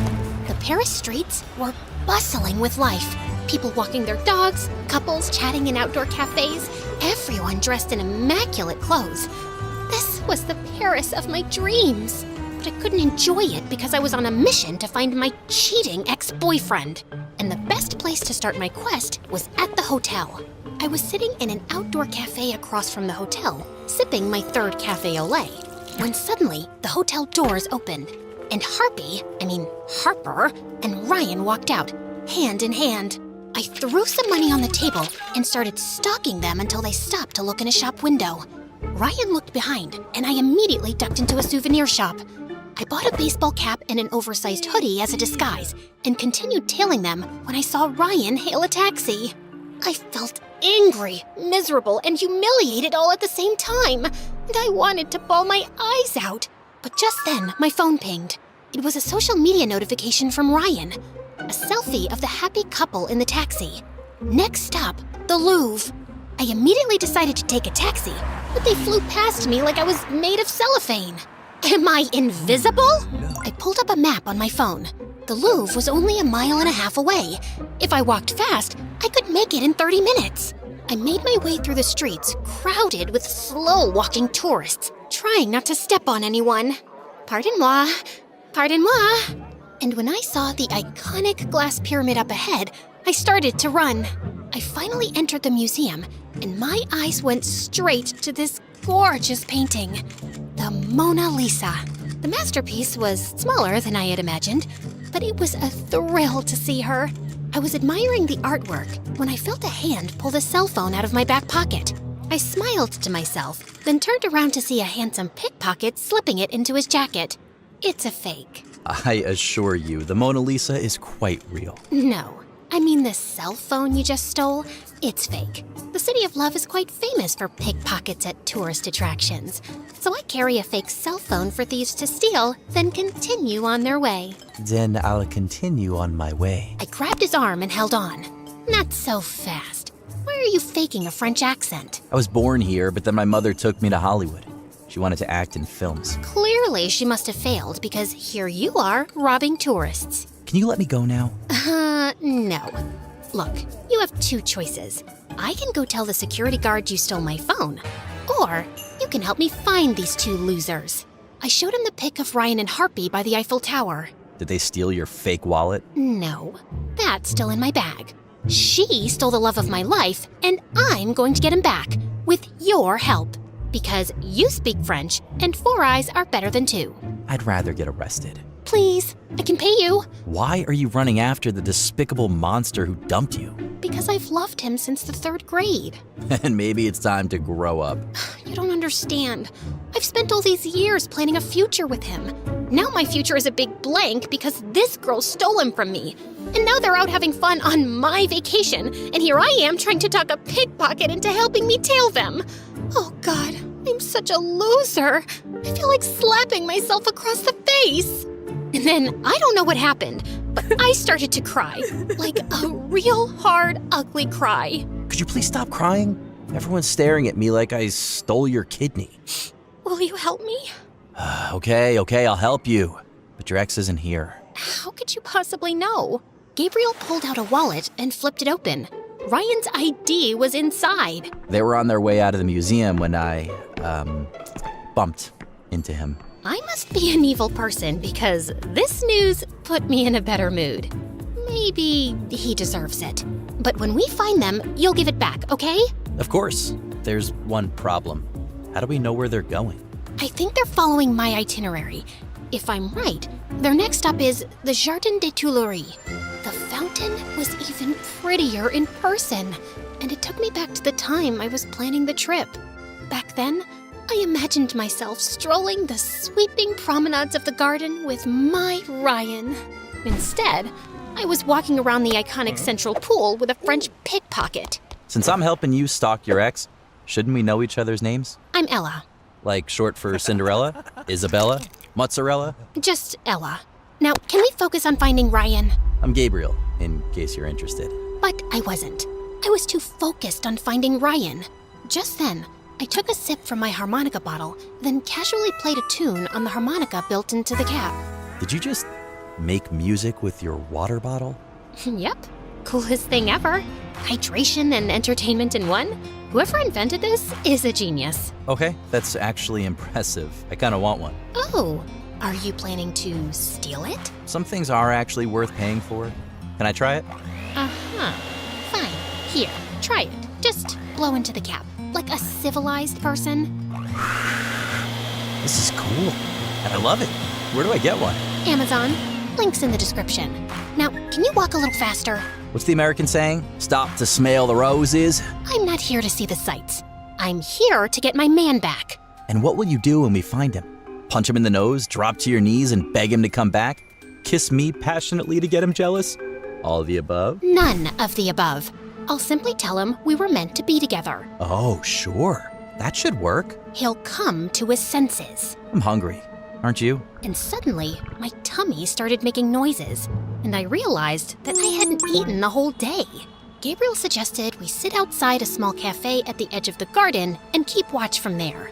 I was inhaling my pasta when I noticed Gabriel staring at me. What? Just never seen a pretty girl eat pasta like an uncivilized freak. Let me show you the right way to do it. And then he picked up his fork, spun the spaghetti against the spoon in one fluid, effortless motion, lifting the perfect swirl of pasta to his lips. Slow, deliberate, ridiculously attractive. I was so lost in watching him swirl that pasta that I barely noticed when the waiter brought a bottle of wine to our table and poured 2 glasses. But I'm not 21 yet. In Paris, the legal age is 18. Santé. Santé. As we ate, I learned more about Gabriel. His mother brought him back to Paris when he was 14 so she could help his grandparents run the family cafe.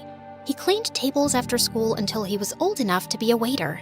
But then his grandparents passed away in a car crash. Mom wanted to keep the cafe in the family, but she wasn't good at business. She took out several loans and struggled to keep up with the payments. And she got sick and left.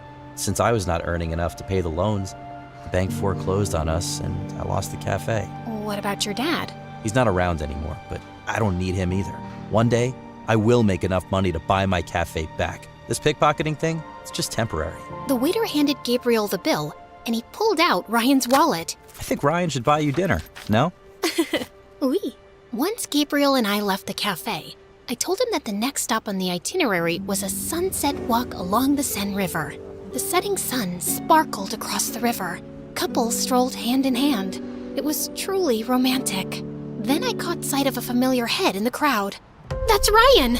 I started to make my way through the crowd with Gabriel right behind me. Shouldn't we discuss strategy? Just follow my lead. But I had no lead for him to follow. All I had was a stupid plan in my head. That I would stand next to Ryan and pretend to trip into him in the middle of the crowd. But just as I leaned, Ryan moved away, and instead of dramatically crashing into him, my face planted straight into the pavement. Ella? Is that you? I got up and flipped my hair back, ignoring the fact that I probably looked like an injured street pigeon. Oh, Ryan, what a surprise. I didn't think you'd be in Paris. You know, on that ticket I paid for. You really have no self-respect, do you? Oh, wow, Harper, is that you? I could barely recognize you. I guess the Paris sun has really roasted you alive. Oh, no, wait. Maybe it's not the sun. Maybe that's just how you glow when you're half human, half pure evil. Ella, you shouldn't have come here. Why? I planned this entire trip, didn't I? I made the itinerary, the reservations, the whole experience. Why shouldn't I be here? And don't worry, I'm not here to stalk you. No, sir. I actually came here with my boyfriend. I turned around to see Gabriel staring at me in shock. I grabbed his arm and pulled him toward me. This is Gabriel, my mi amor, the guy who stole my heart away. Right, sweetie potato? Yeah. Nice to meet you. Wait, you have a boyfriend? You were crying over me just last week. Weak schmeek. I'm over you, darling. And why are you so surprised? You moved on in less than a day. Forgot about all our great love like it was yesterday's trash. What great love? Ryan and I had been dating for a year before the prom happened. A year? I thought you loved me, Ryan. Whoa, I never said I loved you, Ella. I said you were the best, and you are. You always made things easy for me. But now it's over. It hit me like a nuclear bomb. He was right. He never said he loved me.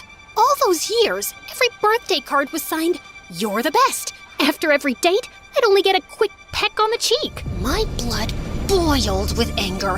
And before I could think, I just whirled around, grabbed Gabriel by the collar, and kissed him.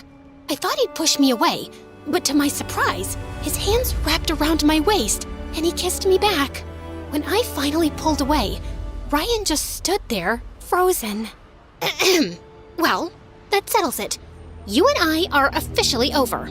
Have fun on my trip. And I think this belongs to you. Found it on the ground, much like your ego. And I ran before Ryan could see my tears, with Gabriel close behind me.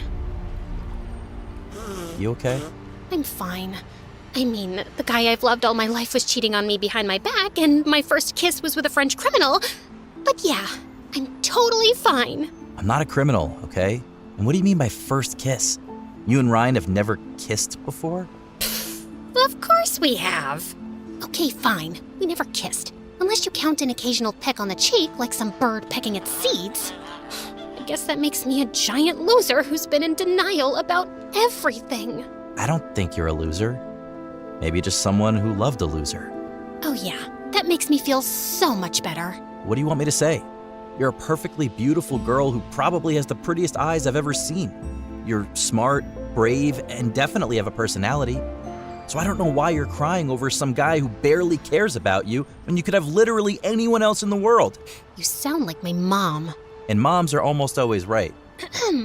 You really think I have pretty eyes? The prettiest I've seen. And I'm not a loser? Maybe a little, but Ryan's a bigger one for sure. Now please, stop crying and let's get you an ice pack. You did fall on your face, remember? Gabriel and I spent the rest of the night wandering through Paris. Even though it was late, the city still felt alive. Streetlights glowed on old buildings, and quiet music drifted out of tiny cafes. I was finally having fun when Gabriel asked if he could drop me home. I don't know if I want to go back to the hotel and run into Ryan. I'm not sure I can resist the urge to break his nose if I see him again. Well, that might give you short-term satisfaction, but maybe not the best idea. All right then, if you're sure, you can crash at my place. By the time we reached Gabriel's place, I was bone tired. I just wanted to crash. But as soon as we flicked on a light, I saw a tall man standing in the middle of the room with a funny-looking cat and a bunch of guys in black. I looked over to Gabriel to ask what was happening, but he just stood frozen. Gabriel, mon fils, I've been waiting. What are you doing here? That's no way to meet your father. What? He's your... No, he's not. How did you find me? I have ways, Gabriel, and you're my heir. You belong with me. I assumed once your mother disappeared, you'd come back to me. But no, you decided to run. Disappeared? But I thought your mom was dead. He told you that? Oh, Gabriel, you lied to your girlfriend. Bad manners.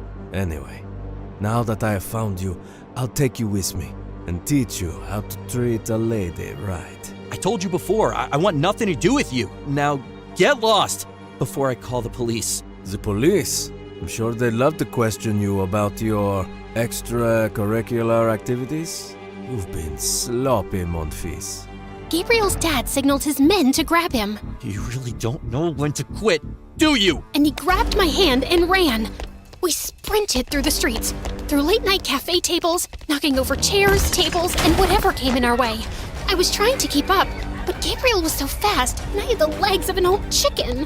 I wanted to stop and rest, but then I looked behind and saw a black car skidding around the corner, right behind us. They're in a car! Gabriel, we are not winning this race! Nope, which is why we're upgrading our ride. Before I could ask what he meant, he swerved toward a row of rental bikes lined up outside a shop, yanked one free, and hopped on. I jumped onto the back, and together we cut through the crowd. For a second, I thought we'd lost them, when suddenly, this car screeched in front of us, and Gabriel slammed the brakes. Get in! Mom? What? Just get in! Gabriel and I exchanged one look. Then we jumped in. The car sped through the city until the bright lights of Paris disappeared behind us. I had no idea where we were going, but I was too busy trying to process everything. We finally stopped at this abandoned building, and Gabriel's mom told us everything. I met Gabriel's dad when I was just 18. Fell in love, got married, and thought I'd have a happy life until everything fell apart. Mom didn't know Dad was in the mafia. We only found out when I was 12. I wanted to leave right away, but his father made it impossible. He threatened to take Gabby away, and I was too scared to fight back. But when he turned 14, I saw how deeply the mafia life was pulling him in. That's when I decided to take him and leave for my parents' house. Dad's been chasing us ever since. After my grandparents passed, Mom and I decided to go separate ways to trick him. But that didn't work. Then why did you lie to me saying that your mom was dead? No, I said she fell sick and left. There's a difference. Besides, I just figured you'd cry at my tragic backstory, and I really couldn't handle that anymore. Are you kidding me? Okay, I'm sorry. I should have been more clear, but we have more pressing issues at hand. Mom, Dad's not going to stop, is he? No, he never does. So what now? You guys keep running forever? No, we fly to Hawaii. We spent the night at the safe house, and the next morning, we left for the airport. While Gabriel's mom did the paperwork, he walked up to me with a smirk. So I guess this is it? I guess. Thanks for everything. Really helped me with the whole Ryan situation. There was no situation. You were just chasing the wrong person. Just promise you won't fall for another idiot. If I do you promise to knock sense into me again? How about we try to stay off bad guys altogether and give a chance to genuinely nice people? Like me. Before I could get a word out, our flights were announced, and Gabriel winked at me and left. I didn't know what he meant or what was waiting for me on the other side of this flight. But for the first time in a long time, I wasn't afraid of the unknown. And that's a happy ending for a stalking story. Don't you agree?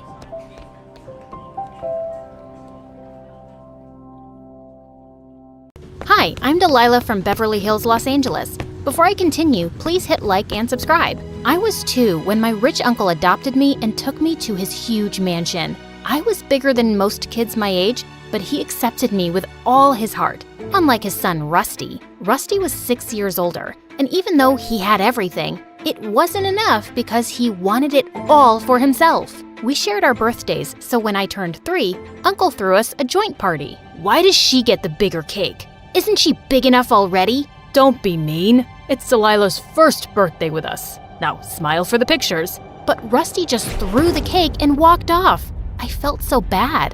I don't think he likes me. Oh, sweetie, don't worry. He'll come around. But he never did. If anything, Rusty became more bitter. I did great at school, while all he did was laze around. So Uncle started paying me more attention, and he hated that. When I was 10, I won the state spelling bee competition, and Uncle took me to an amusement park to celebrate. I was very excited, till the operator refused to let me on one of the rides. This is not for teens, it's for kids only. Yeah, of course, I knew that. I just wanted to see how the rides worked.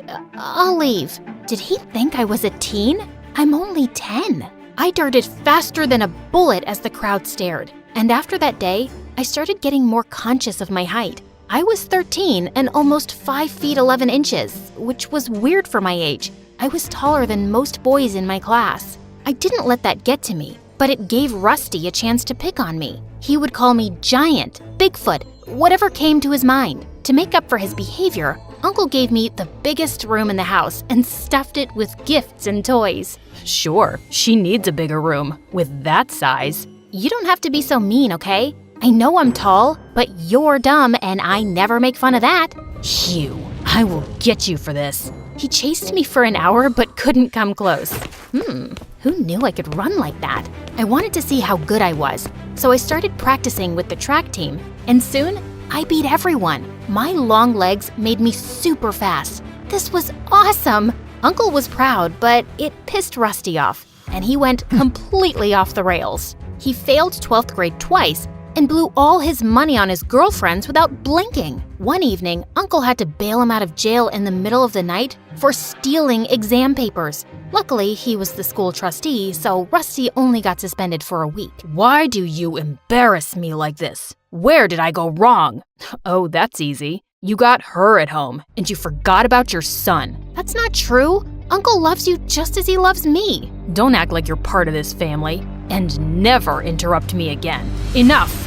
Uncle and Rusty had a huge fight that night, and a week later, Rusty went to London to finish college. I never saw him again, and he hardly called home. I didn't miss him much, but Uncle did, and it made me sad to see him unhappy. Things went back to normal in a few years.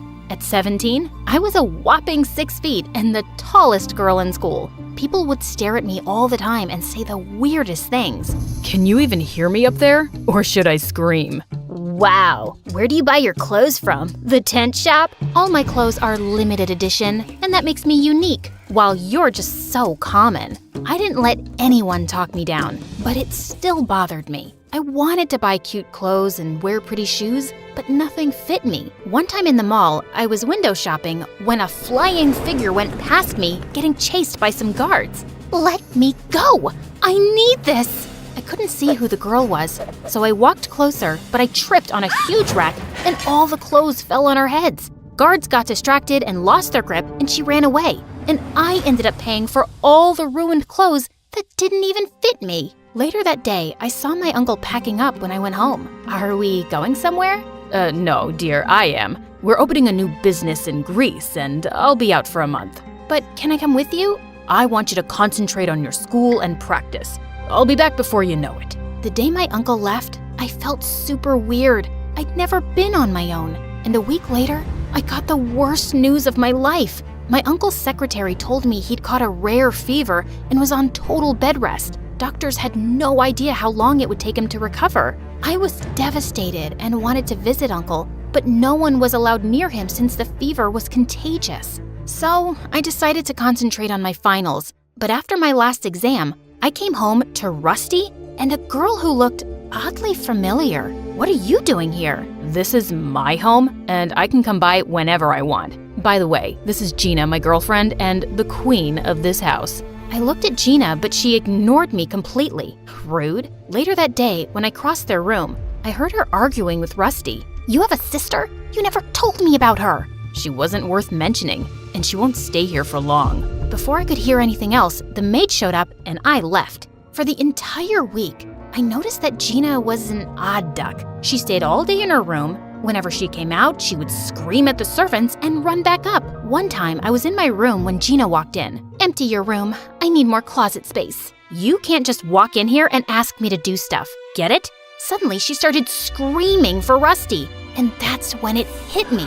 She was the same girl from the mall. Wait a minute. I know you. You're... What is it, darling? I thought you were rich, but my room here is smaller than my bathroom. I need more space, so move her. I'm not going anywhere. You are, and you will. Or you can pack your bags and get out. Your choice. What? You can't do that. Now that Dad's not here, I'm your legal guardian. So, if you want to keep running or going to school, stop bugging me and get moving. Ugh, so annoying. I immediately wanted to call my uncle, but he was too sick to bother, so I kept my head low and started packing. Before I left, I kept a parting gift for Gina and laughed my butt off when she went around crying over her half-eaten clothes. Much deserved. That night, I searched for Gina on the internet, but the girl was a dead end. I knew she was lying, but there was something else she was hiding. Something big. I could feel it. The next morning, I found Rusty alone and tried to warn him. Your girlfriend is a liar. And you're giving me a headache. I'm serious. I saw her stealing from the mall just last month. Gina's family is one of the richest in London. She doesn't need to steal. You can fool my dad, but not me. I'm smarter. I need Gina. Don't screw this up or I'll be your worst nightmare. Rusty walked away, and I couldn't help thinking about how this was possible. I was almost certain I'd seen her. But if Gina was rich, then maybe I was mistaken. This was so confusing. I shrugged the thoughts away and left for school. But I was super distracted that day during practice and twisted my ankle while running. I couldn't walk, so the school called someone to pick me up. And Gina showed up. You should have just sent a driver. I was in the neighborhood. Now come on, I don't have all day. She helped me to the car, and I tried to talk to her, but she was on her phone the entire ride home. And the moment we got home, she ran to her room without even helping me out. What was wrong with her? For the next week, I rested at home, and every time I would try to get close to Gina's room, Rusty would ask me to back off. He was so paranoid that he had guards outside her room. Is she a princess? Why do you need so much security? Jeez. That's none of your business. She's my girlfriend, and I'll do whatever she wants. Buzz off.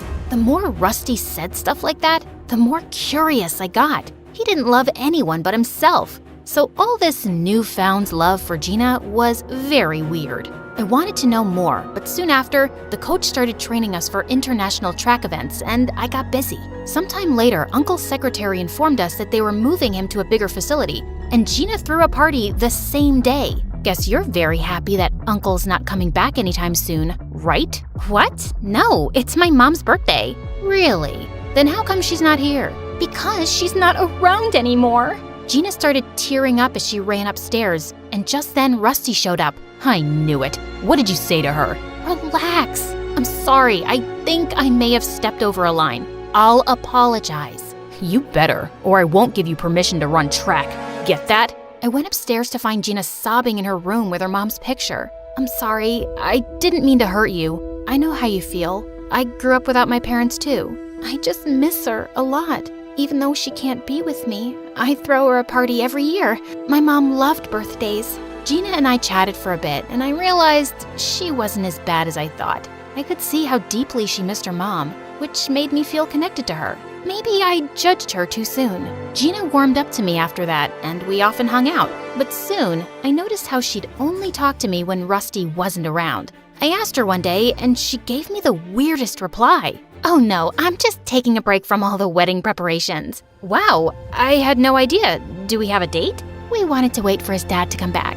Gina sounded super excited, but when I asked Rusty about it, he shrugged it off. Didn't I ask you to keep your tall head out of my business? Just don't break her heart, okay? Whatever. I knew he wouldn't listen to me, but I had to try. Gina deserved better than this moron. A few days later, we had the school dance, and I decided not to go. No boy in school had asked me out yet, and showing up alone was humiliating. When Gina heard, she volunteered to tag along. I don't know what's more embarrassing, not having a date or having your almost sister-in-law as a date. Just keep your head high, and you'll rock. I followed her advice and was having a great time, till I heard someone screaming from the other side of the room. It was Gina howling at a girl from my class. Don't you get tired of bullying each other? So she's a little tall. She's way better than all of you, including these frat boys you crush on. You can't match her at all. Literally. I pulled her away, but she continued shouting till we reached the entrance. What was that all about? These people were saying weird stuff about you. I couldn't take it. I'm used to it, and I can take my own stand. I know, it's just that I was bullied as a kid, and this stuff gets to me. Okay, forget about it. We're here, so let's enjoy the dance. Come on. Gina and I danced the night away without giving a fig about anyone, and had the best time. And a week later, I got busy with track practice. I had back-to-back events, and the coach was very tough on us. But it all paid off when I got selected. I immediately called my uncle, but his phone went straight to voicemail. I was excited to tell Gina about it, but I came home to loud noises coming from Rusty's office. How could you do this to me? You thought this was forever? Your job here is done. Pack your stuff and leave. Gina stormed out furiously. I was sure Rusty must have backed out of the wedding, and I wanted to make sure she was okay, so I followed her. I saw her enter a hospital and go into a room with a frail woman. Machines beeped around everywhere as she smiled at Gina. Oh, it's been so long. My darling daughter, Shelley. I'm sorry it took so long, Mom. I have to wrap something up, and after that, I'll get you out of here soon enough. So her name was Shelley? And her mom was alive? Who was this person, and what did she want? I had so many questions. I wanted to go inside, but looking at her mother's condition, I decided to wait for her at home. But there, I had another surprise waiting for me. Uncle was home, and he was going ballistic on Rusty over some papers. Uncle, you're back! How are you? I was so stressed when I found out about your illness. I was fine, Delilah. In fact, I was more than okay. What do you mean? I'm ashamed to even say this, but my own son got me kidnapped for property. Thankfully, the police found me just in time. Kidnapped? How is that possible? I spoke to your secretary. He wasn't my secretary. I went there alone. Uncle sat me down and told me that someone had stolen his phone before he got on the plane, and then on his way home, he was kidnapped. A few months back, Rusty had called him up asking for $1 million, and when Uncle refused to pay him, he planned to get him kidnapped and force him to sign the company over. I looked at Rusty in shock, and he didn't show any remorse. Yeah, so I did it. You gave everything to her, leaving me with nothing. Then I met Gina, and she's so freaking rich. So with her help, I could have thrown you both out.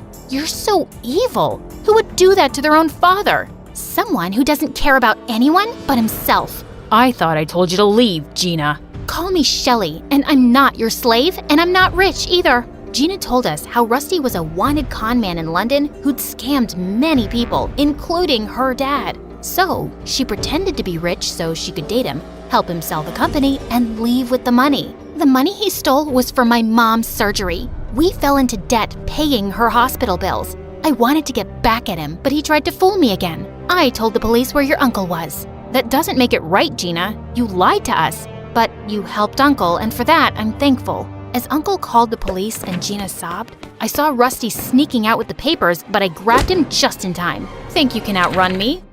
You wish. Rusty got arrested for kidnapping and embezzlement. Gina got called in for questioning and received a 6-month sentence for helping Rusty, after which we paid her mother's treatment and even compensated other people Rusty had conned. Soon, it was time to leave for my international track events, and my uncle came to drop me off. Make me proud.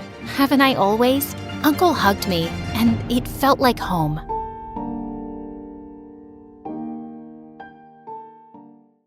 Have you ever had a dream so big it seemed impossible to reach? What should you do if nobody around believes in you? Or they try to take you down out of envy? Hi, I'm Wu Ziqian, and my story takes place some 1400 years ago in the Chinese Empire. Yet, I feel some things haven't changed much for us girls. The year I was born, a total sun eclipse darkened the sky. It was a sign of big changes, though at the time, nobody would have guessed that small, sweet Wu would be the one to make history. Growing up, life was good. I had 2 sisters and 2 older half-brothers from Dad's previous marriage. Our family was not part of the aristocratic class, but was very wealthy, which meant I didn't have to do any chores as we had staff taking care of daily activities. However, unlike other rich girls who mostly lazed off, Dad encouraged me to study from a young age. He soon realized just how smart I was, with a talent for poetry and public speaking, so he started to take me on business trips. I loved meeting new people and asked lots of questions. Yes, I was a bit unusual as a kid, but my family was very proud of me. Well,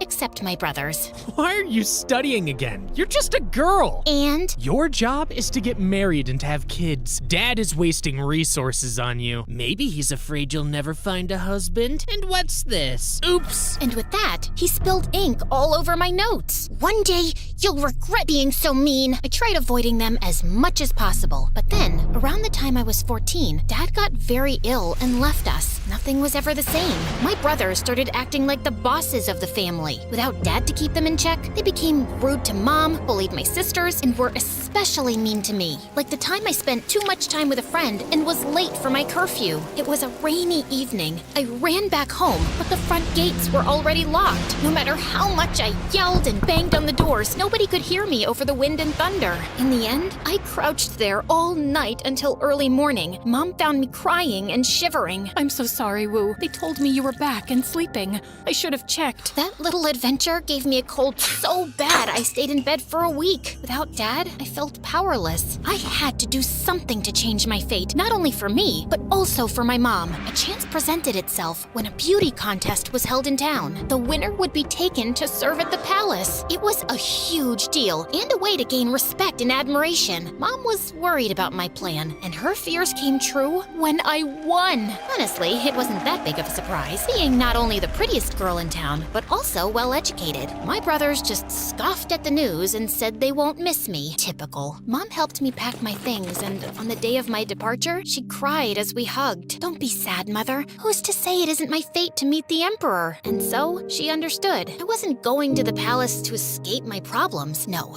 I had a bigger plan. A hope to get noticed by the Emperor, maybe one day marrying into the royal family. Something to bring honor to my name. But my life in the palace started on the wrong foot. The Emperor took a quick glance at me and decided I'll be doing laundry? I didn't spend my childhood reading the classics and refining my calligraphy for this. One day, I was trying to get inside the palace library, but the guard wouldn't let me in, questioning if I could even read. Are you kidding? I was composing poetry at 6. Give me some books or I'll report you to the Emperor. Just then, the guard went pale looking behind me. I turned and, oh my, the Emperor had heard it all. He seemed amused and I just doubled down, following him around the library all afternoon. By the end of the day, he was so impressed by my wit and education that he made me his secretary. Finally, that was my chance to work my way up the political ladder until, a decade later, nothing has changed. I'm a forgotten secretary. Then, the Emperor passed away and I got sent to a Buddhist convent to be a nun. All that time spent in the palace led nowhere. They even shaved my head. But not all was lost. You see,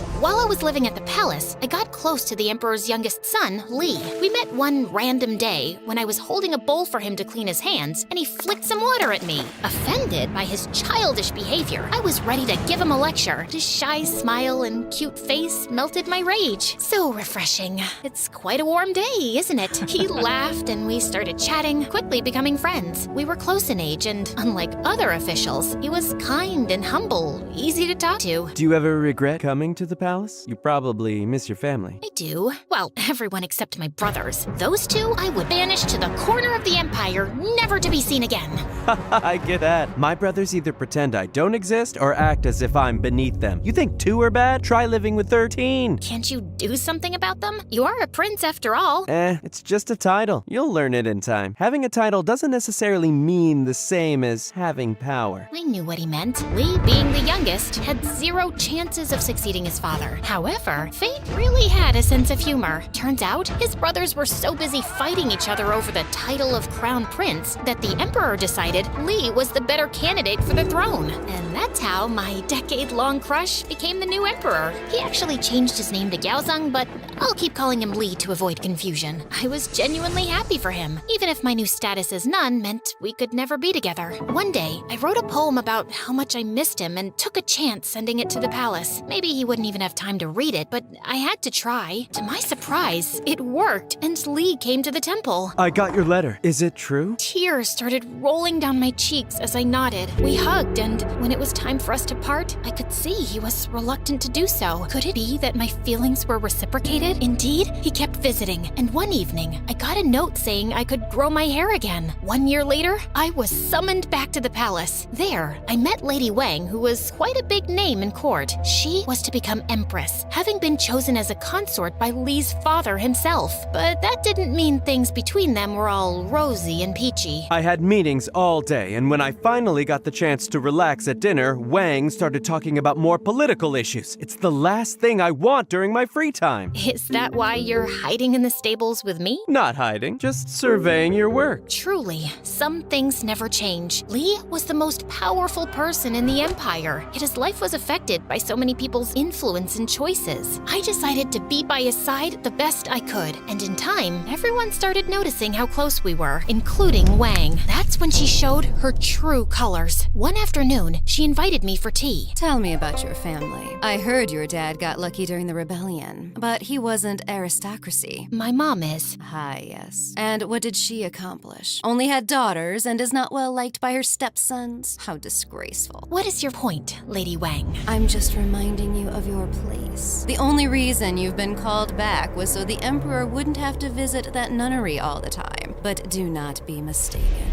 You are not part of this world. And then she started giving me so much work I couldn't keep up with it, and then complained about how lazy I was. Little did she know, I was used to palace drama and was prepared to face much worse. One day, Lee surprised me with a beautiful hairpin with pearls and small gold lotus flowers. I was walking back to my chambers holding the small present when I noticed Lady Wang scolding a maid for spilling some water on her dress. The poor girl ran with tears in her eyes, and I felt my blood boil. I knew what it meant to be beneath those of higher rank, both at home and at the palace. But then I got an idea. I followed the maid and gave her the hairpin. Lady Wu, I can't accept it. Sure you can. I want you to feel better. But I could never repay you. Just tell me the gossip you hear around the court. That's all I want. And so, I started befriending servants and lower officials in exchange for news. Soon, I had ears and allies everywhere. And that's how I found out Wang's envy ran deeper than anyone imagined. That night, I ran to Emperor Lee. You have to come with me. Now, we silently walked through empty corridors, and I told Lee to wait outside as I marched into Wang's chambers. There, as the informer said, she was performing some sort of ritual with a voodoo doll shaped like me. I knew you were a witch, but this? Why stoop so low? Why? You spend too much time with the Emperor. I have to stop you. Just then, Lee walked into the room. Lady Wang, I'm very disappointed. You are far from the noble woman I thought I'd marry. She threw herself on her knees, begging for forgiveness, but it was no use. Witchcraft was a serious charge at the time, so Lee banished her from the palace. Soon after that, Lee confessed his feelings, and I was made the official consort, the new empress. But,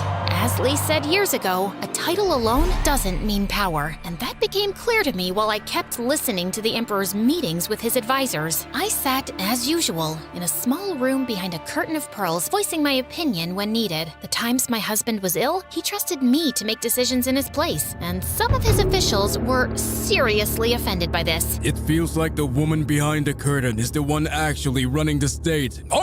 This is even beyond the palace walls. Truly unacceptable. Behind their protests, there was nothing but envy for the fact I was becoming more and more influential in court, and try as they might, they couldn't stop me. Some years later, Lee and I took a vacation to my hometown, which turned into days of feast and celebration. I had finally brought honor and status to my family. One evening, during a family dinner, Mom brought up the topic with my brothers. Aren't you grateful for everything Wu did for us? She just got lucky. Wu's not special, her husband is. Also, we never asked for the high rank she gave us. Mom flew into a rage, and the next day came to the palace to meet me. Maybe it's time to give them a lesson, Your Highness. And so, I sent them to govern a faraway province where they couldn't bother my mother anymore. It seemed like at every turn, I was reminded how my accomplishments were never enough because I was a woman. But what if I could use that to my advantage? Was there a way to stand out from other empresses? The answer was Feng Shen, a religious ceremony. It involved gathering our entire court, leaders and aristocrats from neighboring countries, staff, and an entire army, and all together do a pilgrimage to a sacred mountain. It was extremely expensive, and only 6 emperors out of 300 could afford it. Also, I added a small twist to it. After much planning, I brought up the idea to Li and the council. Our borders are safe, the economy is good, people are pleased. I think we've earned it. That is true, but Your Highness, we cannot allow the Empress to perform the second ritual. It is for us officials to do. Oh, I knew they'd say that. Your Highness, the Emperor makes offerings at the top of the mountain to heaven, which represents masculine energy. At the bottom, the offerings are made to earth, which is feminine. It makes more sense for a woman to do it. Li agreed and fired the advisor who opposed me, sending a clear message to the rest of them. And so, we gathered thousands of people and traveled for months to Mount Tai. I performed the rituals along with my husband, and we ended the procession with a huge banquet. And with that, I secured my place in history. Years went by. Li and I governed as a team, but slowly his health started deteriorating. Everyone at court knew his time was near. As I sat at his bedside, we held hands, till slowly his got cold. I wanted to mourn, cry, and give up, but everything we built together would have crumbled if I did so. The council wanted my son on the throne, but he wasn't as capable as me, and would have been a puppet to the advisors. So why give up power and risk the empire's stability when I could rule it just fine? Only because I was a woman? That never stopped me before. And so I did what I was good at, securing the throne and winning allies. At one point, some ex-officials started a rebellion against me. One of them wrote an entire manifesto making up all kinds of stories about me. It was read in court, and at the end, everyone was silent until I bursted out laughing.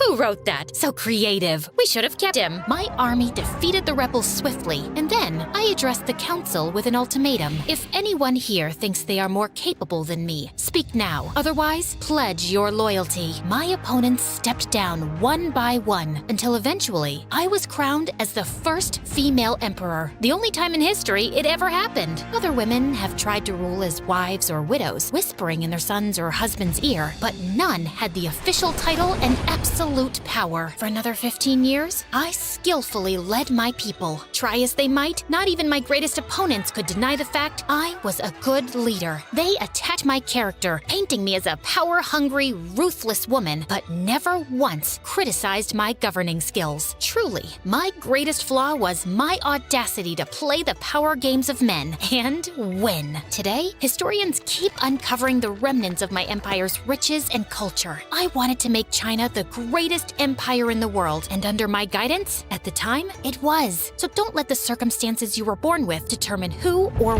what you can be.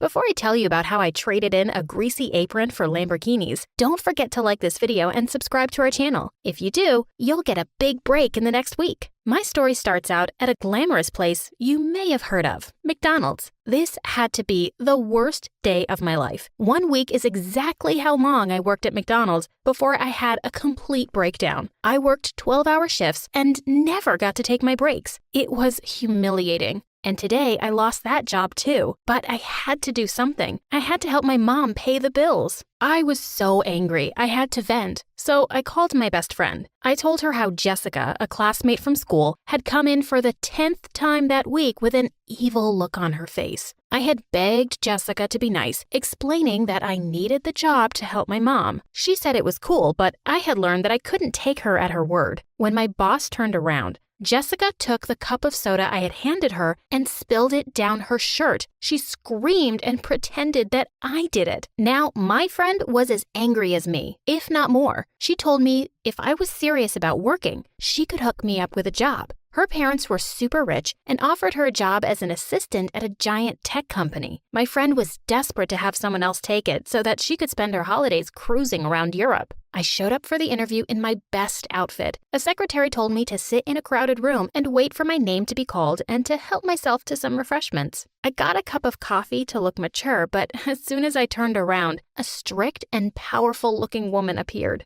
She asked if I was here for the interview, and I said yes. It must be her interviewing me. I was shaking so hard that I spilled coffee all over her very expensive-looking blouse. A teenager in the corner started laughing hysterically, and the woman turned as red as a tomato and looked like she was about to explode. I tried to play it off and excused myself to the bathroom for a quick break. Well, it was longer than I expected because I accidentally locked myself in there. I freaked out and started crying. I tried to climb over the stall and ended up ripping my dress and messing up all my makeup. I still ran over to do the interview, but I looked like a circus clown. The lady didn't even ask me any questions, just said, "Thank you for coming," in the busy reception area and sent me home. I'd blown it. I was about to go beg McDonald's to take me back when I got the phone call telling me that I had got the job. Maybe this woman had a better sense of humor than she seemed, or maybe they were just desperate. Either way, I showed up to work bright and early the next morning.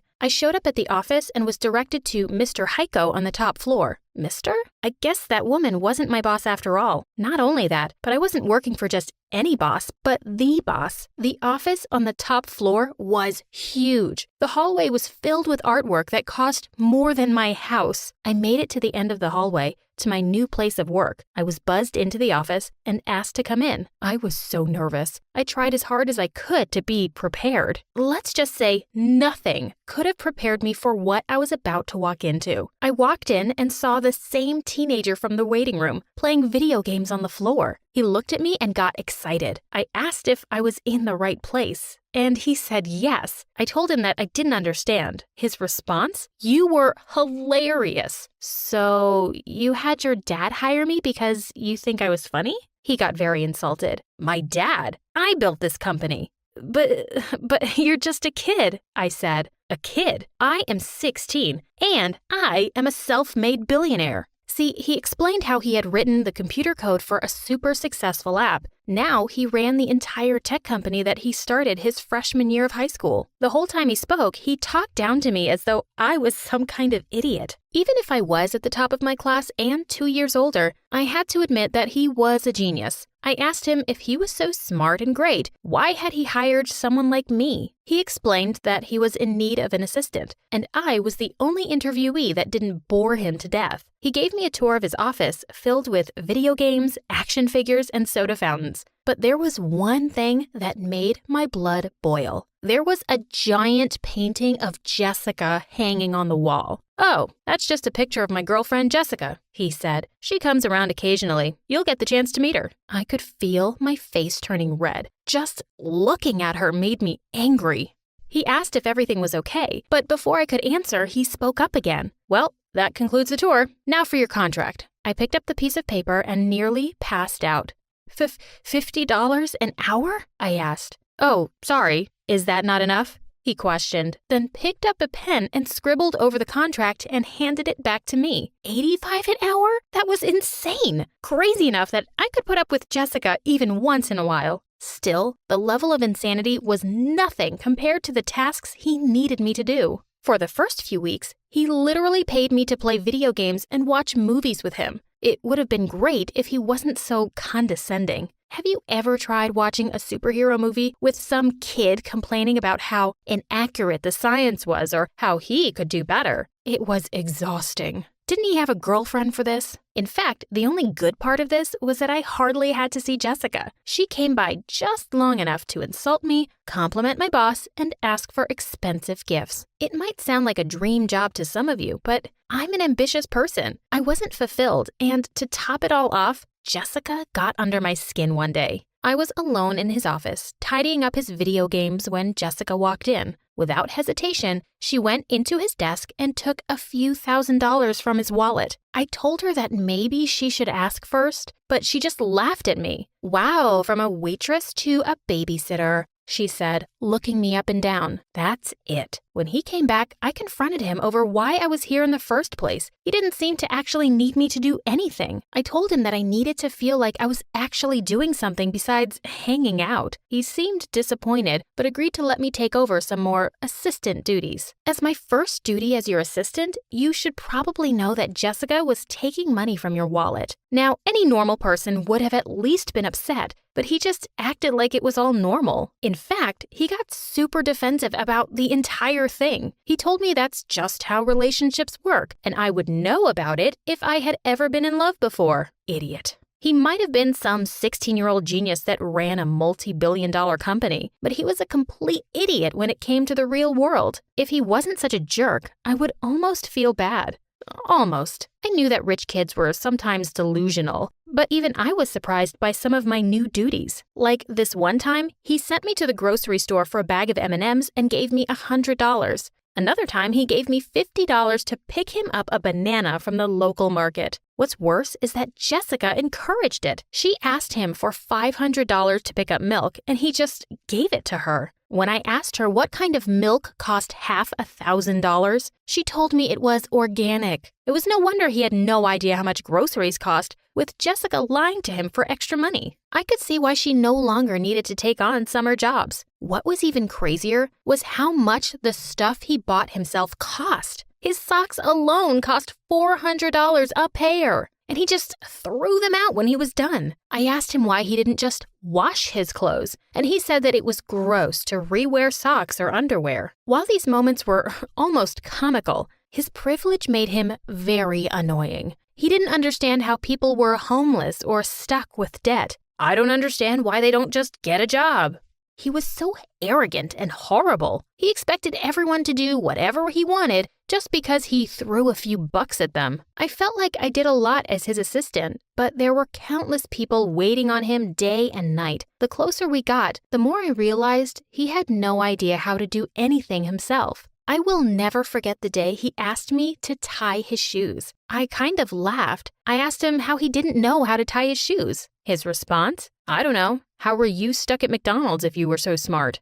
That was one of the moments when I was about to walk out right then and there. The same day, I applied to about 15 jobs in the area. He pulled me in for a meeting the next day. I thought he was going to apologize for his behavior. Instead, he had told me that he had told all the CEOs of the positions I had applied to not to hire me. I was so upset. He forced me to choose between here or McDonald's. He was so lucky I was desperate for money. He knew he controlled me with it. One day, Jessica came by with a whole stack of papers and whispered something to him. He looked pretty upset but just hugged her and came over to me. He offered me $5,000 to work for a couple of hours on my day off.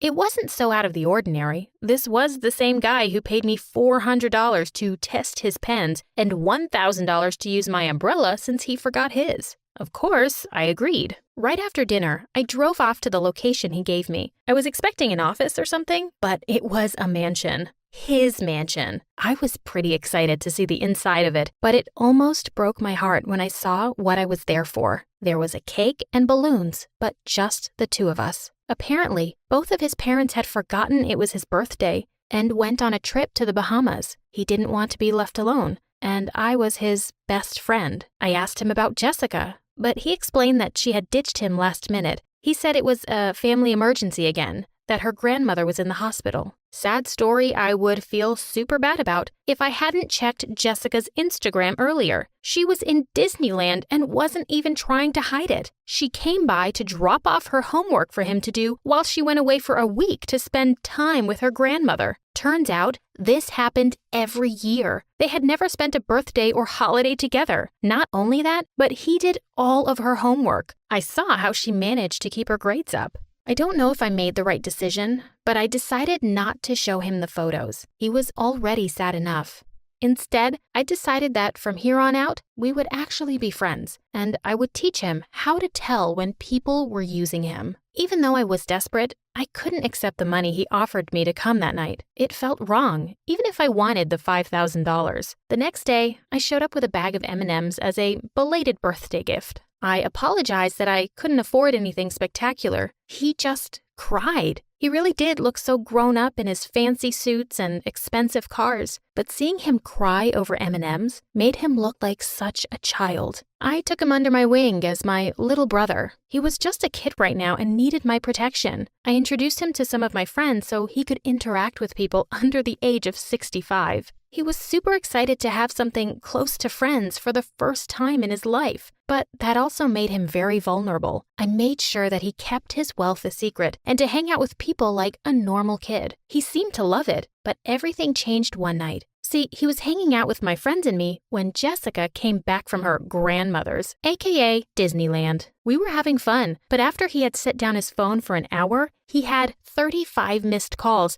and over 100 texts. Apparently, while he was busy having fun with us, he had forgotten to submit one of her summer assignments. She was livid. Even though I tried to tell him he did nothing wrong, he looked really sad and left early. I was going to ask him about everything the next day at work, but he texted me to not come in. After a week of asking me not to show up, I took matters into my own hands. I walked right up to the office and right in the middle of a fight between him and Jessica. When I walked in, she immediately asked what I was doing there. "I thought I told you to fire her. She's a bad influence," she shouted. My boss looked so uncomfortable and said he didn't want to fire me. So she walked out, leaving my boss and me all alone. Again, he sat there and cried. There were a lot of tears over the next few days, and I did whatever I could to comfort him, even when I was off the clock. I made him promise never to take her back because she was using him. He agreed, but then ruined everything in an instant. He leaned in and tried to kiss me. I pushed him away and told him I only thought of him as a little brother. He looked so embarrassed. I let myself out and did not come back. Luckily, I had saved enough money to earn myself a shopping spree. I was out downtown when I saw them. My worst nightmare. He and Jessica were walking along the street, him holding tons of bags from Gucci and her yelling at him.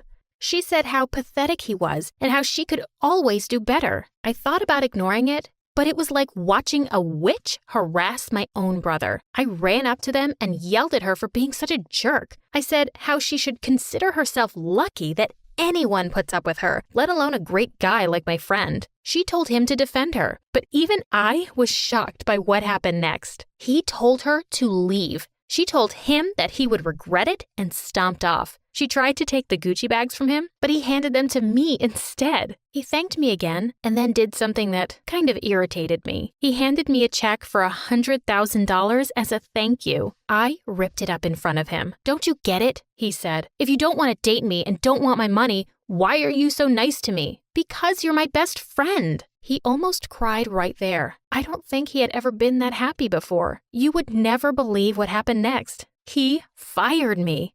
But it's not what you think at all. See, he decided to help me with my studies, so one day I could join him. I invited him to dinner at my home. Some home cooking would do wonders for him, I'm sure. As happy as I was to see him being a kid, it was quite an ordeal to talk him out of an expensive gift from my mom. He had a long way to go, but he learned. Now, years later, we are 50-50 partners. He is all the brain, and that's where I come in, managing our business. We are the best of both worlds, and our business is thriving.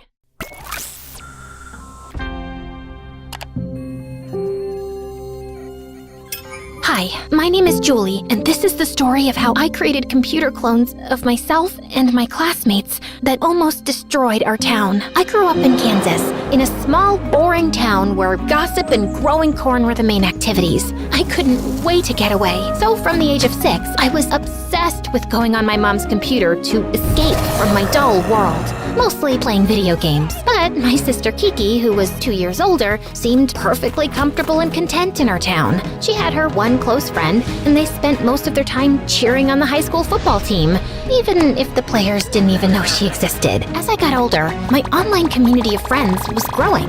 We'd swap cheat codes, innocent hacking tips, and programming shortcuts. I was becoming a computer whiz. When I was 12, Mom gifted me the new computer I'd been begging for. I was ecstatic. She even gave Kiki a school football jersey signed by all the players. But wait, why was she randomly giving us gifts? Dad and I have some difficult news. You can't get a divorce. It would be such a bad look for our family. Wow, Kiki. So nice of you to be concerned about our parents' marriage. Well, good news, that's not the news. The thing is, we have to move to the city for my job. But I'll be making more money, yay! That's why we got you those generous gifts. Are you kidding me? You're bribing us so we won't be livid that you're completely changing our lives without our consent? Kiki was fuming, but I was silently beaming with joy. I was so ready to get out of here. 2 months later, Kiki was still giving my parents the silent treatment, and I was finally going to meet some of my online gaming friends in person. Some of them went to my new school. One girl, Grace, invited me to meet her and her friends at a coffee shop downtown. I was so nervous. I hadn't exactly honed my social skills. Oh my goodness, Julie? Is that really you? It is such an honor to meet you in person. You're like a computer goddess. I feel like I'm meeting a celebrity. Suddenly, all my nerves disappeared. I felt like I was finally where I was supposed to be. Grace was a poet and a painter, and all of her friends were so interesting and creative. So, I assumed they would all be outcasts. But on my first day of school, I realized I was dead wrong. They were the popular kids. Edgy, sociable, interesting. They were the center of attention. And suddenly, people were curious about me. Girl, where did you get that sheepskin jacket? It's so lit. Oh, my sister Kiki actually sheared that sheep herself. That's amazing. Where is she? Good question. I scanned the cafeteria to find Kiki sitting all by herself at the lunch table. It hadn't even occurred to me. I was thriving while Kiki was silently suffering. Before I could get to her, Kiki stood up and disappeared out of the cafeteria. At home, I could hear her sobbing quietly through the bedroom wall. The next morning, my parents were waiting for me at the breakfast table. Julie, we see Kiki is having a hard time here, and we want you to spend more time with her. She can't just be hanging out with us all the time, no matter how cool we are. You were never worried about me in our last town. Because you've always been able to fend for yourself. Do this for her, please. Ugh, I really didn't want to, but there was no use arguing. So, twice a week, I went with Kiki to the suburbs to watch some dumb football game or eat the greasiest burger. I kind of dreaded it, until one day, when we were at the lake, Kiki weirdly opened up to me. Is it weird that I'm kinda jealous of you? Me? I was thinking back in our old town, I sort of blended in, and now in this new place, I don't know who I am, but you've always been so self-assured, so effortlessly yourself. I suddenly felt sad for her, but it was nice to hear that she admired me and didn't think I was her weird younger sister. After that, we started hanging out more, and it was surprisingly nice. But as time went on, and I was excelling at school, my social life, and my programming side hustle, she was getting more dependent on me and stopped trying to make friends. I found myself constantly reassuring her when she felt insecure, keeping her company when she felt alone. I suddenly felt like her older sister. I hate to admit it, but I was starting to count down the months until Kiki would go off to college. And it was me that had to encourage her to go to an on-campus school. You'll go back to the country, you'll meet your people again, you'll be happy there. But I'll miss you. Yeah, but it's all right. We'll stay in touch. It's 2025. There's like 50 ways we can communicate. Kiki agreed, and finally, 3 months later, I was free of her. I could fully focus on my programming skills, my new friendships, and then Michael.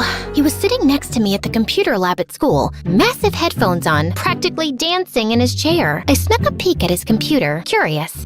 Snooping, eh? He pulled his headphones off and smirked at me. He had the confidence of someone much older. I thought of something eloquent to say. So, do you like computers? Yeah, I mean, I'm an electronic musician, so the computer is basically my instrument. That's so cool. I'm a programmer, so I also have an emotional attachment to my computer.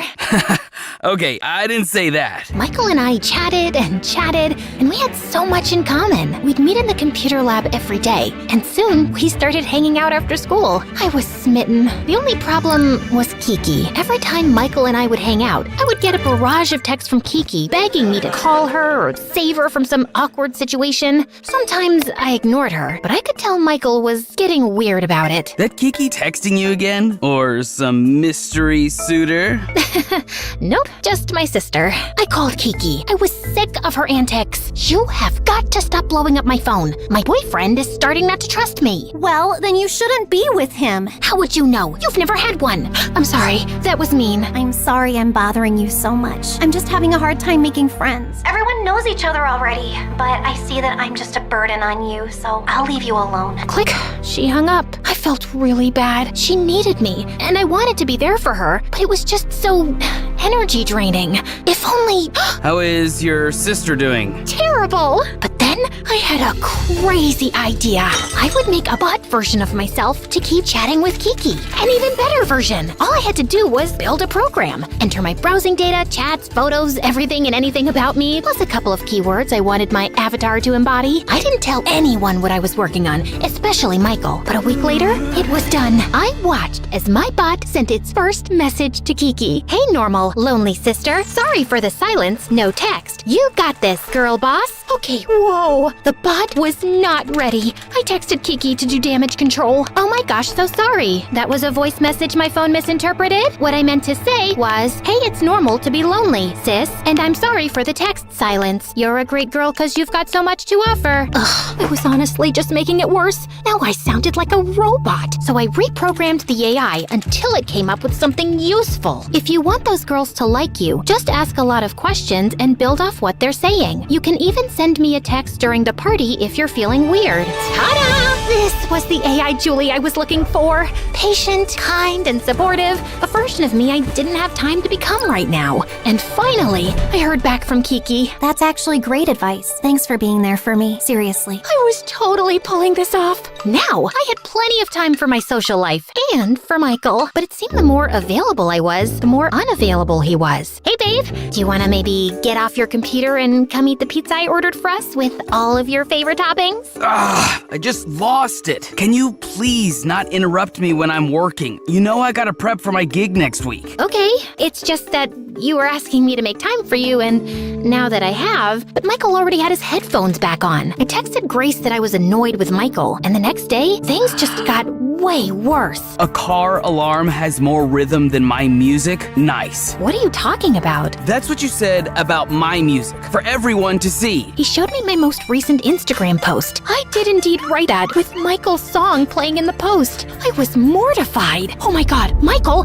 it wasn't me. Oh, so what? Someone just hacked into your phone and posted that? You're the only person I sent that song to. And then it occurred to me, I was the only one with this song. Well, me and my AI. And that's when I realized she must have gone rogue. I'm so sorry, but I can explain. I sort of created a program that created an AI replica of me to keep communicating with my sister so I could devote all of my attention to you.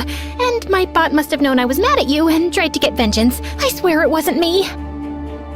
I don't believe you. Show me. I needed Michael to forgive me, so I did. Honestly, I'm kinda impressed, but you need to go online right now and tell everyone it's a joke and fix it so it doesn't happen again. Done! And I hate to ask, but I need to get into this music school. Do you think you'd be able to create an AI version of me just to write my college admissions essay? I mean, I didn't want my Ted to get abused, but I didn't want to lose Michael. Okay, but just this once. I just need you to gather all of your data. Texts, music playlists, anything that represents the best version of you. Then I'll add some additional aspirational keywords, like independent thinker, generous. I am generous. I smiled politely, then got to work making Michael his bot. It was much easier this time around, and it just needed a few adjustments until it became the smart, studious version of Michael. When I showed him, he was ecstatic. Julie, you're a genius. Thank you. He kissed me sweetly. I hadn't gotten a kiss from him in weeks. I was beaming, but our kiss was interrupted by my friend Grace. Julie, I know about your bot. Michael told me. What? I didn't. Grace showed me the text from Michael, saying if she needed help getting a job, she should ask Julie to make her an AI avatar. Then it went on to tell her all about my tech and how I used it to reconnect with my sister. Michael, why would you tell her that? I didn't. It must have been my bot. I did program Michael's bot to be generous and helpful, but I guess it took that too literally when he was chatting with Grace. Ugh, these bots are developing a mind of their own. Grace, I can't help you. Oh, no worries. I'll just message Kiki right now and tell her what you've been up to. Wait, fine. What do you need help with? I need a job so I can prove to these Ivy League schools that I have a good work ethic, but no one will hire me. I'm like, are they just threatened by how much money my family has? I couldn't have Kiki knowing. It would ruin everything we built. Fine. I'll make a version of you that is so good at applying to jobs, but after you get a job, you have to delete it. Deal. She gave me a hard drive with all the data that made up Grace. I uploaded it to the program and, ta-da, a bot was born. We gave it the task of applying to jobs, and I monitored it closely. I had to be very careful with the data I put in, and after that, no more bots.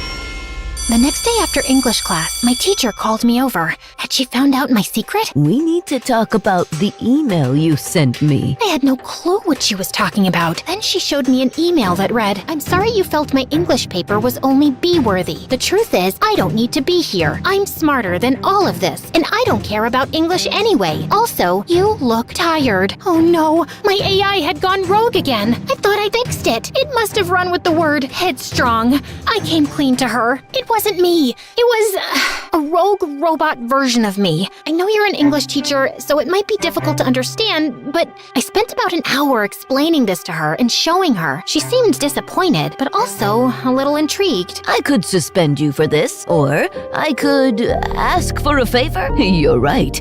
I do look tired. I am tired. Can you make me a bot that can grade papers for me? Please. Then this stays between us. Promise. I didn't have a choice, so I agreed. When I was done, I was so ready to delete my tech once and for all and come clean to Kiki until...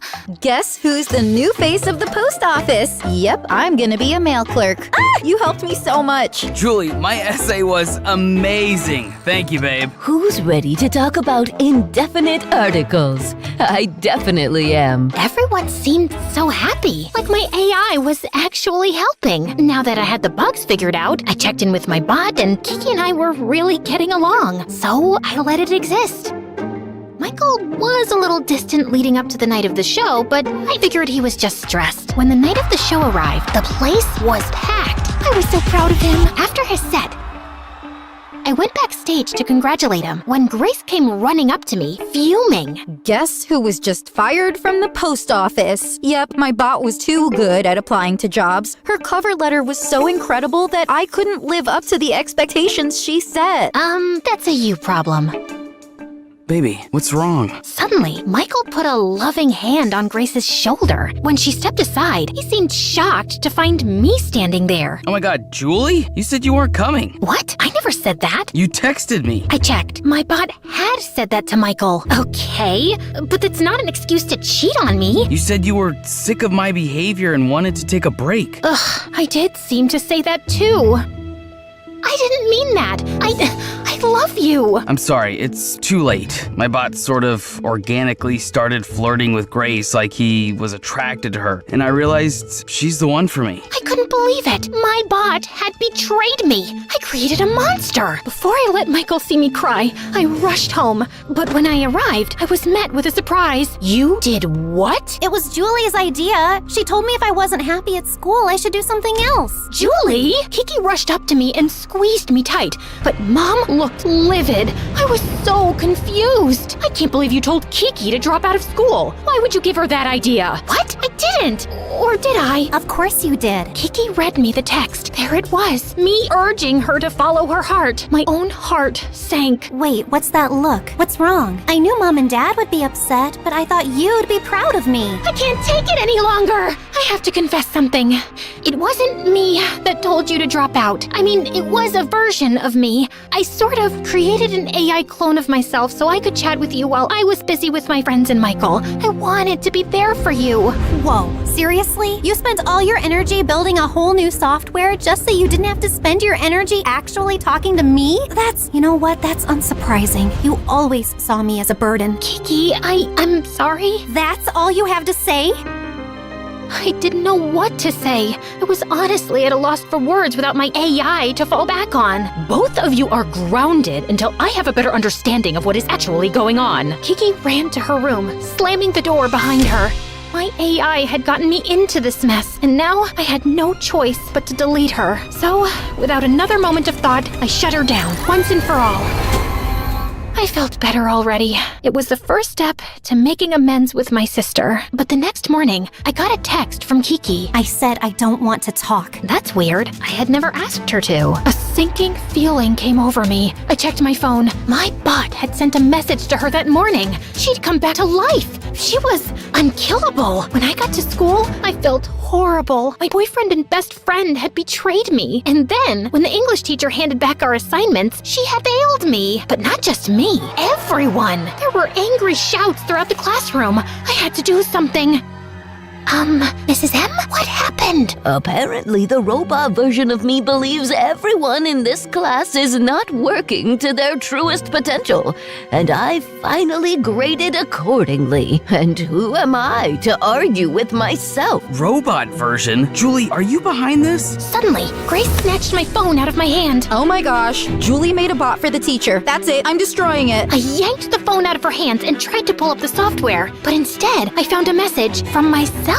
We're not shutting anything down. We're only getting started. Everyone used you, blamed you for trying to help, and then discarded you. It's time to fight back. Suddenly, everyone's phones were blowing up. Julie, you made my bot send the school the wrong essay. I just got rejected from the music conservatory. Michael, who is this woman? Grace showed Michael a photo he'd sent her of him and another girl. Oh my gosh! My bot just sent everyone access to the school server. How do I change it? Julie, stop this! Everyone was on their phones, logging into the server. Personal chats, gossip, secrets, all exposed right there on everyone's phones. It was anarchy. I don't know what's happening. I think my AI is corrupting the other bots. I tried to deactivate it, but nothing was working. Students were screaming at each other, crying, getting into petty fights. It was a zoo.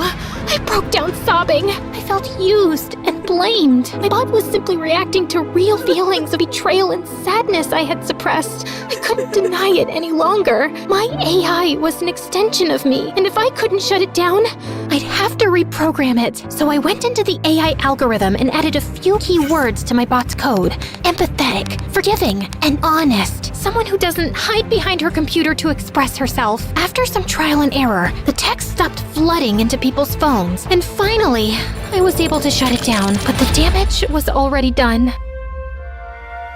I decided to be the brave, honest version of myself I had programmed into my now dead AI as I addressed the rowdy crowd. Everyone, stop! Hear me out! The crowd went quiet.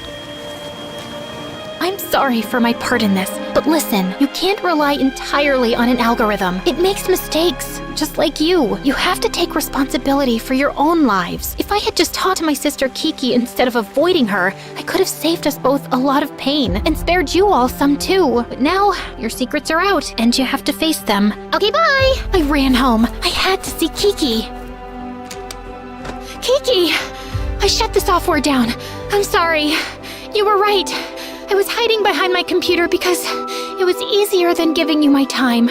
You're my best friend. You've always been there for me, and I need you now more than ever. I love you, sis. Tears were welling in Kiki's eyes. And you didn't get a bot to write that for you? Nope, that's from the human heart. Well, you might have been hiding behind a computer, but I was hiding, period. I didn't drop out because you told me to. It's because I was scared. So was I. I didn't want to say the wrong thing to you and lose you. Kiki hugged me. Now tell me, does this outfit work for my job interview tomorrow? I was sweating, but I had to be honest. Not really. But don't worry, I'm gonna build an app that will help curate the perfect wardrobe ensemble. No.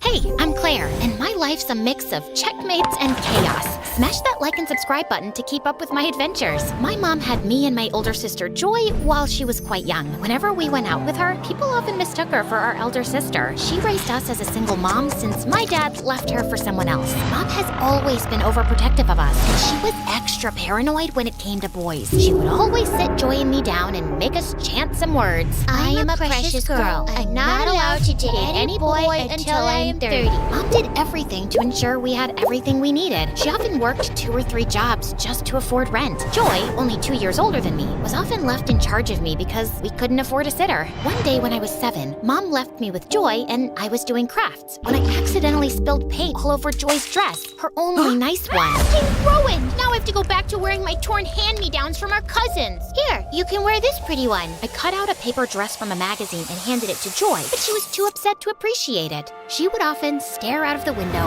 watching her friends play while she was stuck at home watching me. The only fun thing I did with her was a game we played together, and they are sponsoring this video. Joy, I found the perfect thing that mixes strategy with style. Dragon City. It's a game where we can create our own dragon empires. And guess what? We can even have dragons that match our personalities. Okay, you have my attention, but can I make my dragons the most glamorous creatures ever? Absolutely!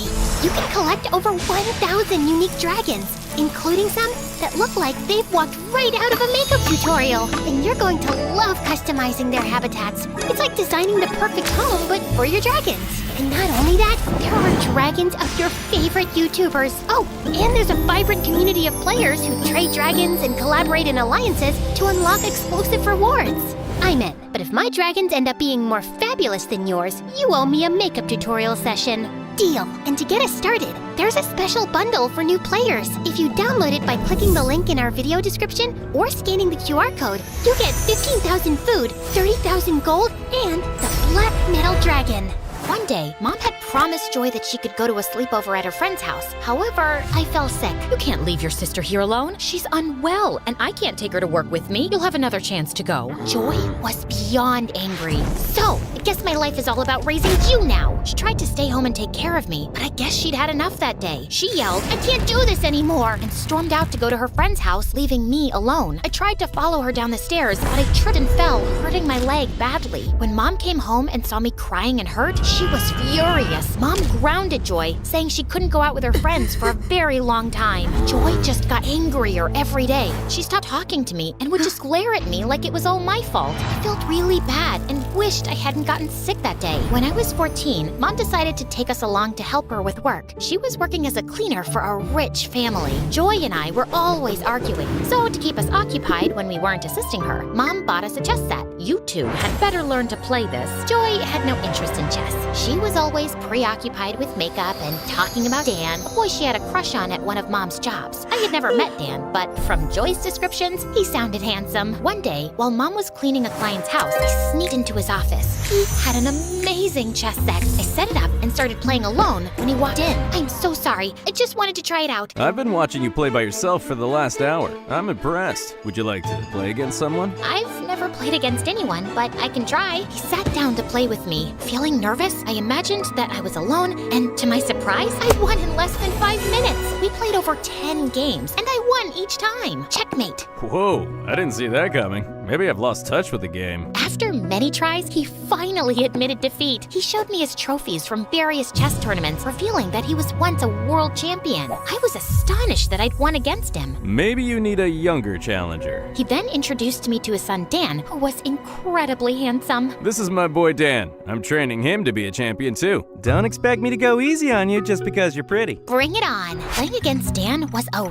real challenge, but I was beating him. Everything was going well until I noticed him swap a piece on the board. Hey, you've cheated. I saw what you did. Don't blame me for being quick. Just as I was about to win, Mom walked in and was furious. What do you think you're doing, playing with a boy? Hey, I was just about to win. But Mom dragged me out of there and banned me from going to work with her again. Despite my attempts to explain my victory over the world champion, she wouldn't listen. What have I always taught you? That I'm a precious girl and I'm not allowed to date boys until I'm 30. It's Joy who's always daydreaming about Dan. I haven't done anything wrong. When we got home, Joy was cold towards me and even threw my chess pieces out the window. What is the matter with you? Why did you have to tell Mom I like Dan? I just panicked. I shouldn't have told her. She was just being hard on me. As I went outside to get my chess pieces, I saw a posh car parking outside our house. It was Dan's dad. He entered our house and handed Mom some papers, then left. When Mom came in, I practically jumped on her. What was that about, Mom? That nice man has decided to sponsor you for a chess tournament in Europe.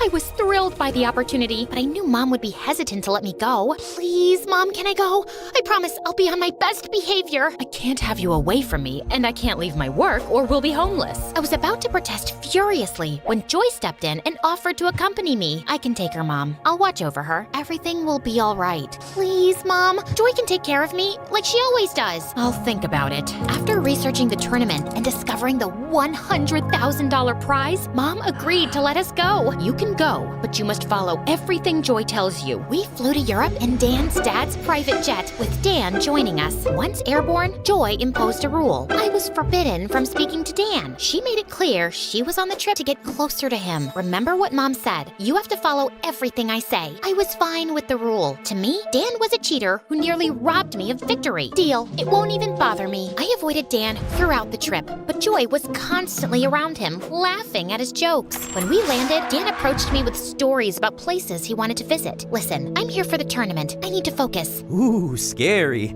I was just trying to distract you from the competition. When Joy saw us talking, she dragged me away. You're already breaking the rules. That's 1 strike. 2 more and you're out. He approached me, and you're breaking Mom's rules too. We're not supposed to talk to boys. Mom's not here, and I'm older, so I make the rules. At the tournament, I quickly became a favorite, advancing to the semifinals, while Dan was eliminated early. So, you're really good, huh? Looks like it. I don't even need to cheat. Soon after, my popularity soared. During an interview after qualifying for the semifinals, Dan suddenly joined me and told the reporters he hadn't seen someone as good as me in years. And then he hugged me. Of course, Joy saw that, and she was mad. We're going home. I saw you hugging Dan. That's against Mom's rules. He hugged me. It wasn't my fault. Joy didn't listen and started calling Mom to tell her. I couldn't leave before the semifinals. In a moment of desperation, I tackled her, and her phone fell into a drain. I'll follow your rule, but I won't let you ruin this moment for me. You're just stealing my crush. You've always known I liked Dan. I was about to defend myself, but things escalated quickly. Our argument turned into a huge fight, and we were both shouting and not listening to each other. In the heat of the moment, I pushed Joy away, but she lost her balance, tripped, and fell badly. I was horrified. Joy, are you okay? But Joy was in a lot of pain. We rushed her to the hospital, and the doctor said she had broken her hip and needed rest for several weeks. I felt terrible. I'm so sorry, Joy.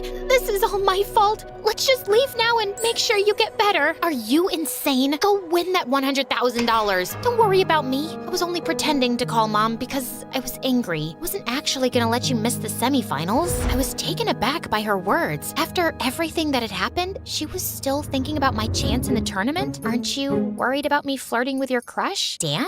Oh no, I don't like him. Not really. What? So why were you stopping me from getting close to him? I've always taken care of you. I never had friends or anything special going for me. And when I felt a little crush on a boy, he liked you. I wanted to stop it, but then I realized I really didn't even like that boy. I just didn't back off because I didn't like you having everything. I understand, Joy. You've always been there for me, and I've taken that for granted. You deserve to shine and have your dreams too. Let's promise to support each other from now on. No hugs, please. Your sweat stinks.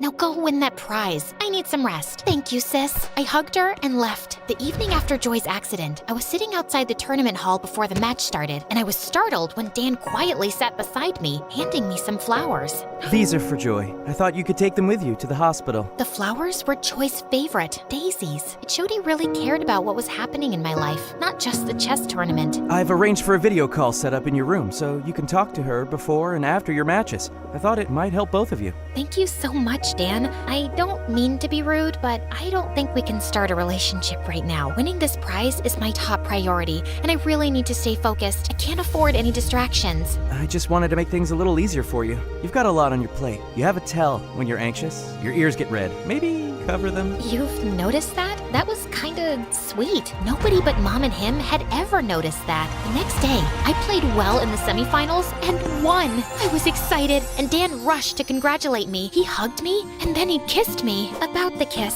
I'm not allowed. I know. Joy told me about your mom's rule, but I really like you and want to be your boyfriend. I was shocked. Dan wanted to be my boyfriend, but I had to be really sure this was okay with Joy. I needed her blessing first. But later, when I went with Dan to the hospital, Joy's things were gone. We ran to the hotel, and she wasn't there either. That's when Dan's dad found us. Joy had to go home last night. Your mom fell and is in the hospital. Oh my God, I'm going to the airport right now. I need to see Mom. Dan grabbed my arm gently, stopping me. Wait, Claire, we can video chat with her. You can't give up on your dream now. Your mom only hurt her leg while cleaning the kitchen shelves. She'll be okay. You have to win this for her. But they both need me now. Joy isn't in great health herself. I understand you're worried. My dad has already taken care of Joy's hospital bills, and he'll cover your mom's too. No, this is too much. Don't worry, you can pay us back when you win. I felt super focused after talking to Dan. The last game of the chess tournament was really tough, but I played my best. Then I made a big move and I won! Everyone around me started cheering. I was so happy and excited. I saw Dan in the crowd. I ran up to him and gave him a big kiss. Cameras were there and they showed our kiss on TV. When I got back home, Mom and Joy were waiting. Joy was smiling, but Mom looked serious. She was proud of me for winning, but she said, "You're still grounded for having a boyfriend." I guess some things never change. And remember, you can download Dragon City by clicking the link in the description or scan the QR code and get a special bundle with 15,000 food plus 30,000 gold plus the black metal dragon to get you started.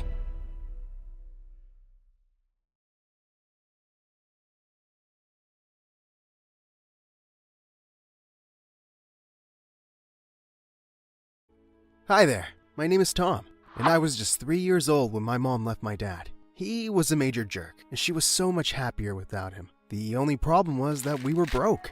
My mom worked 2 jobs at once, but that wasn't enough for school, clothes, books, rent. The list was endless. I wanted to help my mom so badly that when I was 6, I tried to get a job at McDonald's. All the adults laughed at my application form. It was filled out with crayon. I was so mad. I wanted to be a grown-up. When Mom found out, she said, "Tom, the best way to help me is by doing well at school. You don't need to get a job. Oh, you're so cute." From that day, I started paying really close attention at school. I worked hard at getting the best grades, and by the time I was 12, I was topping the district. That's how I got into the richest, snobbiest school in town. They found me and offered me a full scholarship if I transferred right away. I didn't want to leave my friends, but free school was too much to give up. So, I started going to the rich side of town. Everything was different here. The roads were cleaner, the houses were bigger, and the people were meaner. The meanest of them all was Blake. His father owned the school, and he did whatever he liked. My first day, I saw him push a kid off his bike for no reason. "Hey, stop that!" I rushed to help the kid up and told Blake to back off. "You must be new. Do you have any idea who I am? A massive jerk?" The people watching laughed, and Blake turned beet red. "I'm your worst nightmare." He meant it. He tried to bully me every single day for 4 years. He called me names, stole my books, and spread false rumors about me. One day, he pulled the fire alarm and told the teacher I did it. Obviously, they believed him over me. I got a whole week of detention. Didn't have time for this mess. I had to study hard all day. And now that I was older, I helped my mom by doing a job at night. We were so poor compared to everyone at school, and I did my best to hide it. I lied to everyone when they asked me what my parents do. They sell computers. They're super rich. I made sure I got the best clothes from the donation boxes in town and checked them for any imperfections. One time, I missed a tear on my coat, and Blake caught it right away. "Torn clothes? How pathetic. Are you too poor to afford basic things?" No one laughed with him. You see, other people in school really started to like me over the years. I was funny, friendly, and I didn't bully them. Blake hated this. To top it all off, I beat his grades every single time. The day the school was honoring its toppers, all hell broke loose. "This loser cannot win first place! He's a cheater!" "Excuse me? I beat you fair and square!" Blake ran over to me and tried to yank my medal off my neck. "Give it to me! Give it! No!" I shoved Blake away from me and he fell back. Everyone laughed and he began to yell loudly. "Ah! He hurt me! I sprained my leg! Ah!" He was good at putting on a show. The teachers dragged us to the principal's office, and I got the worst yelling of my life. "I want him out of this school, Dad. Tom is our best student. We can't get rid of him." "How dare you hit my son! Blake attacked me first!" "So what? You should never hit back. You hurt him." "He's faking it! He just wants me to get into trouble." "You're both in trouble. 1 whole week of detention, and you both have to show the new students around the school." Our school was huge, and new people had to have guides for their first week. I really didn't want to babysit with Blake, but I had no choice. We both met the new student the next day, and wow, she was stunning. She had the most beautiful brown eyes I've ever seen. The moment Blake saw her, he turned to me. "You can go. I can help her alone. I won't tell the teachers." "No way! You're a snake!" Look, that's Lisa. I've known her since we were kids, and her dad is even richer than mine. I want to date her, so just go away! Obviously, I didn't go away. Instead, I raced up to Lisa first and gave her my best smile. I never really flirted with a girl before, but I gave it my best shot. Hi, I'm Tom. You're cute. Do you, like tacos? Yes. I love tacos. Would you like to eat some with me after school? Okay. Why not? You're pretty cute too. Blake literally jumped in between us. Lisa, remember me? Blake? Our dads are in the same country club. Kind of. Do you want to go with me? Tonight? I'll take you somewhere fancy. Sorry, I'm getting tacos with Tom today. His expression was priceless. That's what he gets for messing with me. Lisa and I went out, and I had a surprisingly good time. She was so goofy and hilarious. Some of her jokes made me choke with laughter. Wow, I'm actually having fun. I'm glad I messed with Blake. What? Oh, Blake has a crush on you, and he's been kind of a jerk to me, so I asked you out first. What? I thought you thought I was cute. Uh-oh. I do think you're cute, but what? I'm just a pawn in your boy games? You just used me to mess with someone. You're a jerk. She threw her taco at me and ran away. I quickly paid the taco guy and chased after her, but she was gone. Dang it. Blake was turning me into a terrible person. I tried to apologize to Lisa the next day, but she wouldn't even look at me. I almost gave up until one day, when we ended up in the same elevator together. I acted on instinct. I pressed the stop button. What are you doing? I want to apologize, but you keep running away. Don't bother. I'm never gonna go out with you again. I don't want you to go out with me. I'm just sorry. I act like a complete idiot, and you have every right to hate me. She looked shocked. Really? You mean that? Yes. I'm really sorry. I was so stupid. Agreed. You'll have to buy me like 100 tacos to make up for it. Does that mean we can be friends? Yeah. Okay. I forgive you. Yes! All 100 tacos were worth it, because Lisa was amazing. She was kind, funny, and most importantly, she was a really good friend. She was always there to help her friends with their troubles, and I felt like I could tell her almost anything. Almost. One day, Lisa asked me what my parents did for a living, and I felt real fear. If she finds out I'm poor, she won't like me. I lied quickly, hoping this would go away. But one day, Lisa wanted to walk me home, and I was trapped. I had to take her to a random mansion and pretend it was mine. I went inside and hid in the bushes till she went away. If that wasn't crazy enough, one night, she walked into the restaurant where I worked. The moment I saw her, I ducked and hid under a table. The manager called for me like 10 times, but I just couldn't make myself get out. Why was I going so crazy over this girl? Suddenly, 3 pairs of legs joined me under the table. My manager had seated women there. I immediately crawled out of the table, and all 3 women screamed, sending their food flying all over the floor. My manager caught me by the collar and fired me on the spot. If I wasn't horrified enough, I turned to see Lisa staring at me with her mouth open. Oh no. I just ran home. By the time Lisa confronted me in school, I had a lie ready for her. I got that job so I could learn some responsibility. It's not good to just live off my parents. But why were you under the table? I dropped my phone. I was looking for it. Somehow, the lie worked. And Lisa gave me a big hug to comfort me. Ew, I was close. I was heading home from school that day when I felt someone pull me back. It was Blake. Why were you hugging Lisa at school? None of your business, moron. Didn't I tell you I like her? You better back off before I make you pay. Make me pay? Your dad can't kick me out of school. You have no power here. I stormed away from him with my head held high, thinking I'd won this battle. I had no idea how far Blake would go for a shot at Lisa. She and I were having lunch in the cafeteria one day when Blake came over with his gang. Hey, Tom, your parents are rich, right? Yes. They sell computers. Then why are you wearing clothes that I threw in the garbage? I was in shock. Blake pulled out his phone and played a video for everyone. It was me, searching for clothes in the donation bins. We saw you hunting for clothes like a cheap beggar. We followed you, and you live in a tiny apartment on the bad side of town. Everyone around me was whispering. I couldn't even bear to look up at Lisa. My secret was finally out. So, what do your parents really do? Do they even have a job? Or are they pathetic like you? I couldn't take it anymore. I got off my feet and punched Blake right in the face in front of everyone. I just lost it. Ah! I'm reporting you to my dad. Everyone saw that, right? He punched me! I was suspended for 2 weeks after that, which was just fine with me. Felt like my life was over. I didn't want to go to school. I didn't want to study. And I didn't want to see anyone. I turned my phone off so none of my friends could reach me. I was locked in my room for a whole week until one day, there was a knock on my door. Lisa was here. She saw me in my tiny apartment. I was wearing old, faded hand-me-downs. What are you doing here? How did you find me? I can track people. Why didn't you answer my calls? I was worried. Maybe I'm embarrassed, and I want to be alone. You shouldn't be embarrassed for being poor. You should be embarrassed for lying to me about it. Oh, I should have told you the truth, that my mom's a waitress and a janitor, that my dad abandoned us, and we live like beggars. Which part makes you want to go out with me? She looked shell-shocked. Wait, you want to go out with me? I never said that.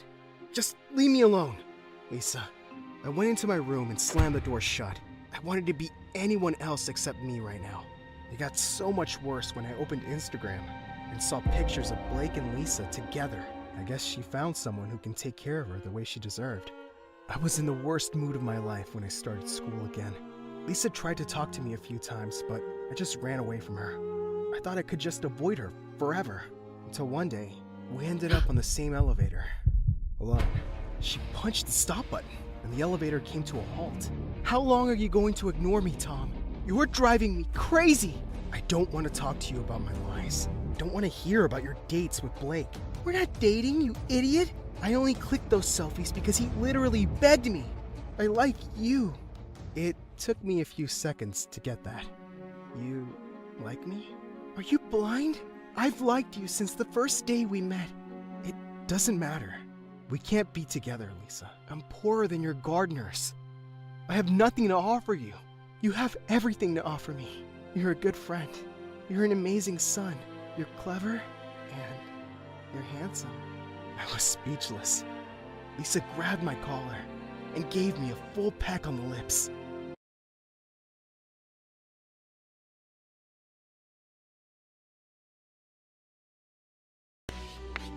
Hi, I'm Shayla from Texas, and I'm a child genius. Before I continue, please like and subscribe. I was only 6 when I discovered I was what people called gifted. I was at my friend's birthday party, and we were having a contest on who could solve a Rubik's Cube first. Well, I solved it in 19 seconds.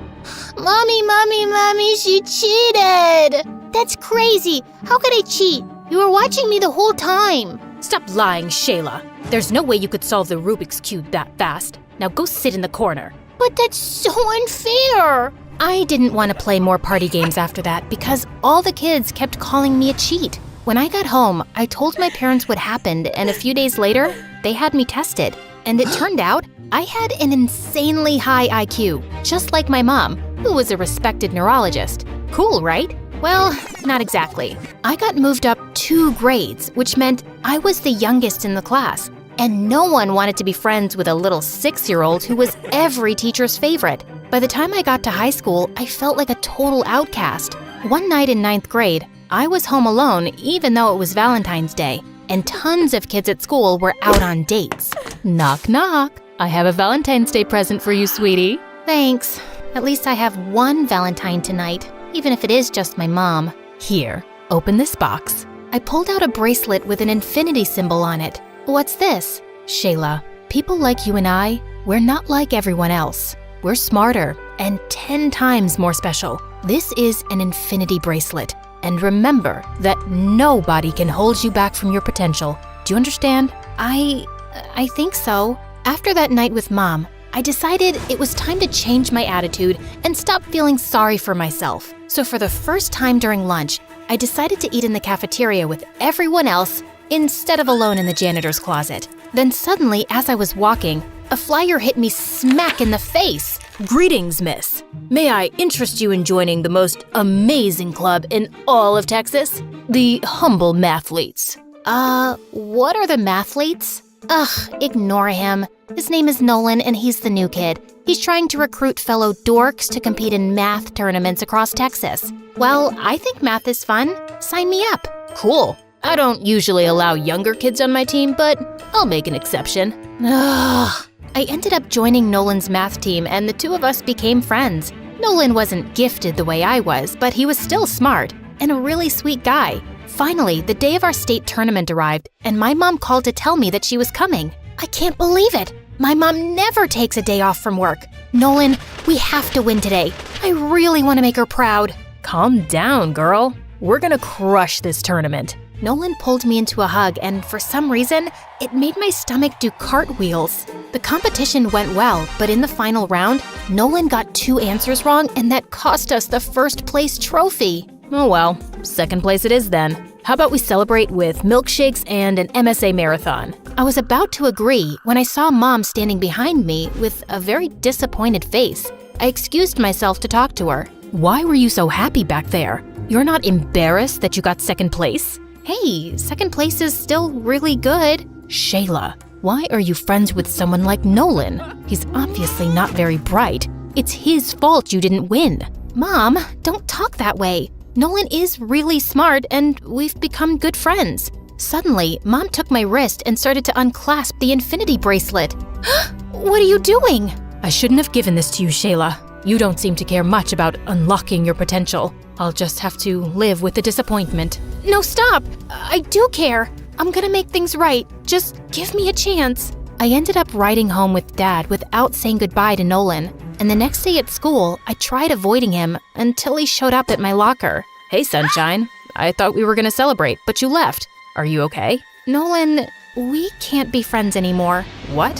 Why? You want me to be honest? Of course. You're not smart the way I am. You're average at best. And if we continue hanging out, you're just gonna hold me back. I'm so sorry. I ran away before Nolan could answer, feeling horrible. Nolan didn't speak to me again after that, and I didn't blame him. Then 2 months later, my life took a turn. Mom was offered a research position in China. So, does that mean we're moving to China?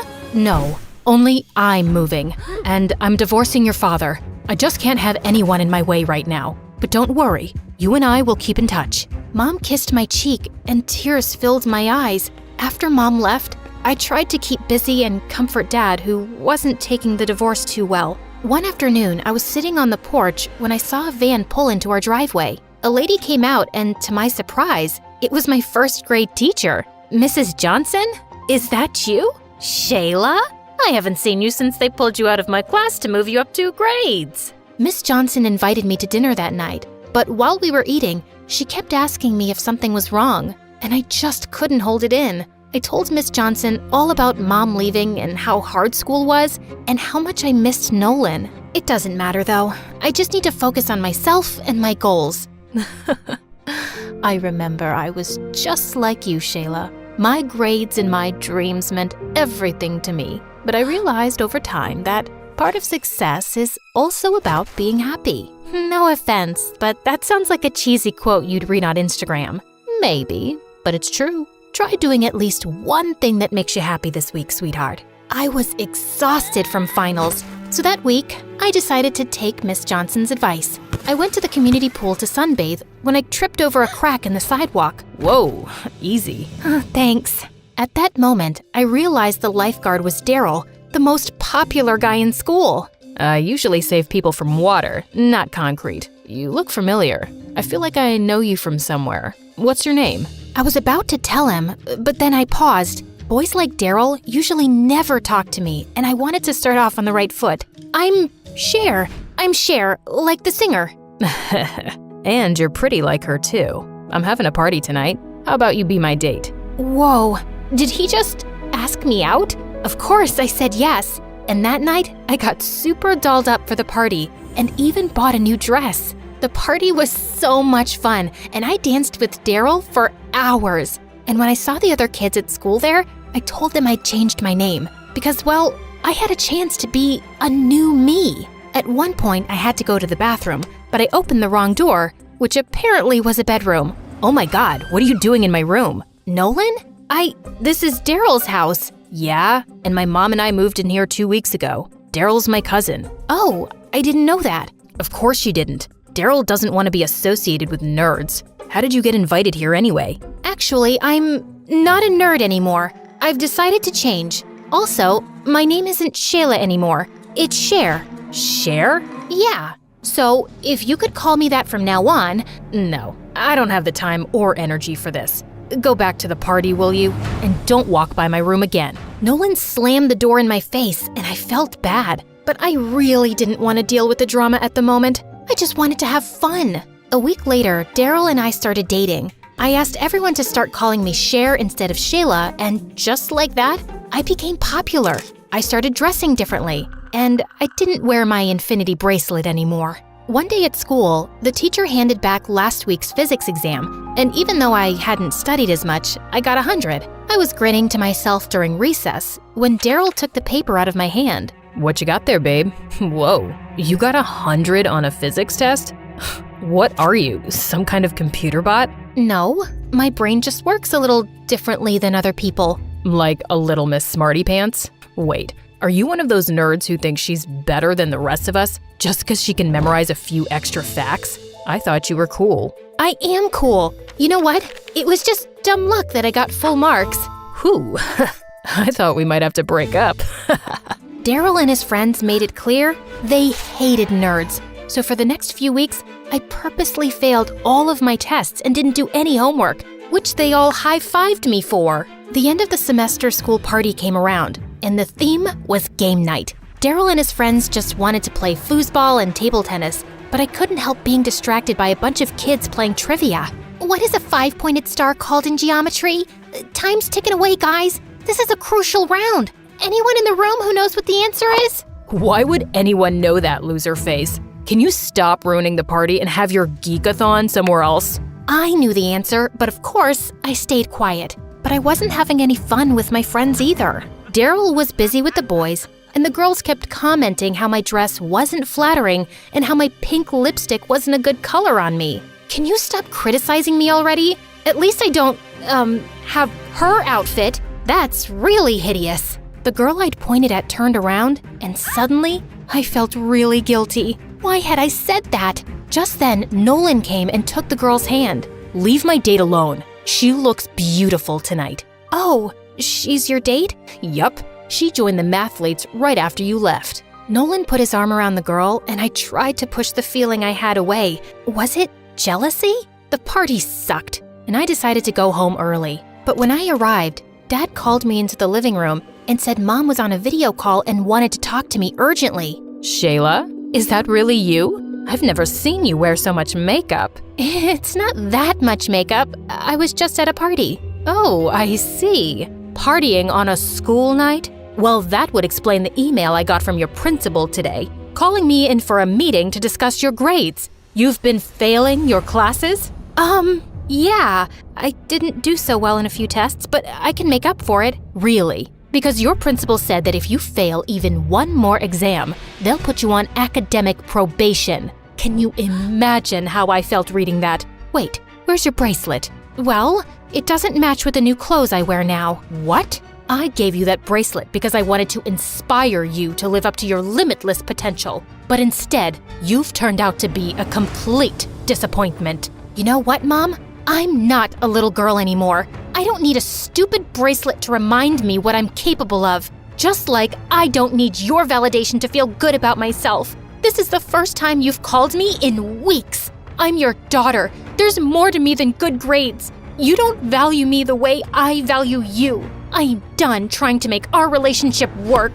As I ran outside my front yard, I suddenly heard a familiar voice. Haven't seen you around in a while. Oh, hi, Miss Johnson. You look lovely tonight. Did you meet a nice boy? Oh, is that why you haven't been stopping by? I don't know what happened then, but suddenly I ran to Miss Johnson and burst into tears. She hugged me as I told her everything. About Mom, the bracelet, how Nolan replaced me, and how I'd turned into a superficial bimbo. Oh, Shayla, don't talk about yourself that way. I think I know what the problem is. You do? Yes.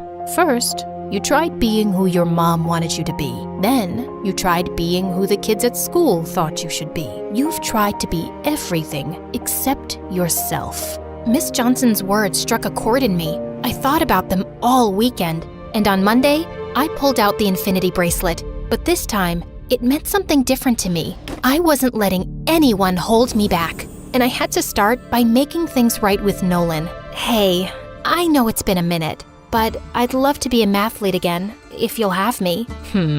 Let me think. No. Nolan, please. I've changed. I don't want to be a stuck-up jerk anymore. I'll apologize to your girlfriend for mocking her outfit too. Firstly, she's not my girlfriend. She was just my date that night. And secondly, you're a fake, and I just can't take that person seriously. Cher. Just then, Daryl walked over to us. Hey babe, wanna go with me to a concert tonight? Ugh, why are you talking to him? Because Nolan's my friend.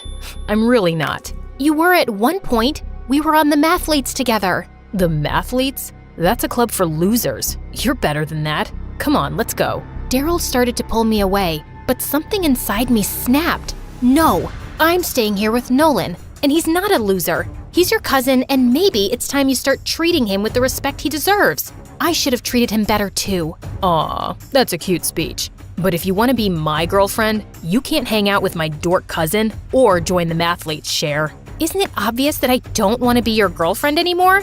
I feel pathetic that I dumbed myself down to fit in. I'm a nerd, and proud to be one. And just for the record, I know what a 5-point star is called in geometry. It's a decagon, and I'm going back to being Shayla. I marched off like a boss, pulling Nolan behind me. You know, maybe you can rejoin the Mathletes. We are one team member short, and there's a tournament coming up. Oh my god, you mean I can be on your team again? And you forgive me? Oh, Nolan, thank you. Hey, I didn't say I forgive you, but I do need your brain for the competition. I'm not exactly smart the way you are. Nolan, I'm sorry for saying that. The pressure to succeed turned me into a toxic person. The truth is, I think you're smarter than me. I don't have a quarter of your emotional intelligence. That's nice of you to say. Thanks. Nolan hugged me and I felt my stomach doing cartwheels again. Maybe one day, he could be more than a friend.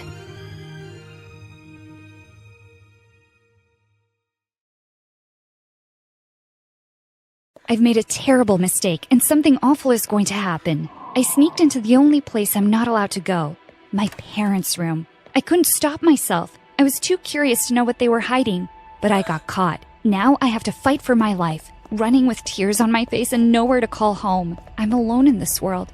I'm an orphan who lost her real parents at age 5 and ended up with 2 complete strangers. I took a pause and sat on the curb. I needed to calm down. I tried hard to recall what had happened exactly, but I couldn't. All I knew was that one moment I was hiding, and the next, everything was in complete chaos. I saw everything around me shattered into pieces. I was standing in front of Clara, and she was going ballistic. Then she grabbed me by the hand and screamed words I couldn't remember. The room looked like it was hit by a tornado. What have they done?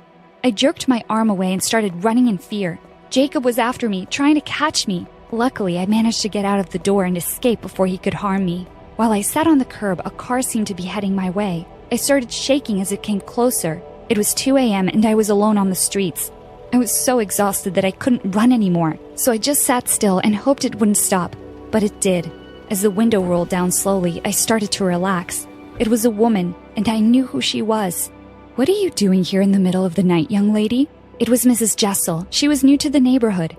"Mrs. Jessel?" I started crying again. "Please take me to the police station, fast!" Without hesitation, Mrs. Jessel told me to get in the car. On the way, she kept asking questions, but I couldn't let her in on my secrets. I didn't know her that well. "You shouldn't be so trusting, Allegra, even with your own mother," she said as I was leaving the car. How did you know?" I asked in confusion. "I've heard things about your family, and I understand. You know where I live if you need anything. Now go, dear," she said as she squeezed my hand. When the policeman interviewed me, I exposed everything my parents did, but he didn't seem to care. "Allegra, I need you to focus and tell me exactly what happened tonight," he said. "I already told you I can't remember everything. They hurt me and that should be enough for you to arrest them," I said, frustrated. When I arrived home with the policeman, I saw Clara and Jacob outside. They looked like 2 lunatics searching for something they'd lost. When they saw me, they pretended to be relieved that I came back. Someone give them an Oscar. The officer questioned my parents while I was asked to go to my room and let the adults speak. I hoped that the officer would ask me to leave with him eventually, but after 2 hours of waiting, all he could tell me was, "Your parents explained everything. I hope you understand that things did not exactly happen the way you told me. You're tired and need rest. Call me if you need anything." I looked at the officer in disbelief. My parents had managed to deceive him. "Thank you, officer. Have a good night," I said as I held back my tears. The officer left and I got in bed. There wasn't much time left to sleep anyway. Shortly afterward, Clara knocked at my door and whispered, "Sweetie, are you awake?" She came in to check on me, but I pretended to be asleep. When Clara left the room, I struggled to fall asleep. Suddenly, I heard a voice. I snapped alert and turned to see who was there. It was not Clara. It was a female stranger. I couldn't see her face in the dark, but something about her felt comforting. "Can I help you?" I asked calmly. But she stood there for a while before she said, "I know you're alone. That's why I'm here for you."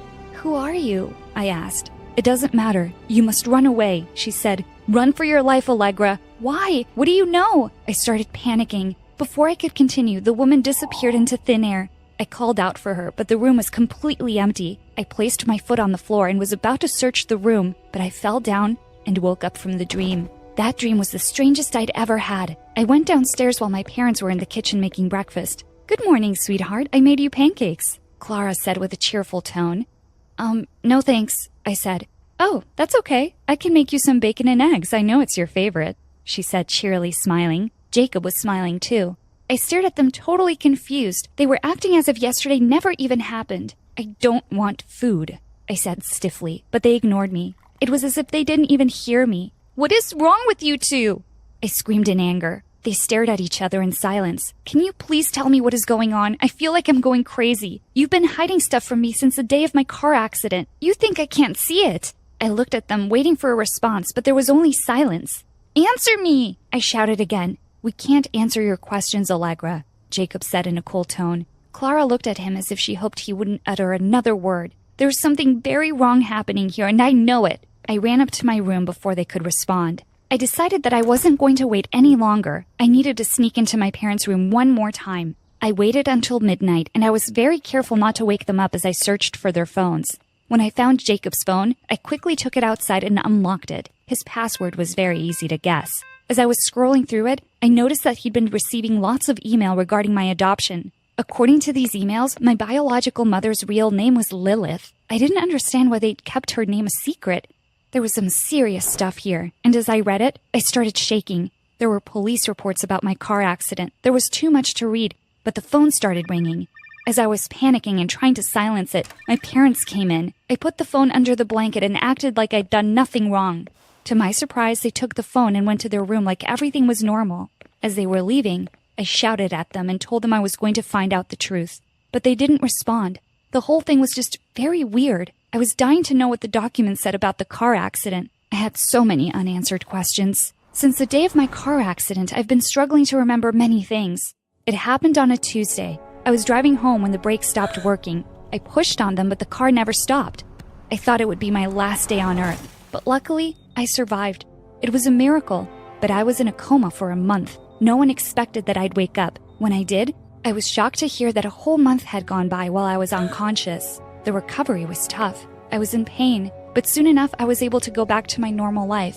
However, I felt anything but normal. I couldn't concentrate anymore, and I couldn't remember many things. No one took me seriously when I explained it. "Your MRI scans look perfect. You don't need to worry," the doctor kept repeating. Even though I couldn't think as clearly as I used to, I wasn't stupid. I was sure that my accident had been planned by someone. My parents, however, rejected this idea completely and told me that I was imagining things. Ever since then, I'd been suspicious of them. I stopped asking them for the truth and started sneaking around instead. I only needed some proof, something to show that they'd intended for me to be killed. But who would help me? I had no one. I thought about turning to Mrs. Jessel, but something about her felt weird too. I decided to avoid everyone until I found a solution. Some time passed and things kept getting weirder and weirder. I struggled to remember each encounter I had with my parents, but my blackouts kept recurring. When I snapped back to reality, I found myself surrounded by complete chaos every single time. I found myself crying every night. I was lost, confused, and lonely. The only thing that gave me comfort was the woman in my dreams. She had no face or name, but she kept reappearing. She was my only friend, and that scared me a bit. After all, she was not real, but she was what I needed. Whatever she was helping me stay strong. And without her, I couldn't have planned my escape. Every morning, I grabbed a sheet of paper and started writing the things she talked to me about. I kept the paper under my pillow. It was the only thing that made me feel close to her when I wasn't dreaming. Something in this woman drew me to her like a magnet. I wished she really existed. Then one day, my secret dreams were not so secret anymore. I had gotten back from school when I noticed that my paper was not where I'd left it. I was nervous, but I knew exactly who took it. I ran downstairs calling out for Clara. My parents were sitting at the kitchen table. Clara held the paper in her hand and she motioned for me to sit with them. I came closer, shaking. What was going to happen now? Allegra, honey, we need to talk to you about this, she said as she showed me that piece of paper. Are you planning to run away? Jacob asked, looking worried. It's my private business, I said firmly. Allegra, we are extremely worried. We've been trying to get you the help you need. Please let us help you. I said, this is mine, I screamed as I snatched the paper from Clara's hands. But that's when it tore in half. I hate you both. Just leave me alone, I screamed and headed to my room. Allegra, stop. We have to tell you something. I paused. What? It's about your mother. Clara came closer and held my hand. Your biological mom has reappeared. We've been seeing her in the area. She came to us a while ago, demanding that we return you to her. I felt like the world had paused for a moment. My mother is here? Why didn't you let me meet her? I couldn't breathe.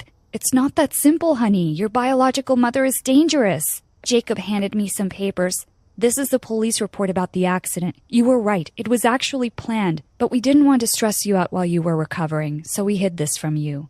As I read the report, I was shocked to see her name as the first suspect.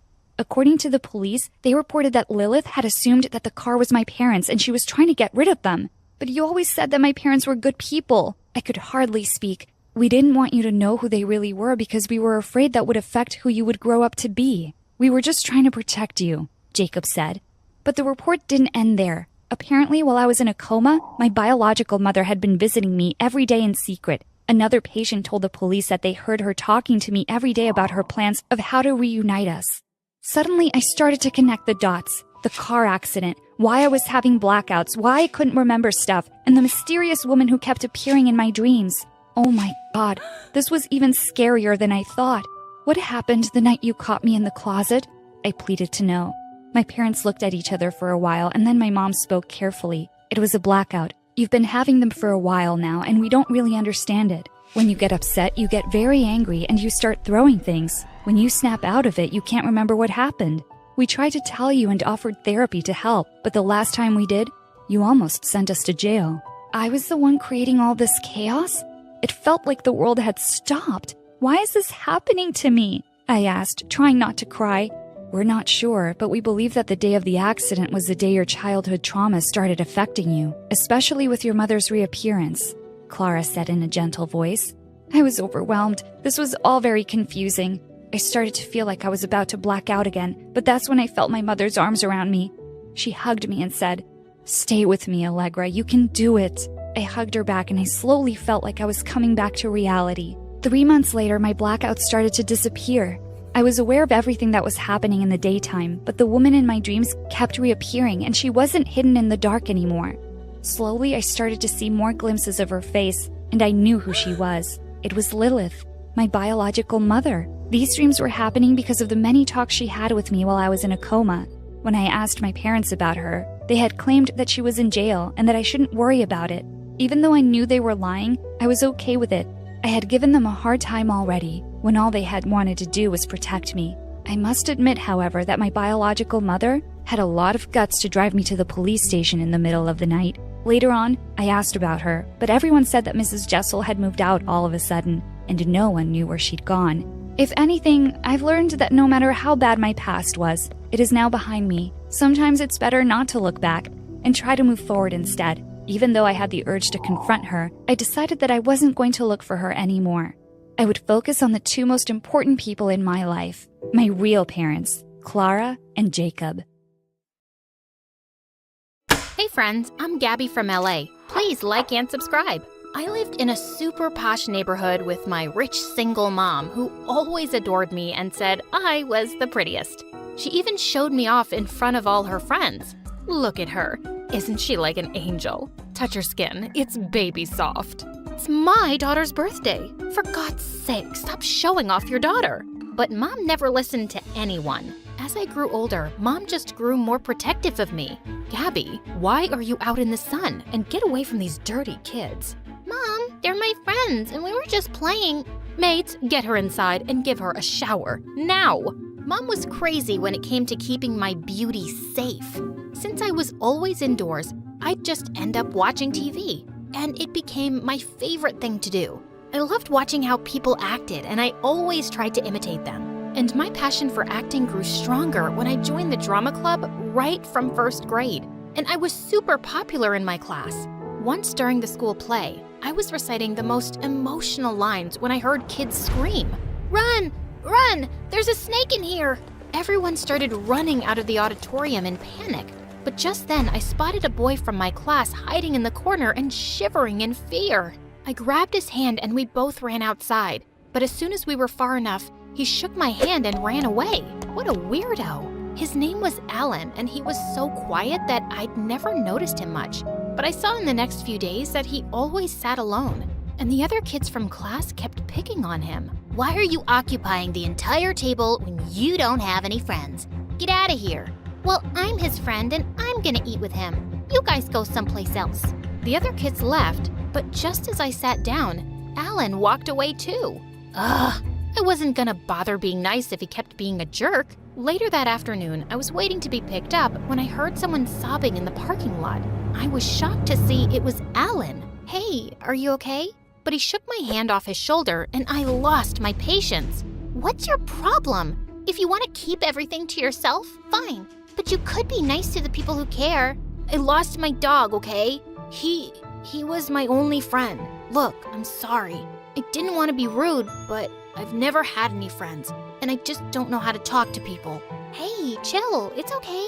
I'm sorry about your dog, and maybe we can be friends. He looked surprised, but then he nodded with a smile, and suddenly it started raining. We both ran to the school building, and he held up his bag to cover me from the rain.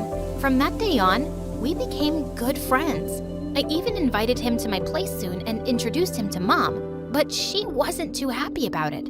He doesn't seem like he's from a good family, Gabby. You should stay away from kids like that. He's my friend, and I don't care about anything else. Grades passed by, and my bond with Alan grew stronger. We went together on school trips, and he came to watch all my plays. In the 8th grade, I played the lead for the school's annual function. After the play was over, Alan came running backstage and hugged me. You were amazing, Gabby. I couldn't take my eyes off you tonight. Here, these are for you. And I wanted to tell you. But before he could finish, a man came running and moved Alan aside. Bravo! Bravo! You are amazing out there, little girl. I can't wait to sign you for my upcoming short film. Short what? The man introduced himself as a big producer and looked so eager to sign me for some big lead role. Just then, Mom came from behind me, screaming in excitement.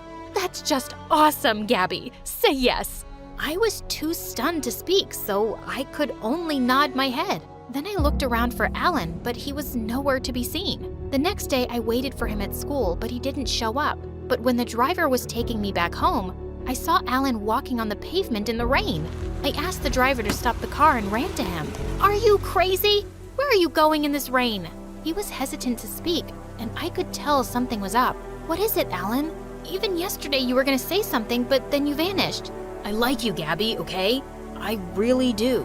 But when I saw you getting the chance to live your dream, I couldn't bring myself to tell you about my feelings. I didn't want to ruin anything. No, Alan, you're not ruining anything. In fact, I like you too. I pulled him close and kissed him gently. And after that day, we started dating. But things took a wild turn when my first short film became a hit. I became a rising star overnight. After that, I had to travel a lot to promote my projects. And the best part was, I could take Alan with me and enjoy these trips like perfect dates with him. One time, I took him to a shoot, and just as some of the reporters were interviewing me, Alan came running in with a box of desserts. Here, I got you these. Suddenly, all the cameras turned to Alan, and he just ran out of there. When the reporters asked who he was, Mom spoke up before me. Oh, he's just an errand boy for my beautiful daughter. Mom! I wanted to tell them the truth, but then I thought of all the unnecessary media attention Alan would get. I decided it was best if they didn't know. But the next morning, Mom woke me up with shocking news. There were pictures of me and Alan kissing all over the newspapers with the caption, "Young millionaire actress dating her errand boy." You're just starting to get a name in Hollywood, Gabby. And you want to spoil it all for this poor boy? There are so many rich actors you can date. Stop it, Mom. Why are you? I don't want to hear anything. Alan's got no class, and I want you to break up with him. Of course I wasn't gonna do that. Now that it was already in the news, I was gonna date Alan publicly, and Mom just had to accept it. Soon after, it was Alan's 16th birthday, and I had a really important award function the same day. So I decided to take him along with me and introduce him to everyone. It's gonna be so much fun, and I even got this Gucci suit specially made for you. But you know I hate crowds, and all that media attention, I don't think... Oh, come on, Alan. For me, please, just this time. He agreed, and we both went to the award night together. I could see Alan was really nervous in front of all those cameras, so I held his hand tight. Later, I was posing for a solo shot, but then suddenly, Alan stepped on my dress and I tripped over and fell face flat. Everyone started laughing and clicking pictures. They felt so embarrassed. On our way back home, Alan apologized to me, but seeing all the memes and posts going viral on social media, I just lost it. Why did you do that, Alan? What? It was an accident. Why are you being so weird about this? Because it's a big deal for me. Right. It's always about you, isn't it, Gabby? You're the superstar, but what about me? I'm a person with feelings too. Have you ever thought about me in all of this? Stop it, Alan. I've always thought of you, taking you everywhere with me and getting you the best things so you won't feel left out. But I don't want your money or your grooming or any of that popularity, Gabby. I went everywhere with you because I loved you, not because I enjoyed it. But I can't do this anymore. I want to break up. I couldn't believe my ears, but I could tell he was serious. After that day, I never saw Alan again. He even left school, and I felt so heartbroken for months. Mom tried to cheer me up by taking me out for parties and movies, but I just kept myself busy with work. And over the years, my career reached amazing heights. On my 22nd birthday, I went on to volunteer at a campaign for orphan kids, when suddenly, one of the kids lost consciousness. Just then, a guy came running and gave him CPR and saved the kid's life. I learned that he was Paxton, a super rich music producer who worked in the film industry. What you did today was really amazing. I'm the one amazed, actually. It's the first time I'm seeing a rich actress volunteer for a campaign without any cameras. Well, it just makes me happy. I'm sure that's why you're here too. He smiled and we got talking, and he seems like a really genuine guy. A few days later, I was working on my next movie when I learned that Paxton was the one producing music for it, and I was super excited to work with him. We often met on sets, and I loved hanging out with him. We became really close in no time, and even Mom could see it. I guess someone's in love. Oh, come on, Mom, we're just good friends. But Mom wasn't one to give up so easily. The next morning, Paxton was at my door because Mom invited him over for breakfast. We were having a good time until Mom showed him all of my embarrassing childhood photos, and I felt really awkward. No, please, stop it, Mom. You look really cute in all of these. His words always gave me butterflies, and soon after that, we even started dating. Then one night after our movie premiere, Paxton took me out and proposed to me. I was shocked because it all felt too soon, but Paxton treated me like a princess and he was just perfect. So I said yes and we got engaged. Then a few days later, I had a shoot in a public place, and just as I got down from my van, a crazy fan came and held me from behind. I tried to get rid of him, but just then someone came forward and punched him. As he pulled me to the side, I saw that it was Alan. The security guards took the crazy fan away, and Alan made me sit down. Are you okay? Did he hurt you anywhere? No, I'm all right. But what are you doing here? It's been 6 years, I know. And I'm here because I'm the CEO of this company. He was the freaking CEO? Later, when my shoot was over, he took me to a cafe and told me how he'd developed an app soon after high school and worked his way to build this company. I'm really proud of you, Alan. You made it so big. Yeah, your mom was a big motivation in it. My mom? The day our pictures were posted in the newspaper, I came to check up on you. but I heard your mom shouting how I was this poor kid with no class who didn't deserve you. What? Ever since that day, I decided I was gonna work really hard and be a man good enough to deserve you, Gabby. I loved you, and I still do. Suddenly, I realized how much I'd missed him, but I had to keep my head straight because I was getting married to Paxton soon. Please stop, Alan. You broke up with me, and that's the truth. And it's too late. I'm engaged to someone else now. I showed him the ring on my finger, and his face turned pale, and I just left. Then a few days later, I went to try on wedding dresses with Paxton, but just as I stepped out of the changing room, I was shocked to see Alan, who was staring right back at me. Alan, what are you doing here?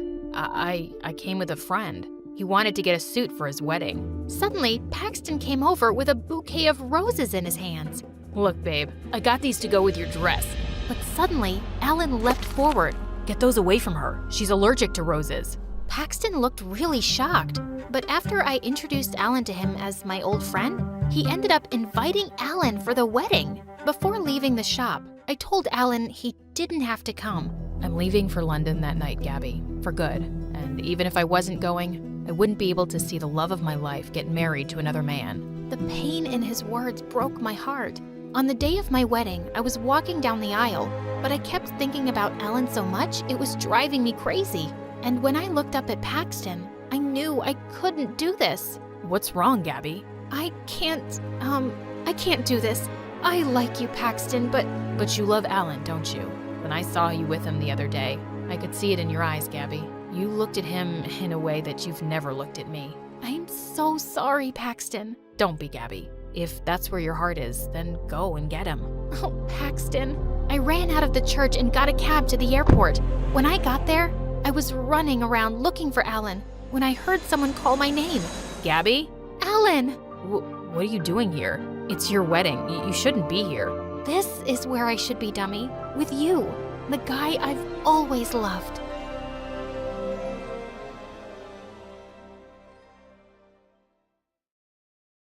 Everyone knew Mark was a jerk.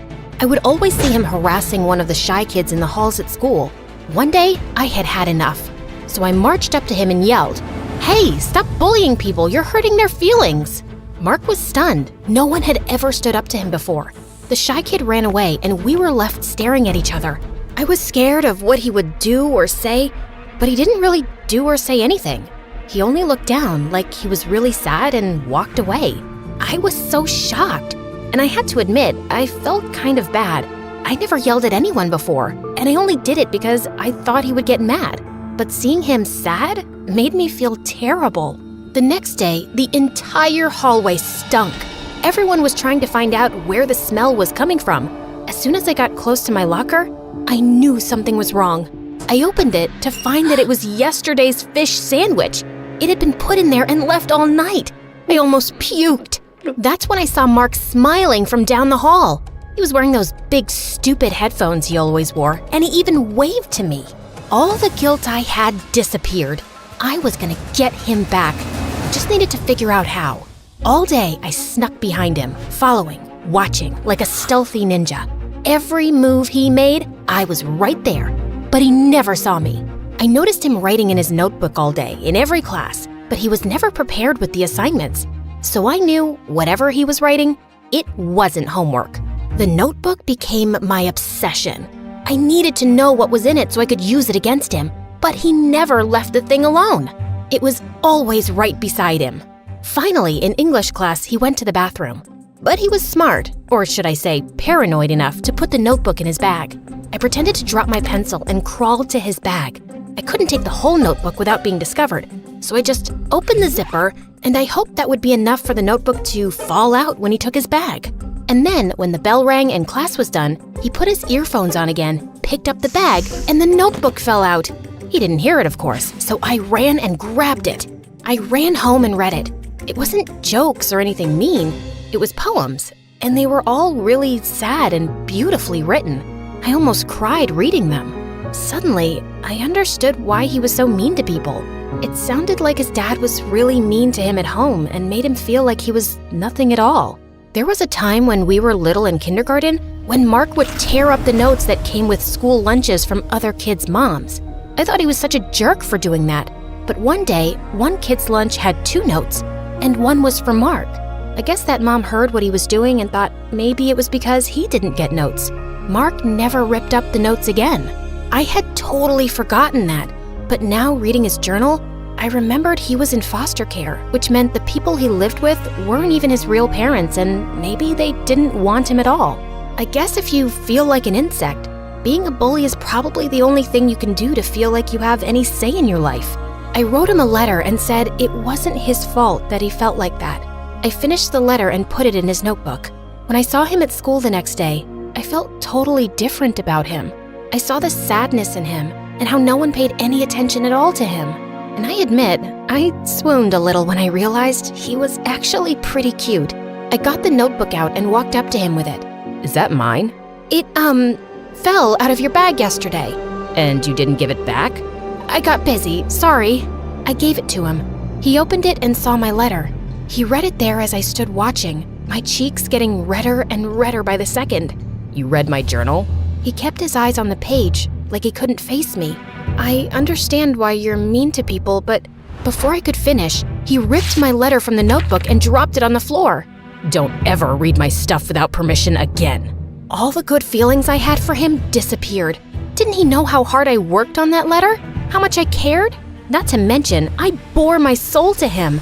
I got red again, but this time, it wasn't embarrassment. It was rage. That night, I told my mom everything. She told me, honey, you tried to do something nice, and that's great, but you read his private journal without asking. You invaded his privacy. I'm the only person who saw him. Everyone else ignores him. I understand, but that doesn't make him any less worthy of having privacy, does it? I went to my room without talking to her for the rest of the night. How could she not see what I had done? I put my heart on the line and got rejected. I did the right thing. All I wanted was to help him and let him know I understood. That night, I couldn't sleep. I kept tossing and turning, thinking about how he acted, but also what my mom said and how violated I would feel if someone read my diary. After barely sleeping a wink and finally calming down so I wasn't so angry anymore, I decided she was right. As soon as I got to school, I would apologize to him, and that would be that. I practiced my speech the entire walk to school that morning. Every word I would say, every gesture, I wanted to be understood and let him know that I understood him too. But when I got to school, I was horrified to see that there were printed posters of me all over the halls. They had my school photo and said Maggie is a stalker. Everyone was looking at me. I ran to the bathroom and cried. How could he do that to me? Maybe I was wrong to think he had any good in him at all. I wanted to run away and go home, but we had a big test that day, so I had to sit in class after class while the other kids whispered about me. I sat in all my classes getting angrier and angrier, waiting for my last class when I would finally see him. I couldn't wait to confront that jerk. When I finally saw him, he smirked at me. I stomped right up to him and yelled, "Tell them it was you." It was me. Tell them it's not true. It is true. You read my journal. I was so frustrated. All I could think of was to scream. Ah! The teacher came up to both of us and gave me detention for yelling in class and gave him detention for pulling the prank. When we were both in detention, I made sure I was looking out the window or at the ceiling. Anywhere as long as we were not looking at each other. And of course, he starts whistling. I had to grind my teeth to keep from yelling again. Then the teacher left to get a coffee and we were left alone. It was so awkward. After a while, he took out his notebook and was reading something inside really intently. I had to admit I was curious about what it was. And then he wrote something and I was so mad at myself for even caring, but I did. I wanted to know what it was. As much as he annoyed me, I really did like his poems. But then I remembered his prank and ignored him. It was so mean. How could he do that? Did you really mean what you wrote in your letter? I couldn't believe he was actually talking to me. Yes, of course, but how do you remember? You threw it away. After I put all the posters up, I went back and found it in the trash. He took out a paper from his journal. It was my letter. No one's ever seen me the way you did. Then the bell rang and detention was finally over. He moved to the door, but before he could leave, I said, "I'm sorry about reading your journal, but I really like your poems." He turned and looked me in the eyes and said, "Can you come to my house tomorrow?" I was shocked and couldn't speak for a minute. Before I realized it, I said, Yes. He ripped a piece of paper from the journal and gave it to me. It had his address and a note for me. I read it when he left. It said, To the girl who saw through me. Usually, everyone sees past what I am, or I might become. But when you looked, you saw something more. To them I am glass, cold and cracked. But to you I am water, living and essential. I have never been seen before. It scared me. Thank you. I'm sorry. Again, I swooned. The next day was a Saturday, so I went to his house and heard yelling as soon as I got close. The house was small and the yard kinda dirty. I knocked on the door and Mark came out, holding a guitar. His right eye was bruised. He moved past me, walking toward a path in the woods across the street. Are you coming? I followed him all the way down to the shore of a lake I didn't even know was there. He sat down, and I sat down beside him, wondering what he was thinking. You said you liked my poems. I did. They're not poems, they're songs. Oh, can I hear one? I've never played for anyone before. You don't put yourself out there. That's why people don't pay attention. He hesitated, then played the guitar and sang one of the songs. He sang about his fears, his sadness, and about feeling like a monster for having to put people down to make himself feel big. When he was done, he wiped a tear and said he would have to go back or his foster dad would be angry. He left me there by the lake as I watched the sunset over the water. I knew I was falling in love with him. When I got home, my mom told me the one thing that would ruin everything just as it was all getting so good. We were moving across the country. She told me she was sorry, but we had no choice. When I saw him across the lawn at school, he smiled at me. I practically melted, but my smile faded quickly. He knew something was wrong. He came up and walked with me. Are you okay? I have to move. His eyes immediately lost their light. I could tell he was devastated. What are you thinking? It's selfish. It's okay. Tell me. You're the only one who sees me. Maybe that's true right now, but it doesn't have to be. Your songs are beautiful. I don't know how to talk to people. I don't relate to anyone. Of course you do. We all have pain. We all get bullied. Even you. He thought about what I said, then a smile crept on his face and he looked right at me. My heart stopped when I saw his eyes. They were bright and full of hope. I never thought about that. Thank you. I can't believe you're moving away. I know. We both looked down, sad for ourselves because of how little time we had together. And then I raised my head and said, you know what? We're here now, right? So why are we sad? We can be sad when I leave, but today, I want to be happy. You can just decide to be happy? Yep, why not? You're here, I'm here, we have all day to talk and hang out. He thought about what I said, then smiled. He looked at me and asked, What do you want to do? Without thinking, I leaned over and kissed him. His cheeks turned bright red. We both laughed. He took me to a boba tea place, then we ate some ramen and even went to karaoke.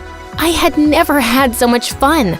I was worried it would only last for today, but I put all the worry behind me and enjoyed the moment. That night, we had to say goodbye. It was the hardest thing I ever had to do. He walked me home and kissed me before he left. The last thing he said to me was, If I never see you again, please know you'll always be with me and all the people I help with my music. I watched him leave, holding on to the moment as long as I could. When it was time, we packed the moving truck and left. Then to my surprise, I saw him.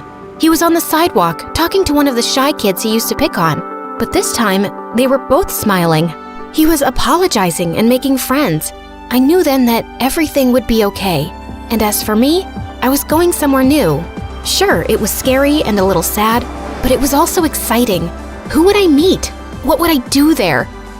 I decided to enjoy every day and made a promise that I would make the most of any situation that came up in my life, good or bad.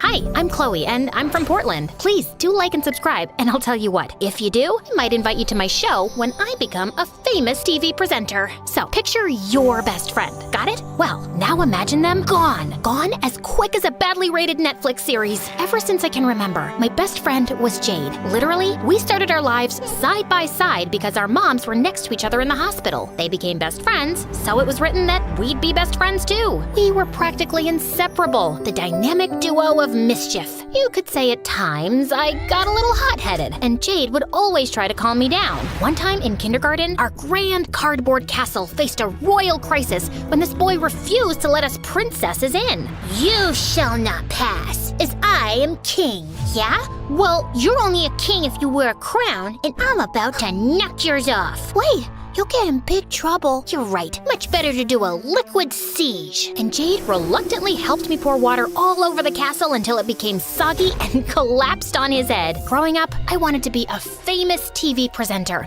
Think Jimmy Fallon or Ellen DeGeneres, but funnier and cooler. Although Jade hated doing it, she always listened to me no matter what. You're the K-pop star of the moment. Everybody wants to know your deepest and most personal secret. Please, say it looking straight at the camera. If you can cry, that would be great too. Don't you want to interview the president instead? Does he have a new double padlocked Balenciaga bag? I think not. One time, when we came home from school, our moms were arguing loudly. They stopped when we walked in. Oh, hi kids. Good day at school? Jade, we're going. But now. And just like that, they stopped talking or going around each other's houses. Mom, come on. Whatever it is, it'll blow over, right? She's just not the person I thought she was. Jade and I didn't pay much attention to them. We had to deal with the usual high school stuff. There were heartbreaks. He asked Bailey to the dance. Bailey! You can do better. I heard he doesn't bathe. Paranoia.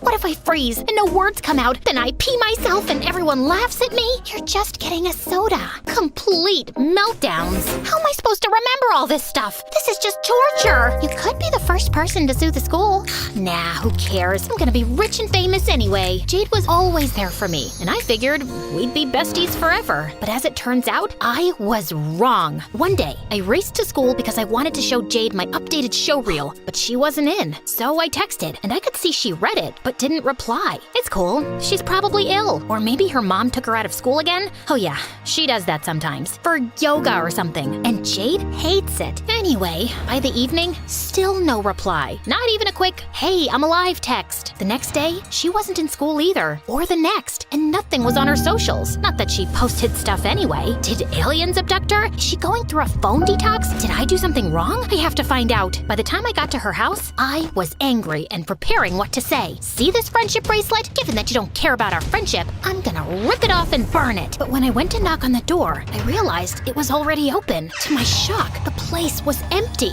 I mean, furniture gone, belongings gone, even wallpaper gone. It was as if nobody had ever lived there. I ran up to Jade's room, completely empty too. Then I heard the door downstairs open and bang shut. Someone else is in the house. I sneaked a look over the banisters and saw this scary-looking man with a shaved head and a daisy tattoo on his hand. He was stuffing some paperwork in his pocket and knelt by a section of an open floorboard. I got it, boss. But just then, I stubbed my toe, and I couldn't help but make a noise because of the, oh yeah, excruciating pain. I heard the man start to come upstairs, and luckily, I knew that there was a way out of Jade's bedroom window via an oak tree. My heart was pounding as I climbed down, and when I looked back to the house, I saw the scary man scowling at me from Jade's window.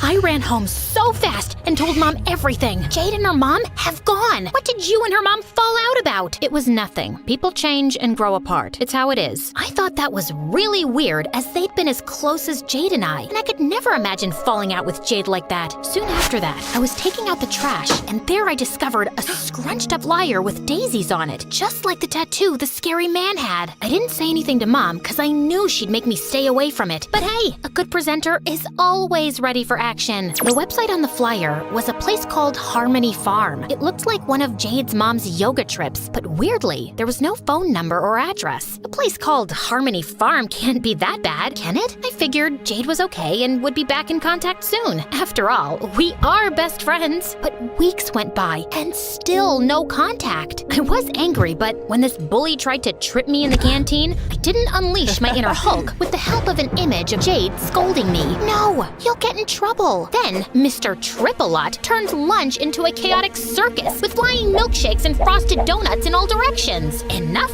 is enough. Hey, knock it off. People just want to have lunch. What's it got to do with you, weirdo? You're such a weirdo, always talking alone and interviewing a mirror. No wonder your friend bailed on you. Oh, that was it. I grabbed his tray and sent it on a gravity-defying journey to the other side of the canteen. Cue the applause. Yep, I was a hero. But of course, heroics come with consequences. And boy, did I get in trouble. First detention, and then Mom. I'm so disappointed. This must stop. Jade's moved on, and so should you. Mom is right. She ghosted me. If Jade wanted to break our friendship, so did I. I took down every picture of us and burned our friendship bracelet in the backyard in some sort of ritual of detachment. And the perfect distraction came with my big TV break. They were holding auditions in the next town for a new cool teen channel. I am a teen, and I am cool. This is perfect for me. The next day, I went there. It was this tatty warehouse, and the line went on for miles. But hey, no pain, no gain, right? So I stood in line. Thank the heavens I could watch loads of MSA videos, and I had my trusty MSA water bottle. But as I got further up the line, the most shocking thing happened. I saw these two girls about my age and wearing these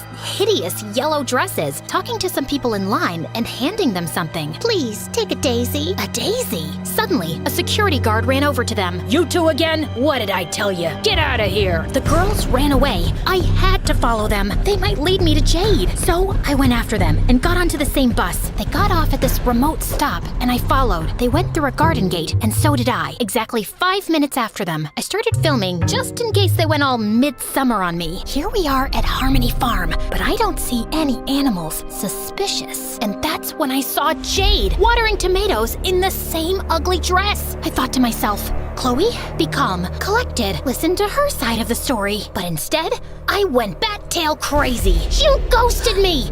And what is with the outfit? Put on a statement necklace at least. Chloe, you don't belong here. Just go. Oh, hi. Nice to see you too. No need to apologize or anything. What happened to all the BFFs forever stuff? You didn't even give me a "it's not you, it's me" speech. That's because it's you. You're so materialistic all the time. I want a simpler life, to be with nature and people like me. I don't want to be best friends anymore. And she just walked away. Fine, she's gonna regret this. The next time she sees me, I will be on TV, and she will still be watering tomatoes. I had to wait an age for the bus, but when I got to the auditions, I looked at everyone there posing like they were famous already. Do I look like that? I can't look that sad. Is Jade right about me? I didn't go to the audition, and when I got home, I looked at my vision board. All designer shoes and red carpets with Jade and me in the middle. Maybe she's right. I realized that we always did what I wanted and never what Jade wanted. Well, there was the time I went with her to help out at a soup kitchen. See, I'm not all about the material stuff. Well, I suppose I did promise to go back and never did. Hey, how was the audition? Jade's in a cult. Why didn't you tell me? Don't try to deny it. I found the flyer in the trash. Calm down. Jade's mom tried to convince me to go, but she got furious when I refused. That's it. That's it? No, that's not it. We need to get an army together and get Jade out of there. Let Jade be. She's where she wants to be. I tried to listen to my mom, but that night I couldn't sleep. I needed to apologize to Jade. When dawn broke, I went back to the farm. I knew she never wanted to see me again, and I would respect that, but I had to get this off my chest first. Luckily, when I snuck in, this big meeting was in progress, and someone was on stage. Jade was bound to be in there, and suddenly I realized Jade's mom was on stage, giving a speech. I couldn't see Jade, so I snuck out the back, and weirdly, I found a door with Jade's mom's name on it. It was this really shabby office with hardly anything in it. No compromising paperwork was in the drawers or behind the books on a shelf. Then suddenly, when I moved a book, something clicked. A secret door! Inside was another office, but this was huge and grand with mod cons. I'm talking Apple products on tap, a walk-in wardrobe complete with designer shoes and bags. Not a very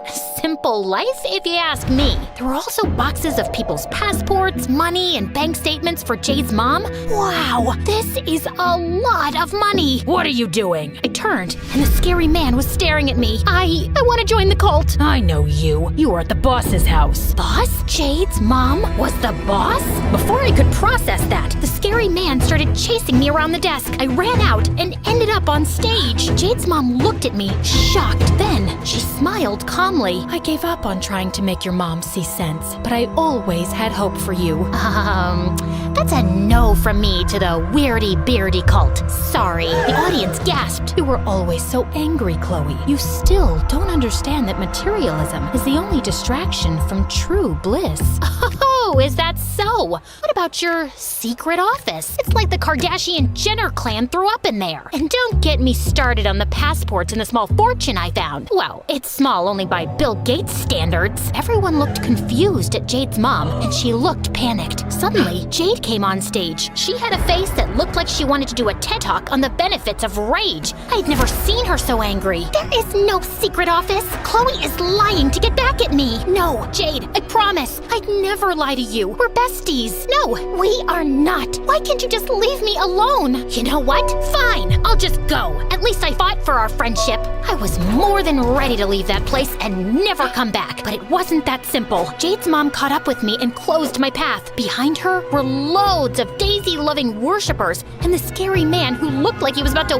whip out some nunchucks. You think you can just accuse me of something like that and just walk away? I was thinking that. Yeah. Well, this isn't your mother's house where you can do whatever you want, you brat. Ouch. Here, trespassers and criminals are prosecuted and punished. I was genuinely frightened. If they could endure wearing those horrendous dresses, who knew what else they were capable of? The followers began to advance on me. I was completely surrounded. They each grabbed some tomatoes. Oh no! At that moment, Jade arrived on the scene. Mom, wait! Oh, Jade, I know you want to be a part of this. Of course I do. Jade grabbed a tomato. But first, everyone, you should know that your donations have been going to my mom. Chloe, my bestie, was right. Jade showed everyone the bags, the shoes, the passports, bank statements, and money that her mother had hidden. Everything turned to chaos then. Jade's mom and the scary man tried to bolt, but they got catched. Or should I say, catch up. Everyone threw their tomatoes at them. It was brutal.